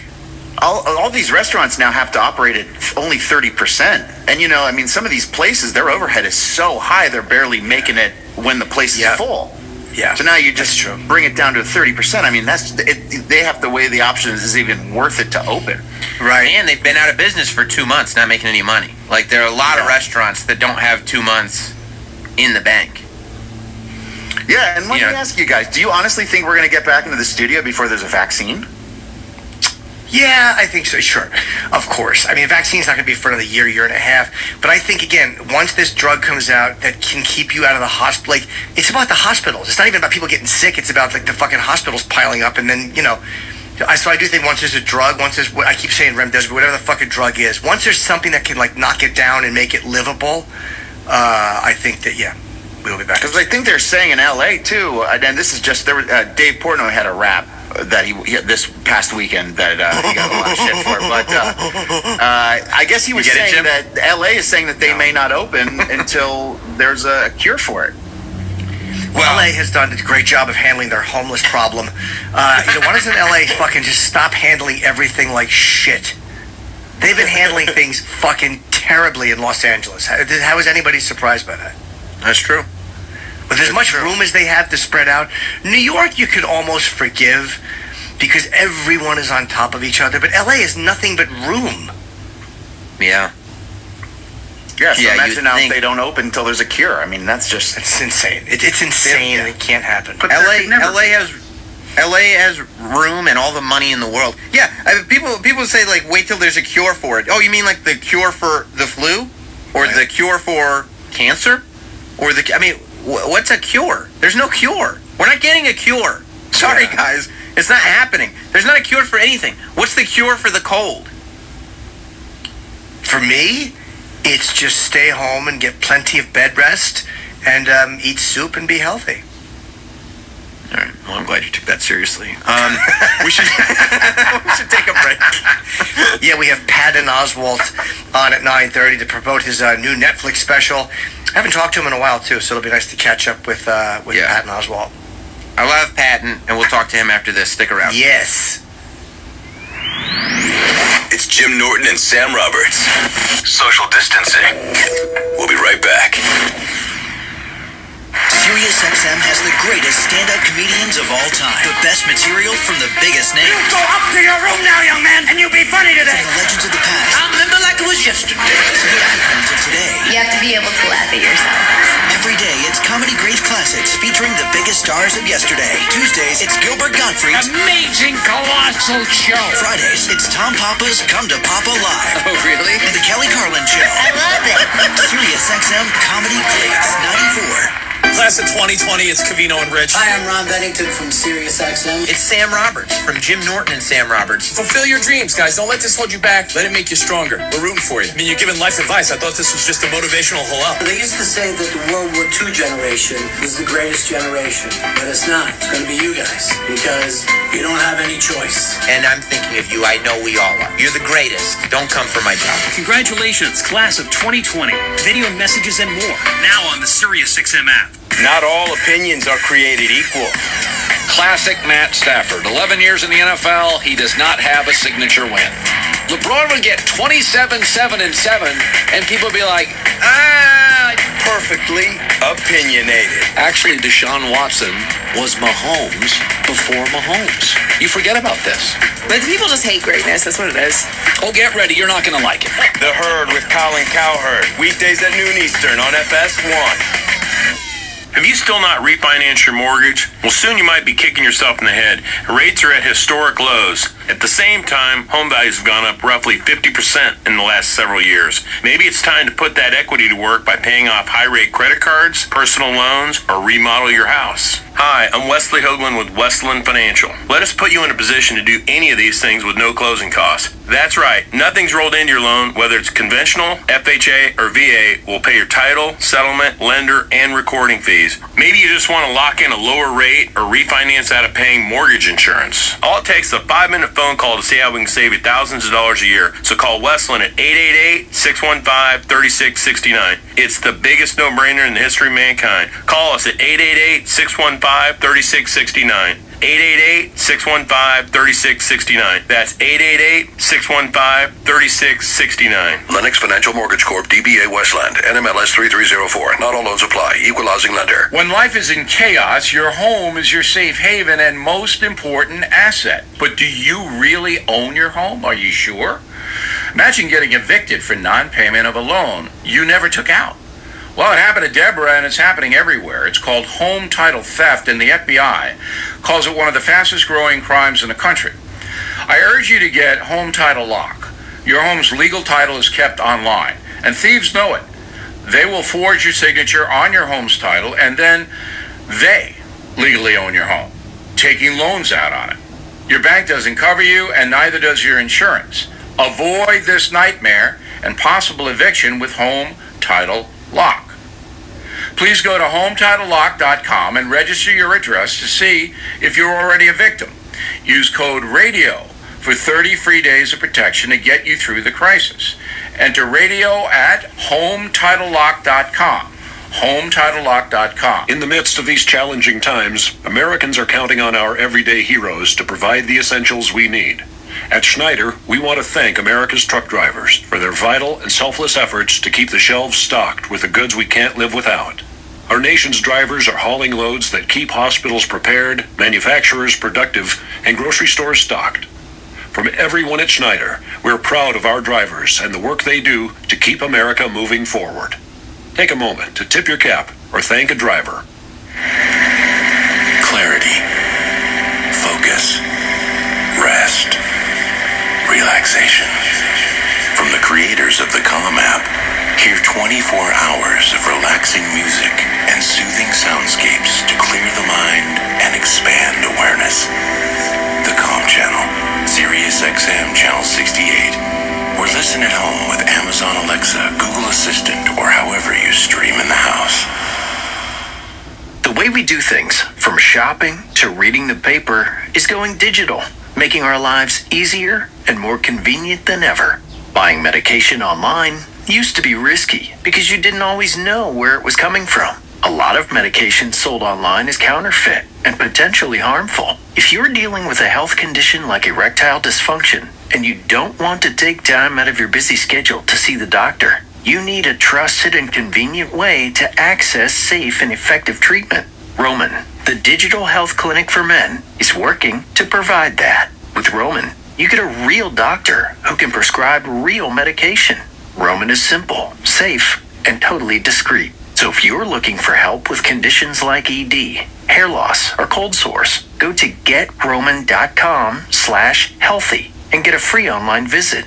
That's getroman.com/healthy. getroman.com/healthy. This is the moment when America comes together. And Fox News Channel is with you every step of the way. There are so many uplifting stories, people helping each other. America's best shine brightest when needed the most. The spirit of generosity has been enormous. We took an oath to be here for the public, so we're not going anywhere. We are resilient. Thanks to her citizens, the America we know will come out of this stronger than ever before. America Together, on air and online. Only Fox News Channel. We've had our lives flipped upside down recently, and for many of us, things just got a lot rougher. But we've faced tough times before, and we're going to pull through this because, well, that's what we do in America. At Term Provider, Big Lou has a message for you. If all this craziness has you protecting the ones you care about, don't let it stop when we get through this. Keep the protection rolling with a life insurance shield around your family. For over 30 years, Term Provider has been providing affordable term life insurance at better prices and with better service, including policies that don't need an in-home exam. As for Big Lou, he's just like you, spending time at home with his kids too.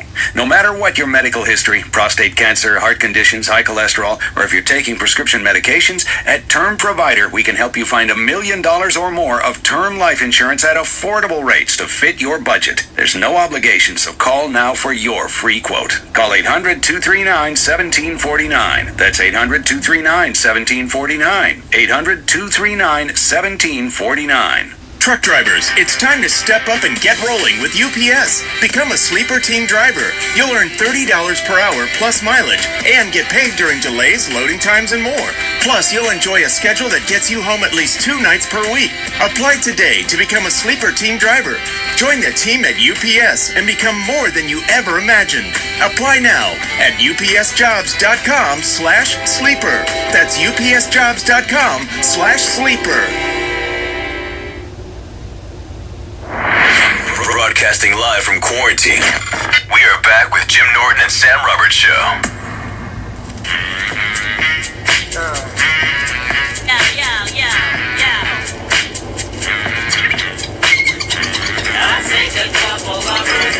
Welcome back.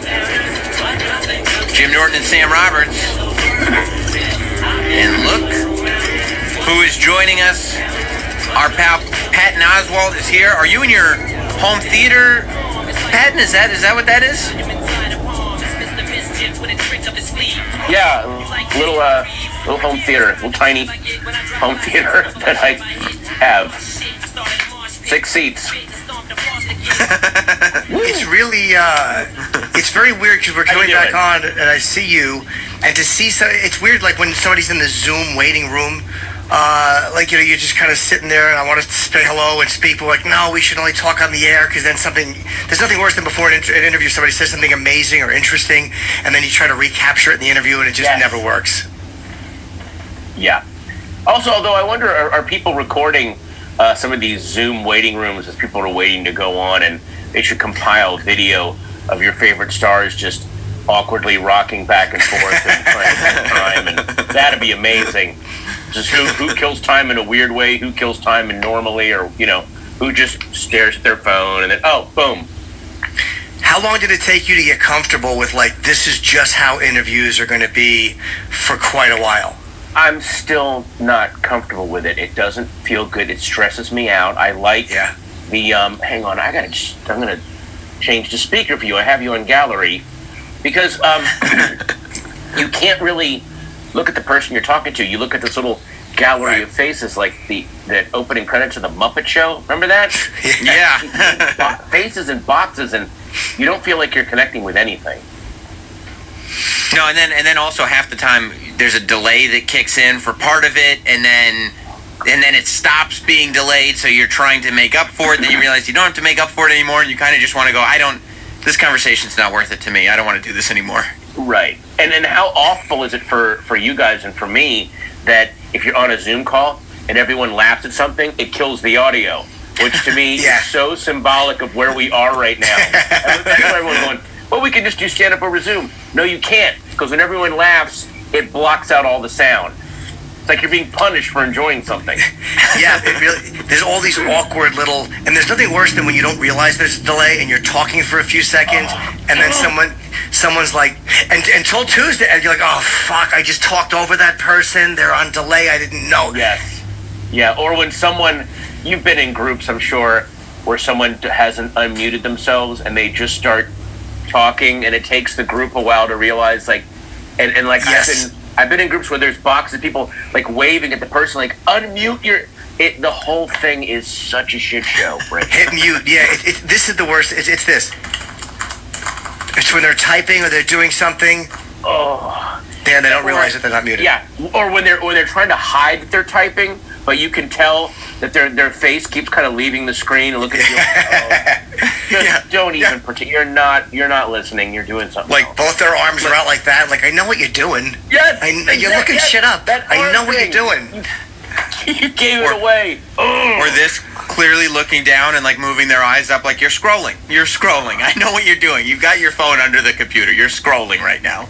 You guys are bringing up so much stress for me right now. It's just it's this whole new world of awful stuff, and it's like every new medium, there are people who know how to use it and people who don't. So we don't know who are going to become the new elite and who are going to become the new stars of it. And it's like when movies switched over to sound, there were certain silent stars that people realized they had voices like this, and no one wanted to actually hear them. These good-looking people. So I don't know what this is going to mean for performers. You know, that's true. There are going to be people who just become notorious, like, oh, he's really good on Zoom. Like, even on the phone, like when you're a radio, like there are people that Jim and I both know, that person is figured out how to master the phone call. Zoom is going to be that. We don't know yet. It's weird. I actually haven't seen any Zoom. There have been a couple of TikTok stars. That woman, Sarah Cooper, like figured out how to use it and make it land. Sure. But you can see other people that are trying to do this new technology, and it's, oh boy, is it not clicking. Yeah, it's uncomfortable to watch, especially older people at our age group. It's like, I understand that comedians, we want content, we want to put stuff out, but after a while you're like, just kind of do what you do. And it's weird. A lot of comedians on Zoom and TikTok and Skype do that thing. You've talked about this before, Jim, where if you're on stage as a comedian and it's not working, you start talking 90 miles an hour, your voice goes dry, you start talking about how weird it is. We're all becoming open micers again. Like our first one was like, boy, these lights are real. I didn't expect these lights to be that bright. Wow. Just do it. We don't want to hear it, guys. As we're talking, Patton, and I see you, I see Sam, I have every window open, and I don't know how to get out of the view of everyone. I want to, like, non-participants, I want to take away, so it's only you guys I'm looking at, but I have a bunch of screen. I don't know how to fucking adjust it on the fly. Like, it's so really irritating. Well, it's funny. One of the screens is a huge red M, and when I put it on speaker view, that's the only thing that's on speaker, and you guys got even smaller. So I'm back on gallery view and doing the best I can. That's when I'm getting close. I can just look at you guys, you know?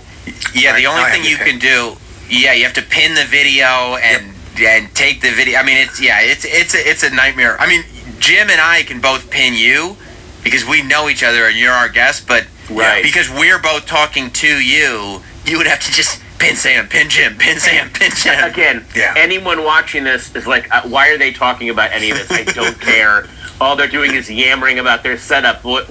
Like, that's going to be the next couple of months is you're going to tune in and watch your favorite celebrities talk about their Zoom setup for like 5 minutes. But by the way, nice theater. That is nice. Sam, that's a really nice It is a nice theater. That's really nice. Yeah.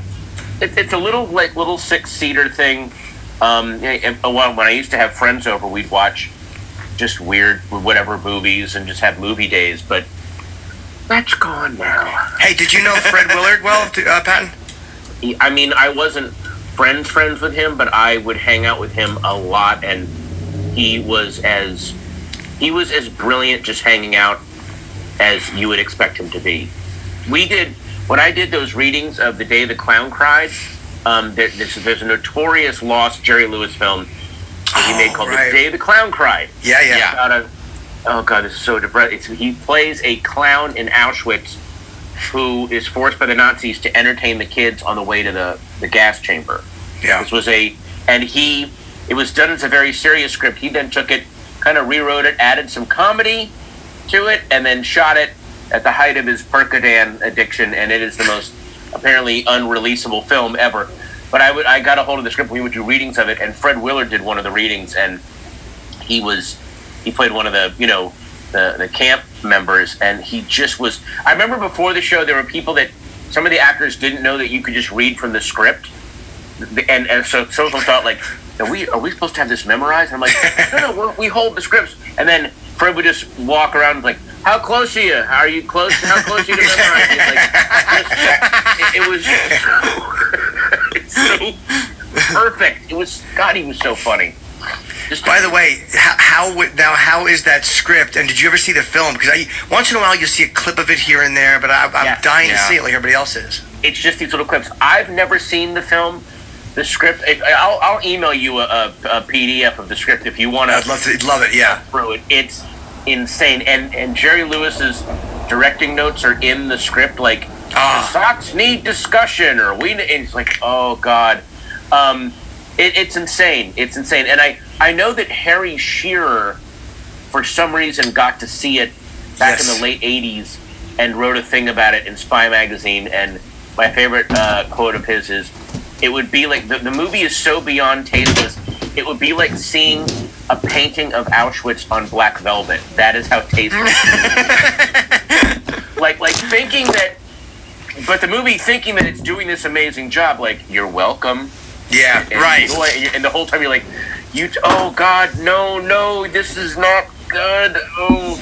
Don't you love? Isn't there something about brilliant people making terrible decisions that is just, there's nothing better? Because part of their brilliance is that they absolutely commit to whatever they're doing to make it awesome. Yes. But that commitment is equal for if something's great or something's terrible. I mean, are you guys watching this Michael Jordan documentary? Yes, about incredible. Halfway through, yeah. It's amazing, but one of the reasons it made him so great was he did kind of believe he was infallible because he needed to be great. But then he would go, like after basketball, and I'm going to run a motocross team, and it'll be just as you're like, dude, no, like. But that attitude is what makes people great, but can also, you're right, it can run them right into walls. I'm disappointed. I'm disappointed in the documentary. I thought it was about the actor from The Wire, so I'm a little Michael B. Even though you call Michael B. Jordan the actor from The Wire. He's Wallace. The actor from The What?